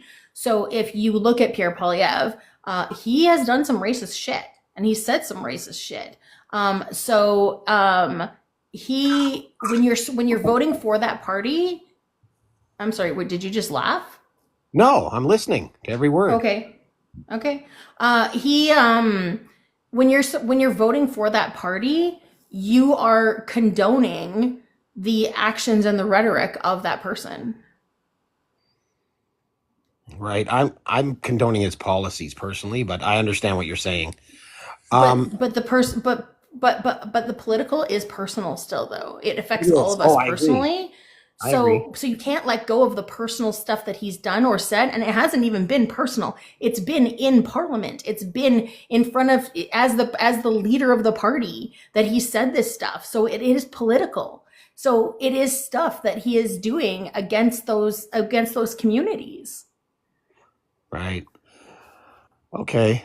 The other little detail I did want to bring up in here was I'm a little bit mad about Trudeau. Like I'm just upset. Before we change the topic, Yeah, I had something to Cabin say. Fever wanted to address something okay, go first ahead. before you shift topics.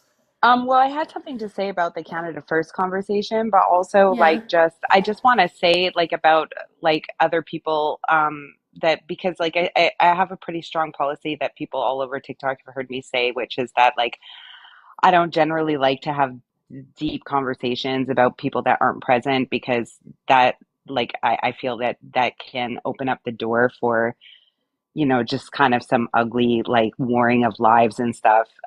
Yeah.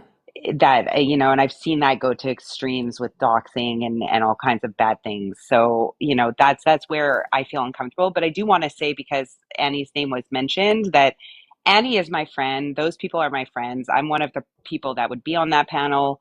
I would be one of the leftist people that would be like accused of being part of the leftist crowd that like unfortunately gets hate coming at me sometimes from people that have some kind of problem with it. I don't know why, or people that have problems with me because I'm too left. I don't know. Like, I'm not trying to have beef with people, but unfortunately, I get also caught up in those types of attacks.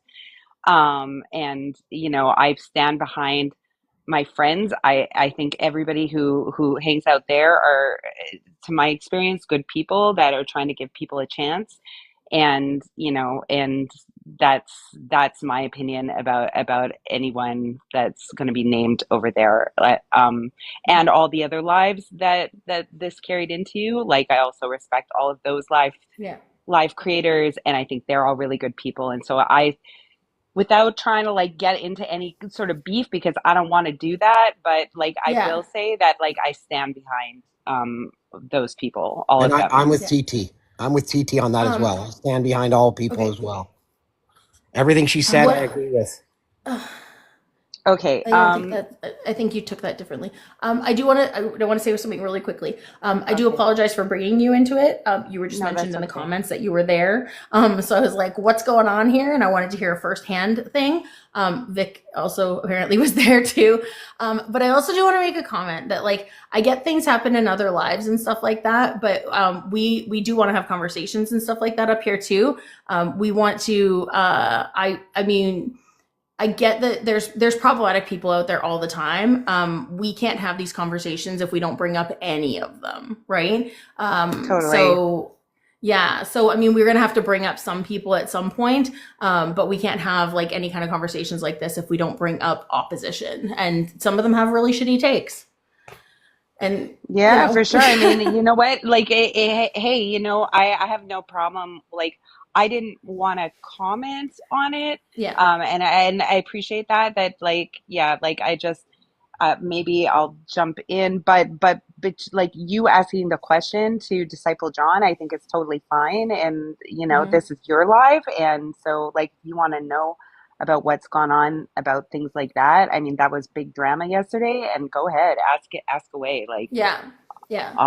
I do want to say, I think Diablo is from and I don't want to be too stretchy here. I'm not positive, but I think he's from a satanic site that I went into and preached the gospel. Okay, yeah, no, let's not. Well, he is. I think he is. But I'm not. Sometimes the name is just people have a wrong take on Satanism anyway, so that's fine. But I mean, why would he come in and bash me? Like, he follows me.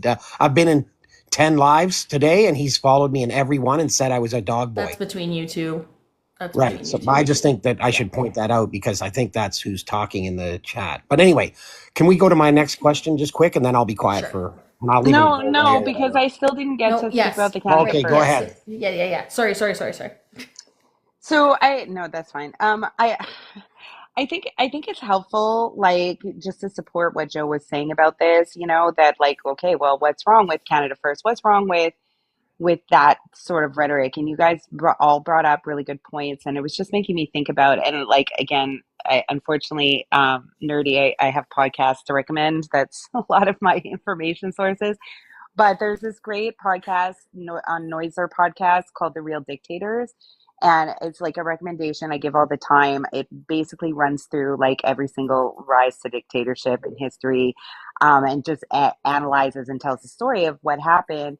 And, you know, after you listen to a bunch of them and get the long like perspective of how this is occurring all over the world, you see a connection between populism. And again, like, that's not necessarily a right or left thing.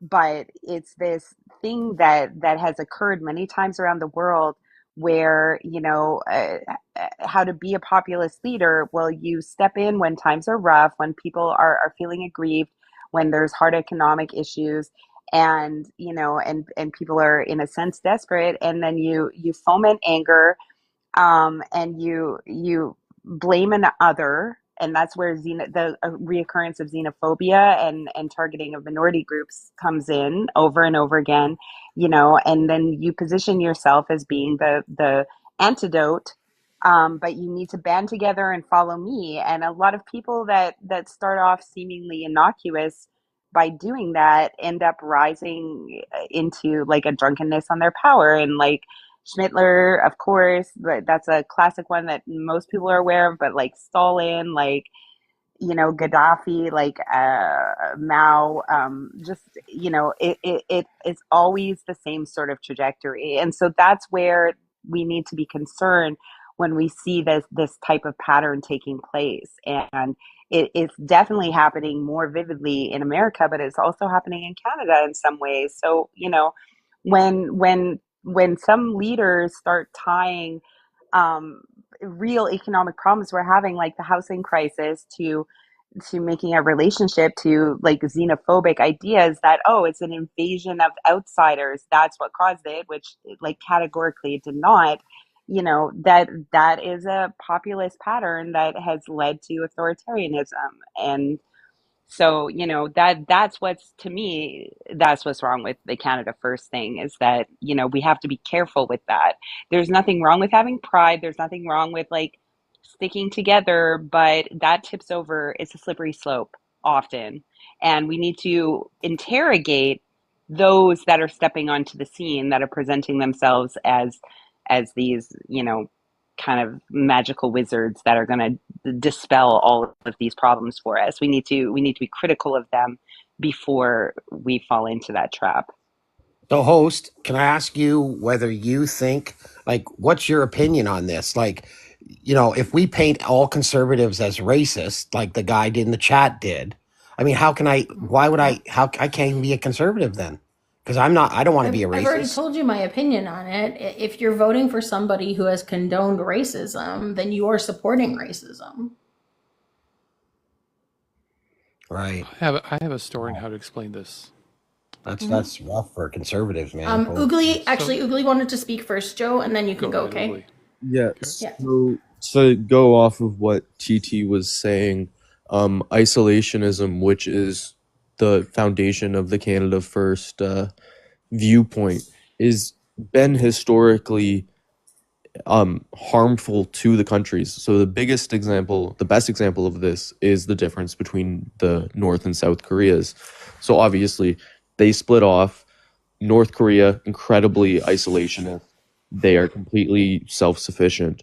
And South Korea is basically the exact opposite. They rely on their exports and trade to be sufficient. And you look at the economies and you look at the quality of life and you look at everything, you can see that isolationism does nothing but hurt the country that you are basically isolating. And in Canada, trade is an integral part of our economy. So like our aluminum trade, our lumber trade, and things of that nature allow us to, or even our export of crude oil, like that is what is supporting our economy.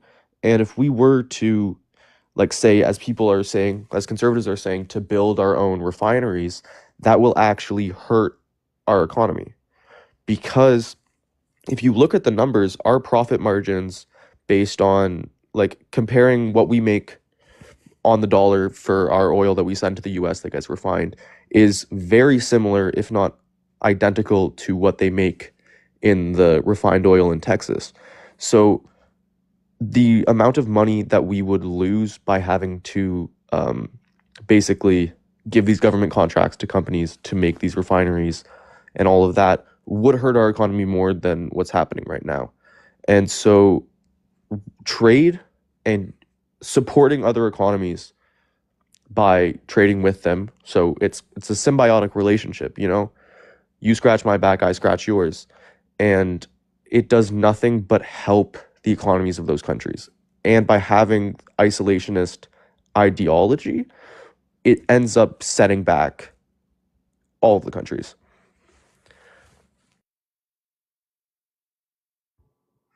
Joe. All right. So, John, one of the particular things you were mentioning is that you don't support all of Pierre's ideology. Is that correct?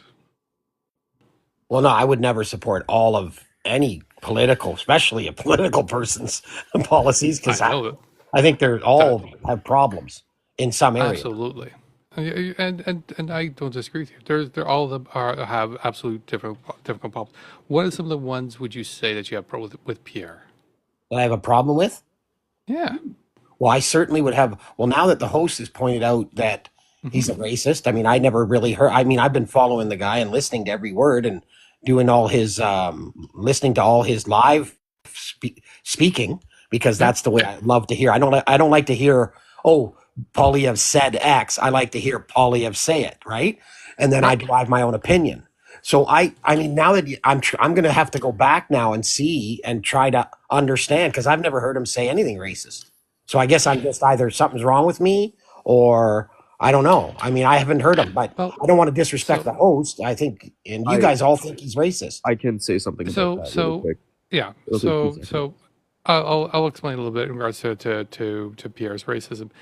Unlike some of the other people who are very blatant and obvious, Pierre is a subtle person who is going to use, as I've mentioned a couple of times, things called dog whistles. He'll be using coded language to say things that are could be interpreted as racist, but also there are dog whistles where it's like anybody else saying like, oh no, I just mean this nice subtle thing that doesn't mean that.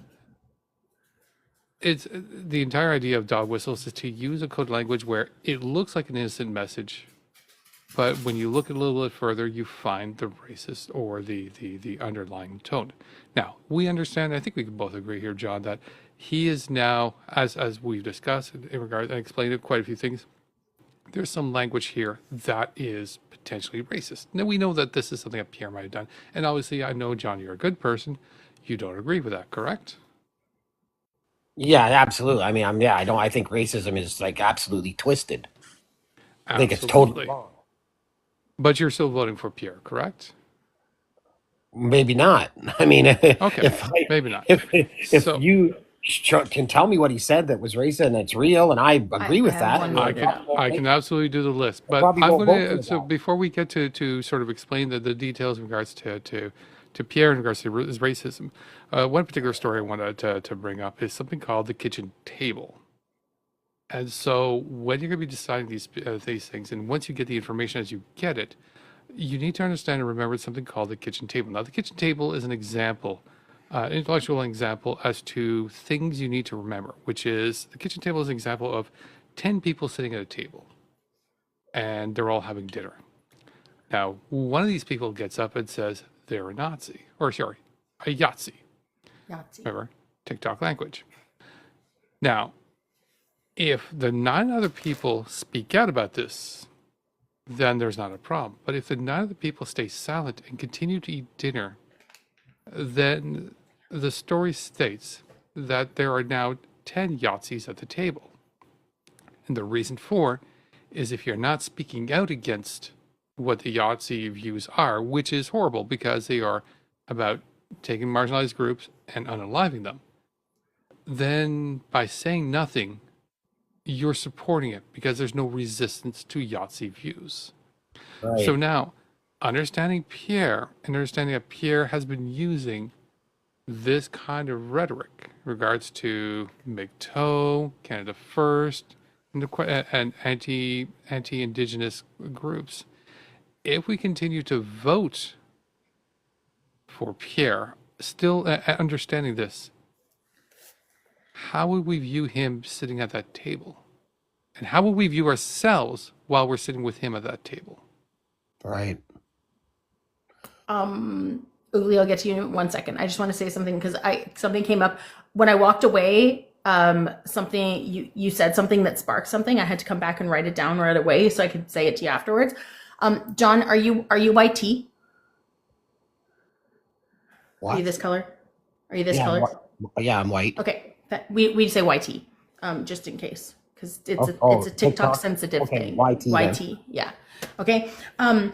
I think you said something about like he hasn't said anything that you thought is racist, but my question to you would be, do you think it's because you don't realize that what he's saying is racist, and because you don't realize that some of it is microaggressions, or some of it is even like a lot of it is like outright kind of thing? But do you think that it's because you don't experience that you don't recognize it? Well, I think I would recognize it if I listen to him again, and now that you brought it to my attention that he's done that. Okay. I haven't heard that yet. Sorry, sure. I have one right away that I can play for you. Okay. Right, go ahead. And most of all, being proud of our country and unapologetic for our history. We need to honor our past and our shared values. We need to live out the dream that started with John A. Macdonald. Yes, I said John A. Macdonald. Right. Okay. Do you know why that's bad? Well, just off the top of my head now, I think there is something about John A. Macdonald that was discussed. Maybe he had, did he own slaves maybe, or he did something bad, I think. He was a racist alcoholic. Okay, there we go. And he's responsible for the G-side of Indigenous peoples. Yeah, so I mean, what the heck? He's done. The specifics on that is he's one of the founding fathers of the residential schools, and that residential school program, which caused a massive amount of suffering to the entire Indigenous population of all of Canada, not just segments, all of it. And I just want to point out, to that, yes, is bad. Yeah, But here's the thing: did John A. Macdonald do anything good? I guess if he did that, he's no good. It doesn't matter, honestly. With that, like, it doesn't matter what good he did, because like he did that would be like saying, oh, but did the mustache man do something good at some point? Oh my gosh, yeah. It doesn't matter. It doesn't matter. There We was all still know G-side. we can He was a certainly horrible agree. person for that. Yeah, we can certainly agree Smittler is the absolute no good at all, the terror of the world Yeah. almost.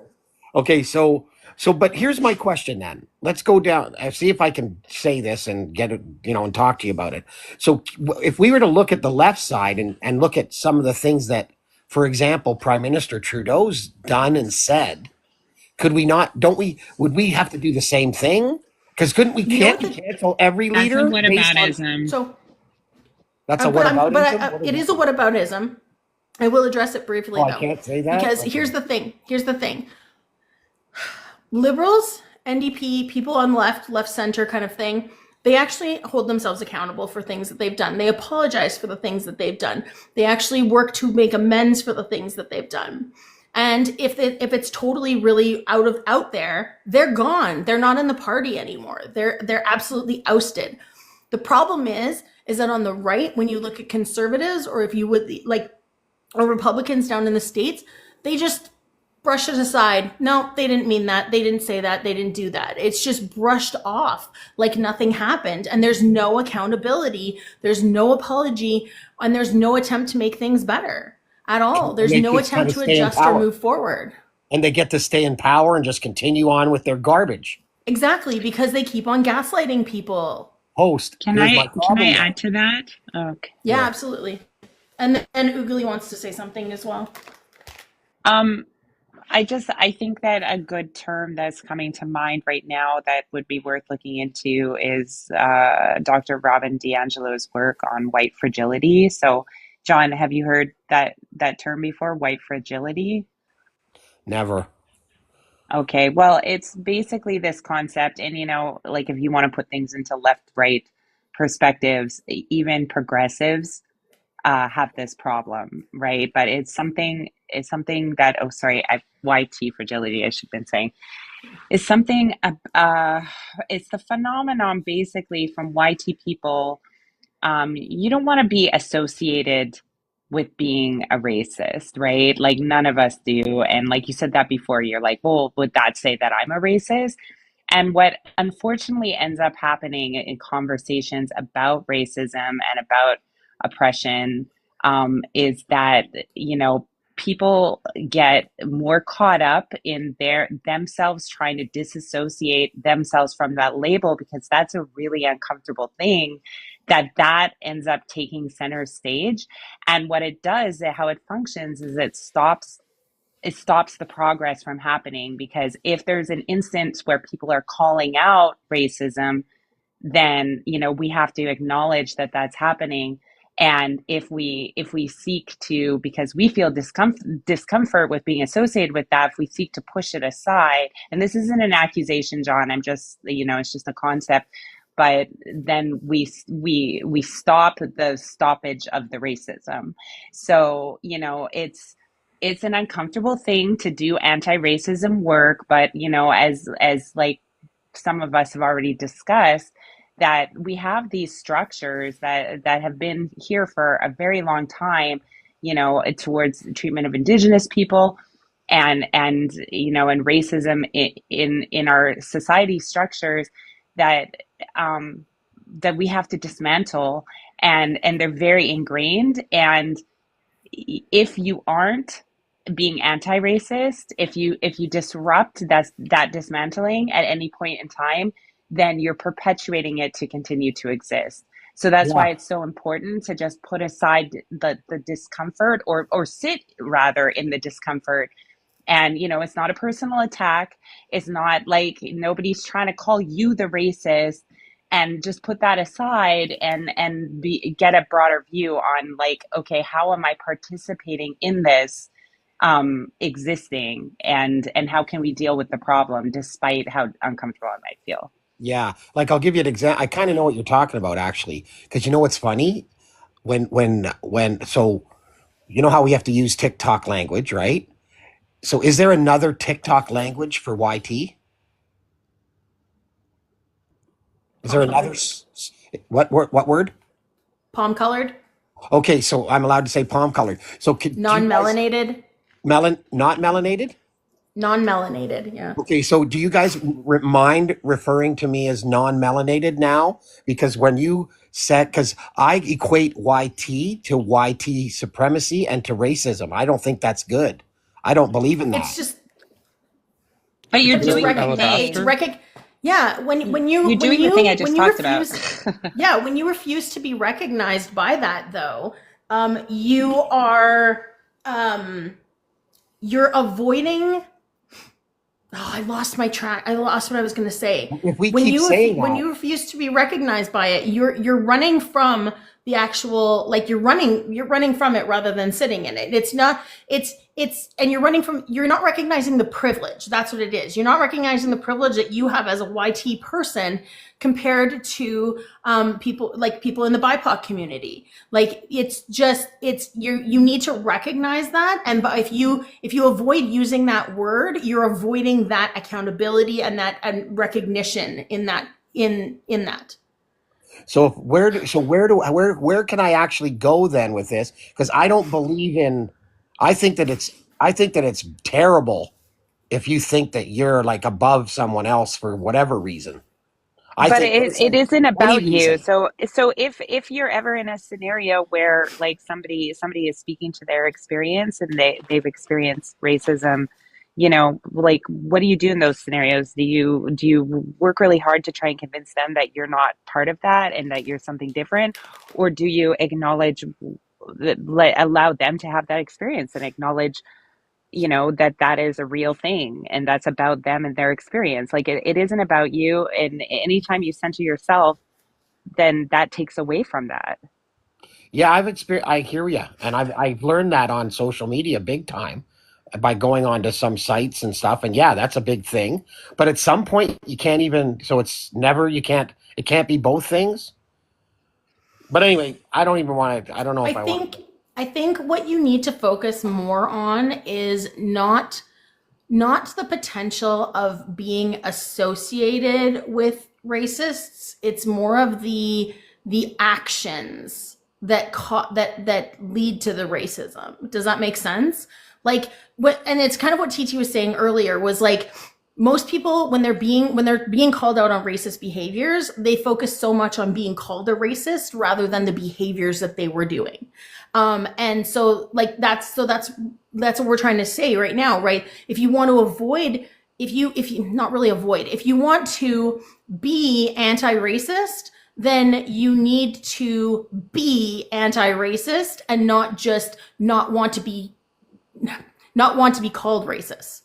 You know what I mean? Or not want to be not want to be called racist. Yeah, you have to actually do the actions. That's obvious. And so and that's why we're saying, like, with the conservatives, when you're voting for somebody like Pierre, who I played an example for you. And that's not even like all of it. Okay. Like there's other ones too. So, right. Yeah. But I could play you something from Trudeau that's pretty, I can play you a lot of stuff that's bad. Sure, but there's a difference though, right? Again, you're going back to the whataboutism. There's a difference though. There's been apologies and reconciliation made on one side and not the other side. And that's a lot of the same things that people did with Trump and Biden down in the States. There's a lot of acknowledgement and recognition on one side, and then just sloughing it off and not paying attention to it on the other side and saying, oh, well, and like, or we didn't say that, like that kind of stuff, right? So that's what you have to recognize, is the way they handle the situation and the way it's dealt with, not just the action itself, but are they becoming better people after it and acknowledging? And I've done this like 3 weeks in a row now, but I have an acronym that I do for this when people are talking about, or when they're being called in for any kind of behavior or anything, or something that they've said wrong or anything, right? So it's LAA, L-A-A-A, right? So first you have to listen. You have to listen to what the people are saying to you and what you've in what you've done, in what the behaviors, or even what you've seen happen, what somebody else has done, right? Then it's acknowledge that yes, that did happen, right? Not making excuses for it, not trying to justify it or anything like that. Just acknowledging, yes, yep, I did that. Okay. Then it's apologize. You apologize for the action. Apologize, like a sincere apology for it. Like, oh, this is never going to happen again. I apologize. Okay. but then also make sure it doesn't happen again. And it's adapting and adjusting going forward. That's what the last A is. And actually changing your behavior patterns so that it doesn't happen like that. Yeah, and I have done that myself. I've changed it because I wasn't understanding. There was a bunch of stuff actually, even with, you have to do the same thing with LGBTQ, transgender, all of it. You have to have empathy, right? Mm-hmm. And like I said, it's on any behavior, anything that you're saying wrong, regardless of what marginalized community we're talking about, right? When it comes to ableism, when it comes to homophobia, transphobia, when it comes to misogyny, like it's any of that stuff, including and racism. It's all of that in combined. If you're ever being called in on using particular words or doing certain actions, that's like, those are the steps that you need to take. And that's what I mean, the difference between the two sides. Pierre doesn't address it, and he justifies it, if anything. In that video, he literally justified it. He said, John A. McDonald. Yes, I said John A. McDonald. He was already justifying it before anybody even brought it up. Like, he was doubling down in the moment. Hang on, though. Is it possible, though, that there was social media rhetoric about John A. McDonald, so the reason he doubled down? See, that you got to understand. No, it doesn't matter. I'll let Ugly go next. Well, let me finish talking. So yeah, and then Ugly can go. Okay, so when I listened to that, first of all, I didn't know for sure. I knew John A. McDonald was messed up, but I didn't know how or why. But now I do. But I thought when I heard that, I was wrong then, according to you. I was wrong thinking, oh, he's just, bad things have been said about John A. McDonald, so he's got to say, oh yeah, even John A. McDonald, because he knows they've said all kinds of bad things about him. But I think he was referring to what, right before he was finished. So before he got to John A. McDonald, he was talking about the history of Canada and how good Canada was and some good things about Canada. So I think that was a reference to that. But hey, I mean, I'm not a perfect in understanding things. So I understand everything you're saying, though, guys. I get it. So I guess. So Ugly wanted to talk, and then Desiree, and then what we're gonna do, guys, is we're gonna do our 2-minute thing, where everybody gets 2 minutes to do final thoughts. Whoa.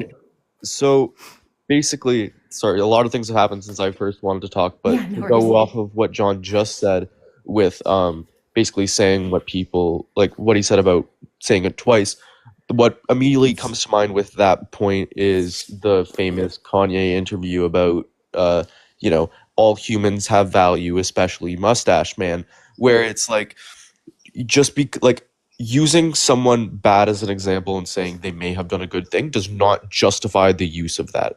And so the big word that is really important in Pierre Poilievre's speech is being unapologetic about the history. In a history of a country that has been built off of exploitation, slavery, genocide, being unapologetic for that is not a sign of anti-racism. And this all goes back to the concept of intersectionality, where people with different traits, whether it be skin color, ethnicity, ability, whatever, have different experiences and knowledge because of that. And it is important to acknowledge and learn from those different viewpoints. And that is basically the opposite of that. And to acknowledge the comments that were saying, what about Trudeau's face painting incident? One, that wasn't a part of his political rhetoric. This was long before he was in politics. Two, he has apologized for it, not said that he is unapologetic about it. Three, has made changes and, reconciled with that. And so, one, using what is racist as a part of your political rhetoric is completely different than say you made some sort of racist slip up in the past. We're not saying that every politician has to be perfect, completely PC or whatever. It's about acknowledging when you are wrong and learning and striving to constantly be a better person. That word unapologetic is what is really setting apart Trudeau and Pierre. And furthermore, to go into the conservative Conservative Party racist rhetoric, especially towards Indigenous people, is in respect to what they refer to as the Indigenous victim mindset. And this is a quote from a conversation I had with a Conservative MP, and it's that what they say as the solution is we need to improve the relationship between Indigenous people and the people in Parliament. And while that seems, on the surface level, that seems like, that makes sense. We should have a good relationship between Indigenous people and the government. But what that actually means is dividing between Indigenous people and who is in the government. So it's not saying that we should have Indigenous people in the government. No, it is saying that they should have a quote-unquote good relationship with it. Yeah, I agree. But wait, no, I'm making not. Sorry, I'm still. Okay, One go. second. Yeah. And John Desiree's after that, just so you know, okay? When he said something though, can I not just rebuttal it a little bit, or I gotta wait? I can wait. I don't want to do any interrupting though, right? I don't want to do the interrupting. So- and I'm on a timeline, just so you know. Like I have to be done at 11:30 because I've got animals I've got to go check on at another house, and it's time sensitive because it's a cat that needs insulin. Okay, So I'll wait for my final little minute or something. Okay. So thank you. And so I'm going to step down after this, anyways. So what Pierre Poilievre said, which is basically Indigenous people need to get off their butts and work, is completely ignoring the history of Canada that he says they need to quote unquote honor. Not honoring the victims of the atrocities that have built our country. No, it's honoring the people who have committed those. And that's an incredibly problematic position for a political leader to hold. Desiree? Everything that Ugly said, everything. But I want to add in that John A. MacDonald came way out of left field. Like as far left field, and it's like you wondering where his brain was to bring up something then. You know what I mean? Like it wasn't even a popular topic to bring him up for that speech. Like it was just Twilight Zone.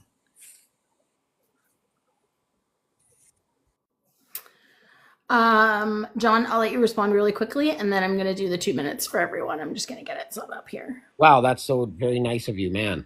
I wasn't thinking of the blackface thing. And I certainly want to say, I mean, to make like Trudeau is apologetic for anything, the guy's got 18 counts of stuff against him that his own government's brought against. He's fluffed that off. That was my last point, actually. I might not even need the 2 minutes at the end because the host is being so gracious right now. The thing that bugged me, Trudeau is he flipping made like he resigned, and but then I realized I just listened to him again today. He didn't actually resign. He said, I'm going to resign down the road in March. And he prorogued, like the guy's even worse if you think about it. He prorogued the government and he really isn't resigned. I realized today, only today did I realize that he actually hasn't resigned. He's just saying, oh, I'm going to resign down the road. True. That's even he's resigned. He's resigned, but they have to have a leadership race first. That's why he prorogued Parliament. No, I just heard him today say, I'm going to resign when they get another leader.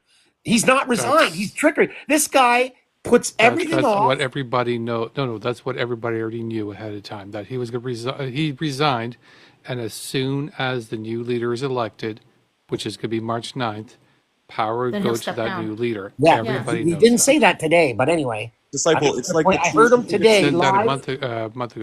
I heard a recording of him live saying, and I listened to him, and he said specifically, I'm going to resign when they get a new leader. That means he's not resigned, but he's going to resign when they pick a new leader. So this guy just fluffs it. He won't even own up to, and everybody wants him gone. Like, don't we? Or you guys don't?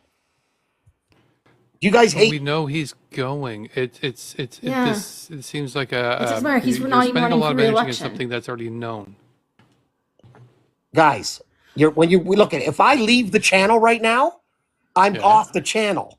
I don't say, "Oh, I'm gonna be off the channel" when the host. Okay, but that's not the way it works. Even if it was Pierre Poilievre who was the prime minister and he resigned, there's still a process. He is still prime minister until there is a new leader elected, and he still stays in that position. We don't go prime ministerless until the new leader is elected. That's not the way it goes. But I was on all kinds of sites where everyone was saying, "Oh yeah, Trudeau resigned." What kind and I'm of, like, "Oh, he resigned for real?" sites? I was What kind on of like, sites?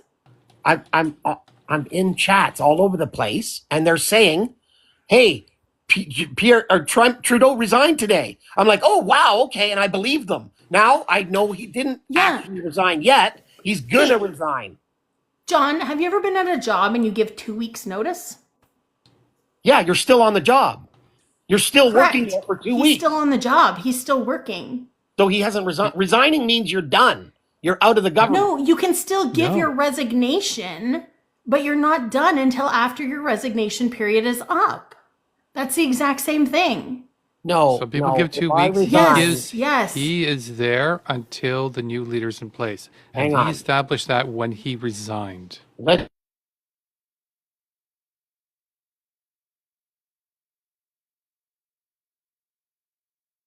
But in No. reality, That's if I not in reality. resign, I That's resign. what he wrote. He's and that's no what he longer stated leader? right from the get-go. All right. He is leader. Okay.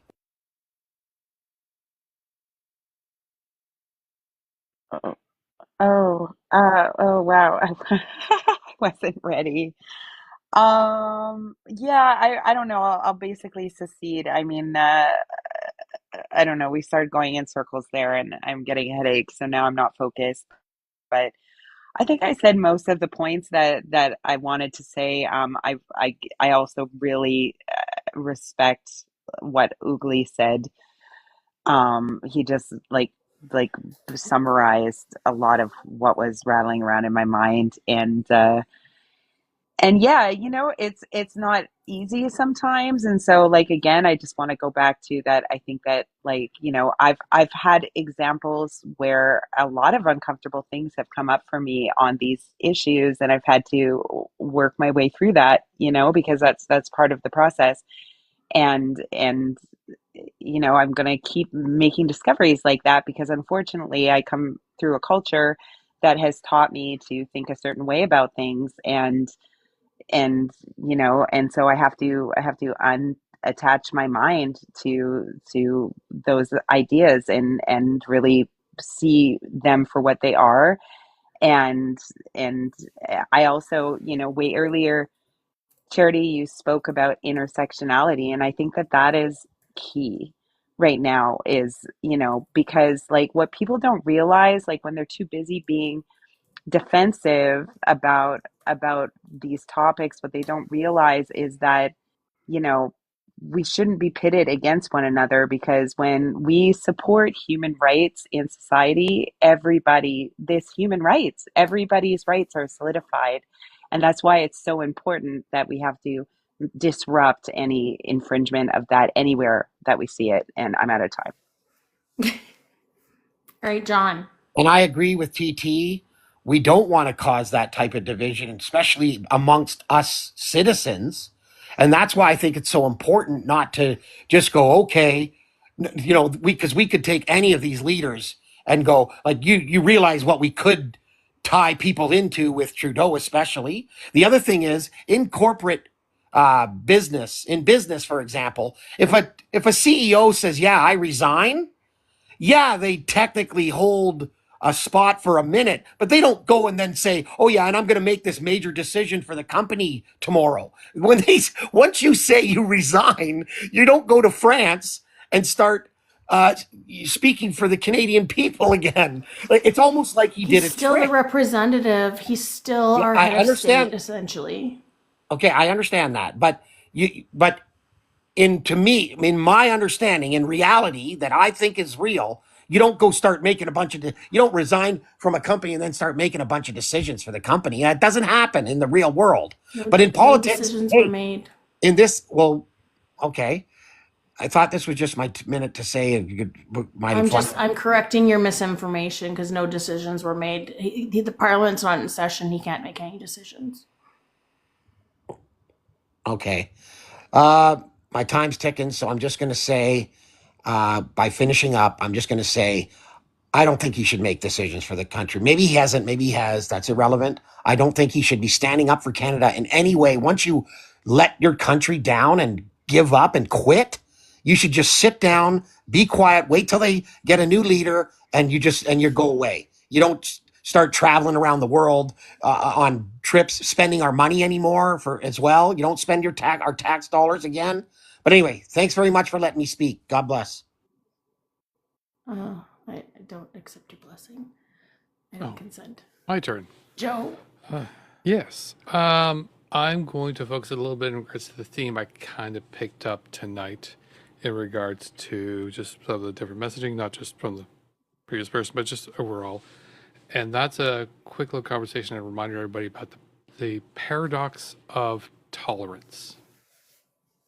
And just because it seems to be one of those common points that kind of comes up with regards to, a lot of the rhetoric sometimes comes up where, it's like, well, you're the left, you're tolerant, you're supposed to be tolerant to everything, you're supposed to be tolerant of these points.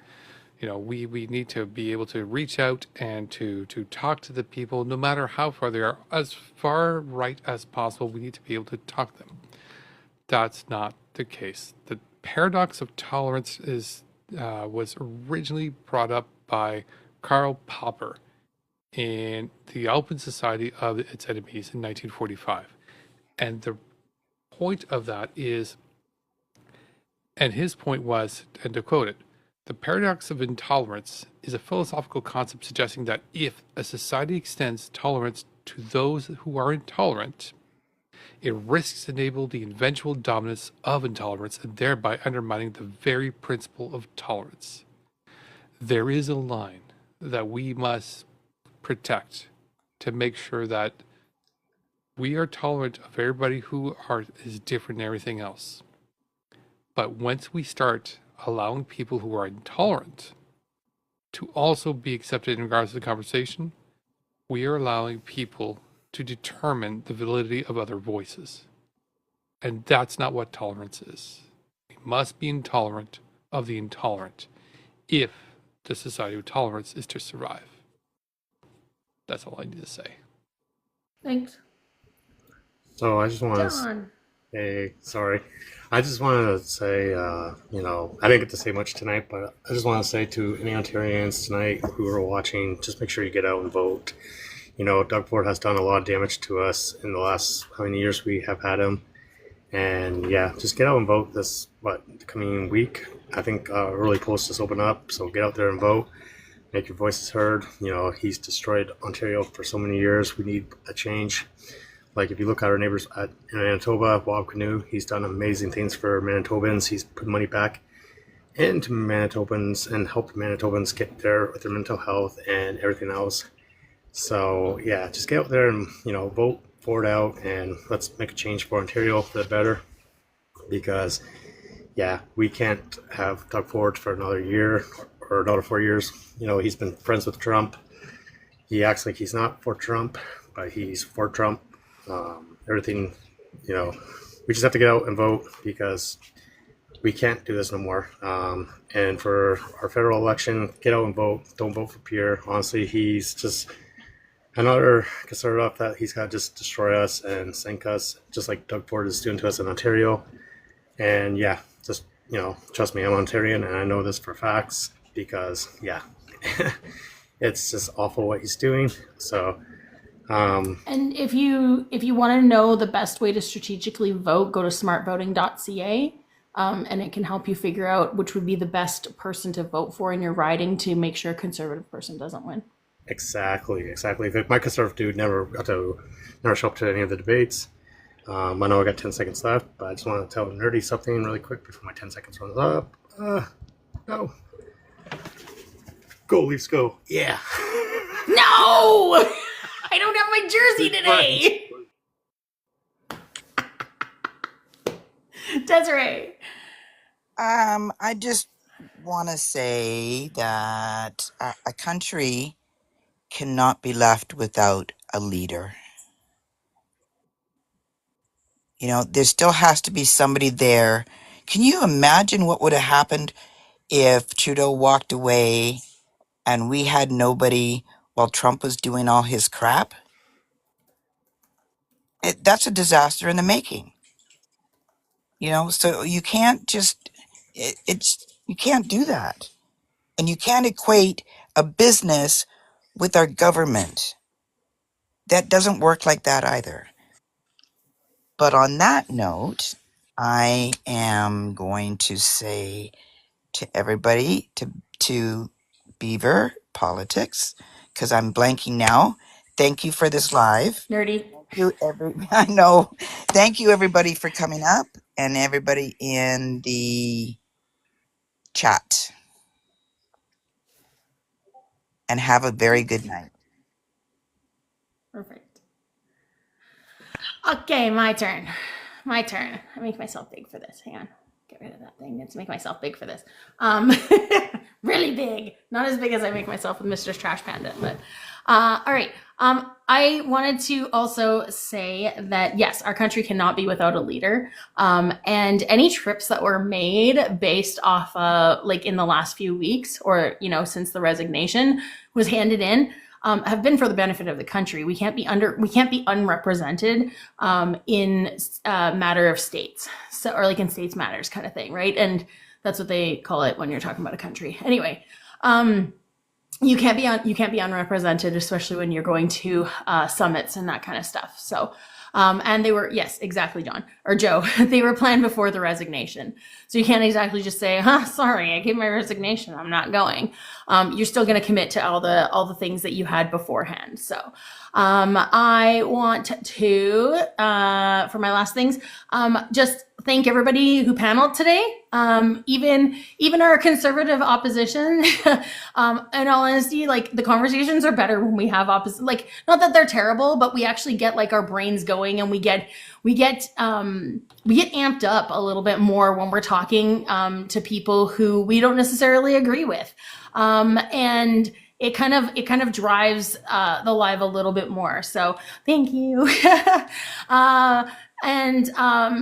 Yeah, no, thanks for being here, everyone. Don't forget to check out our YouTube channel, Beaver Politics on YouTube.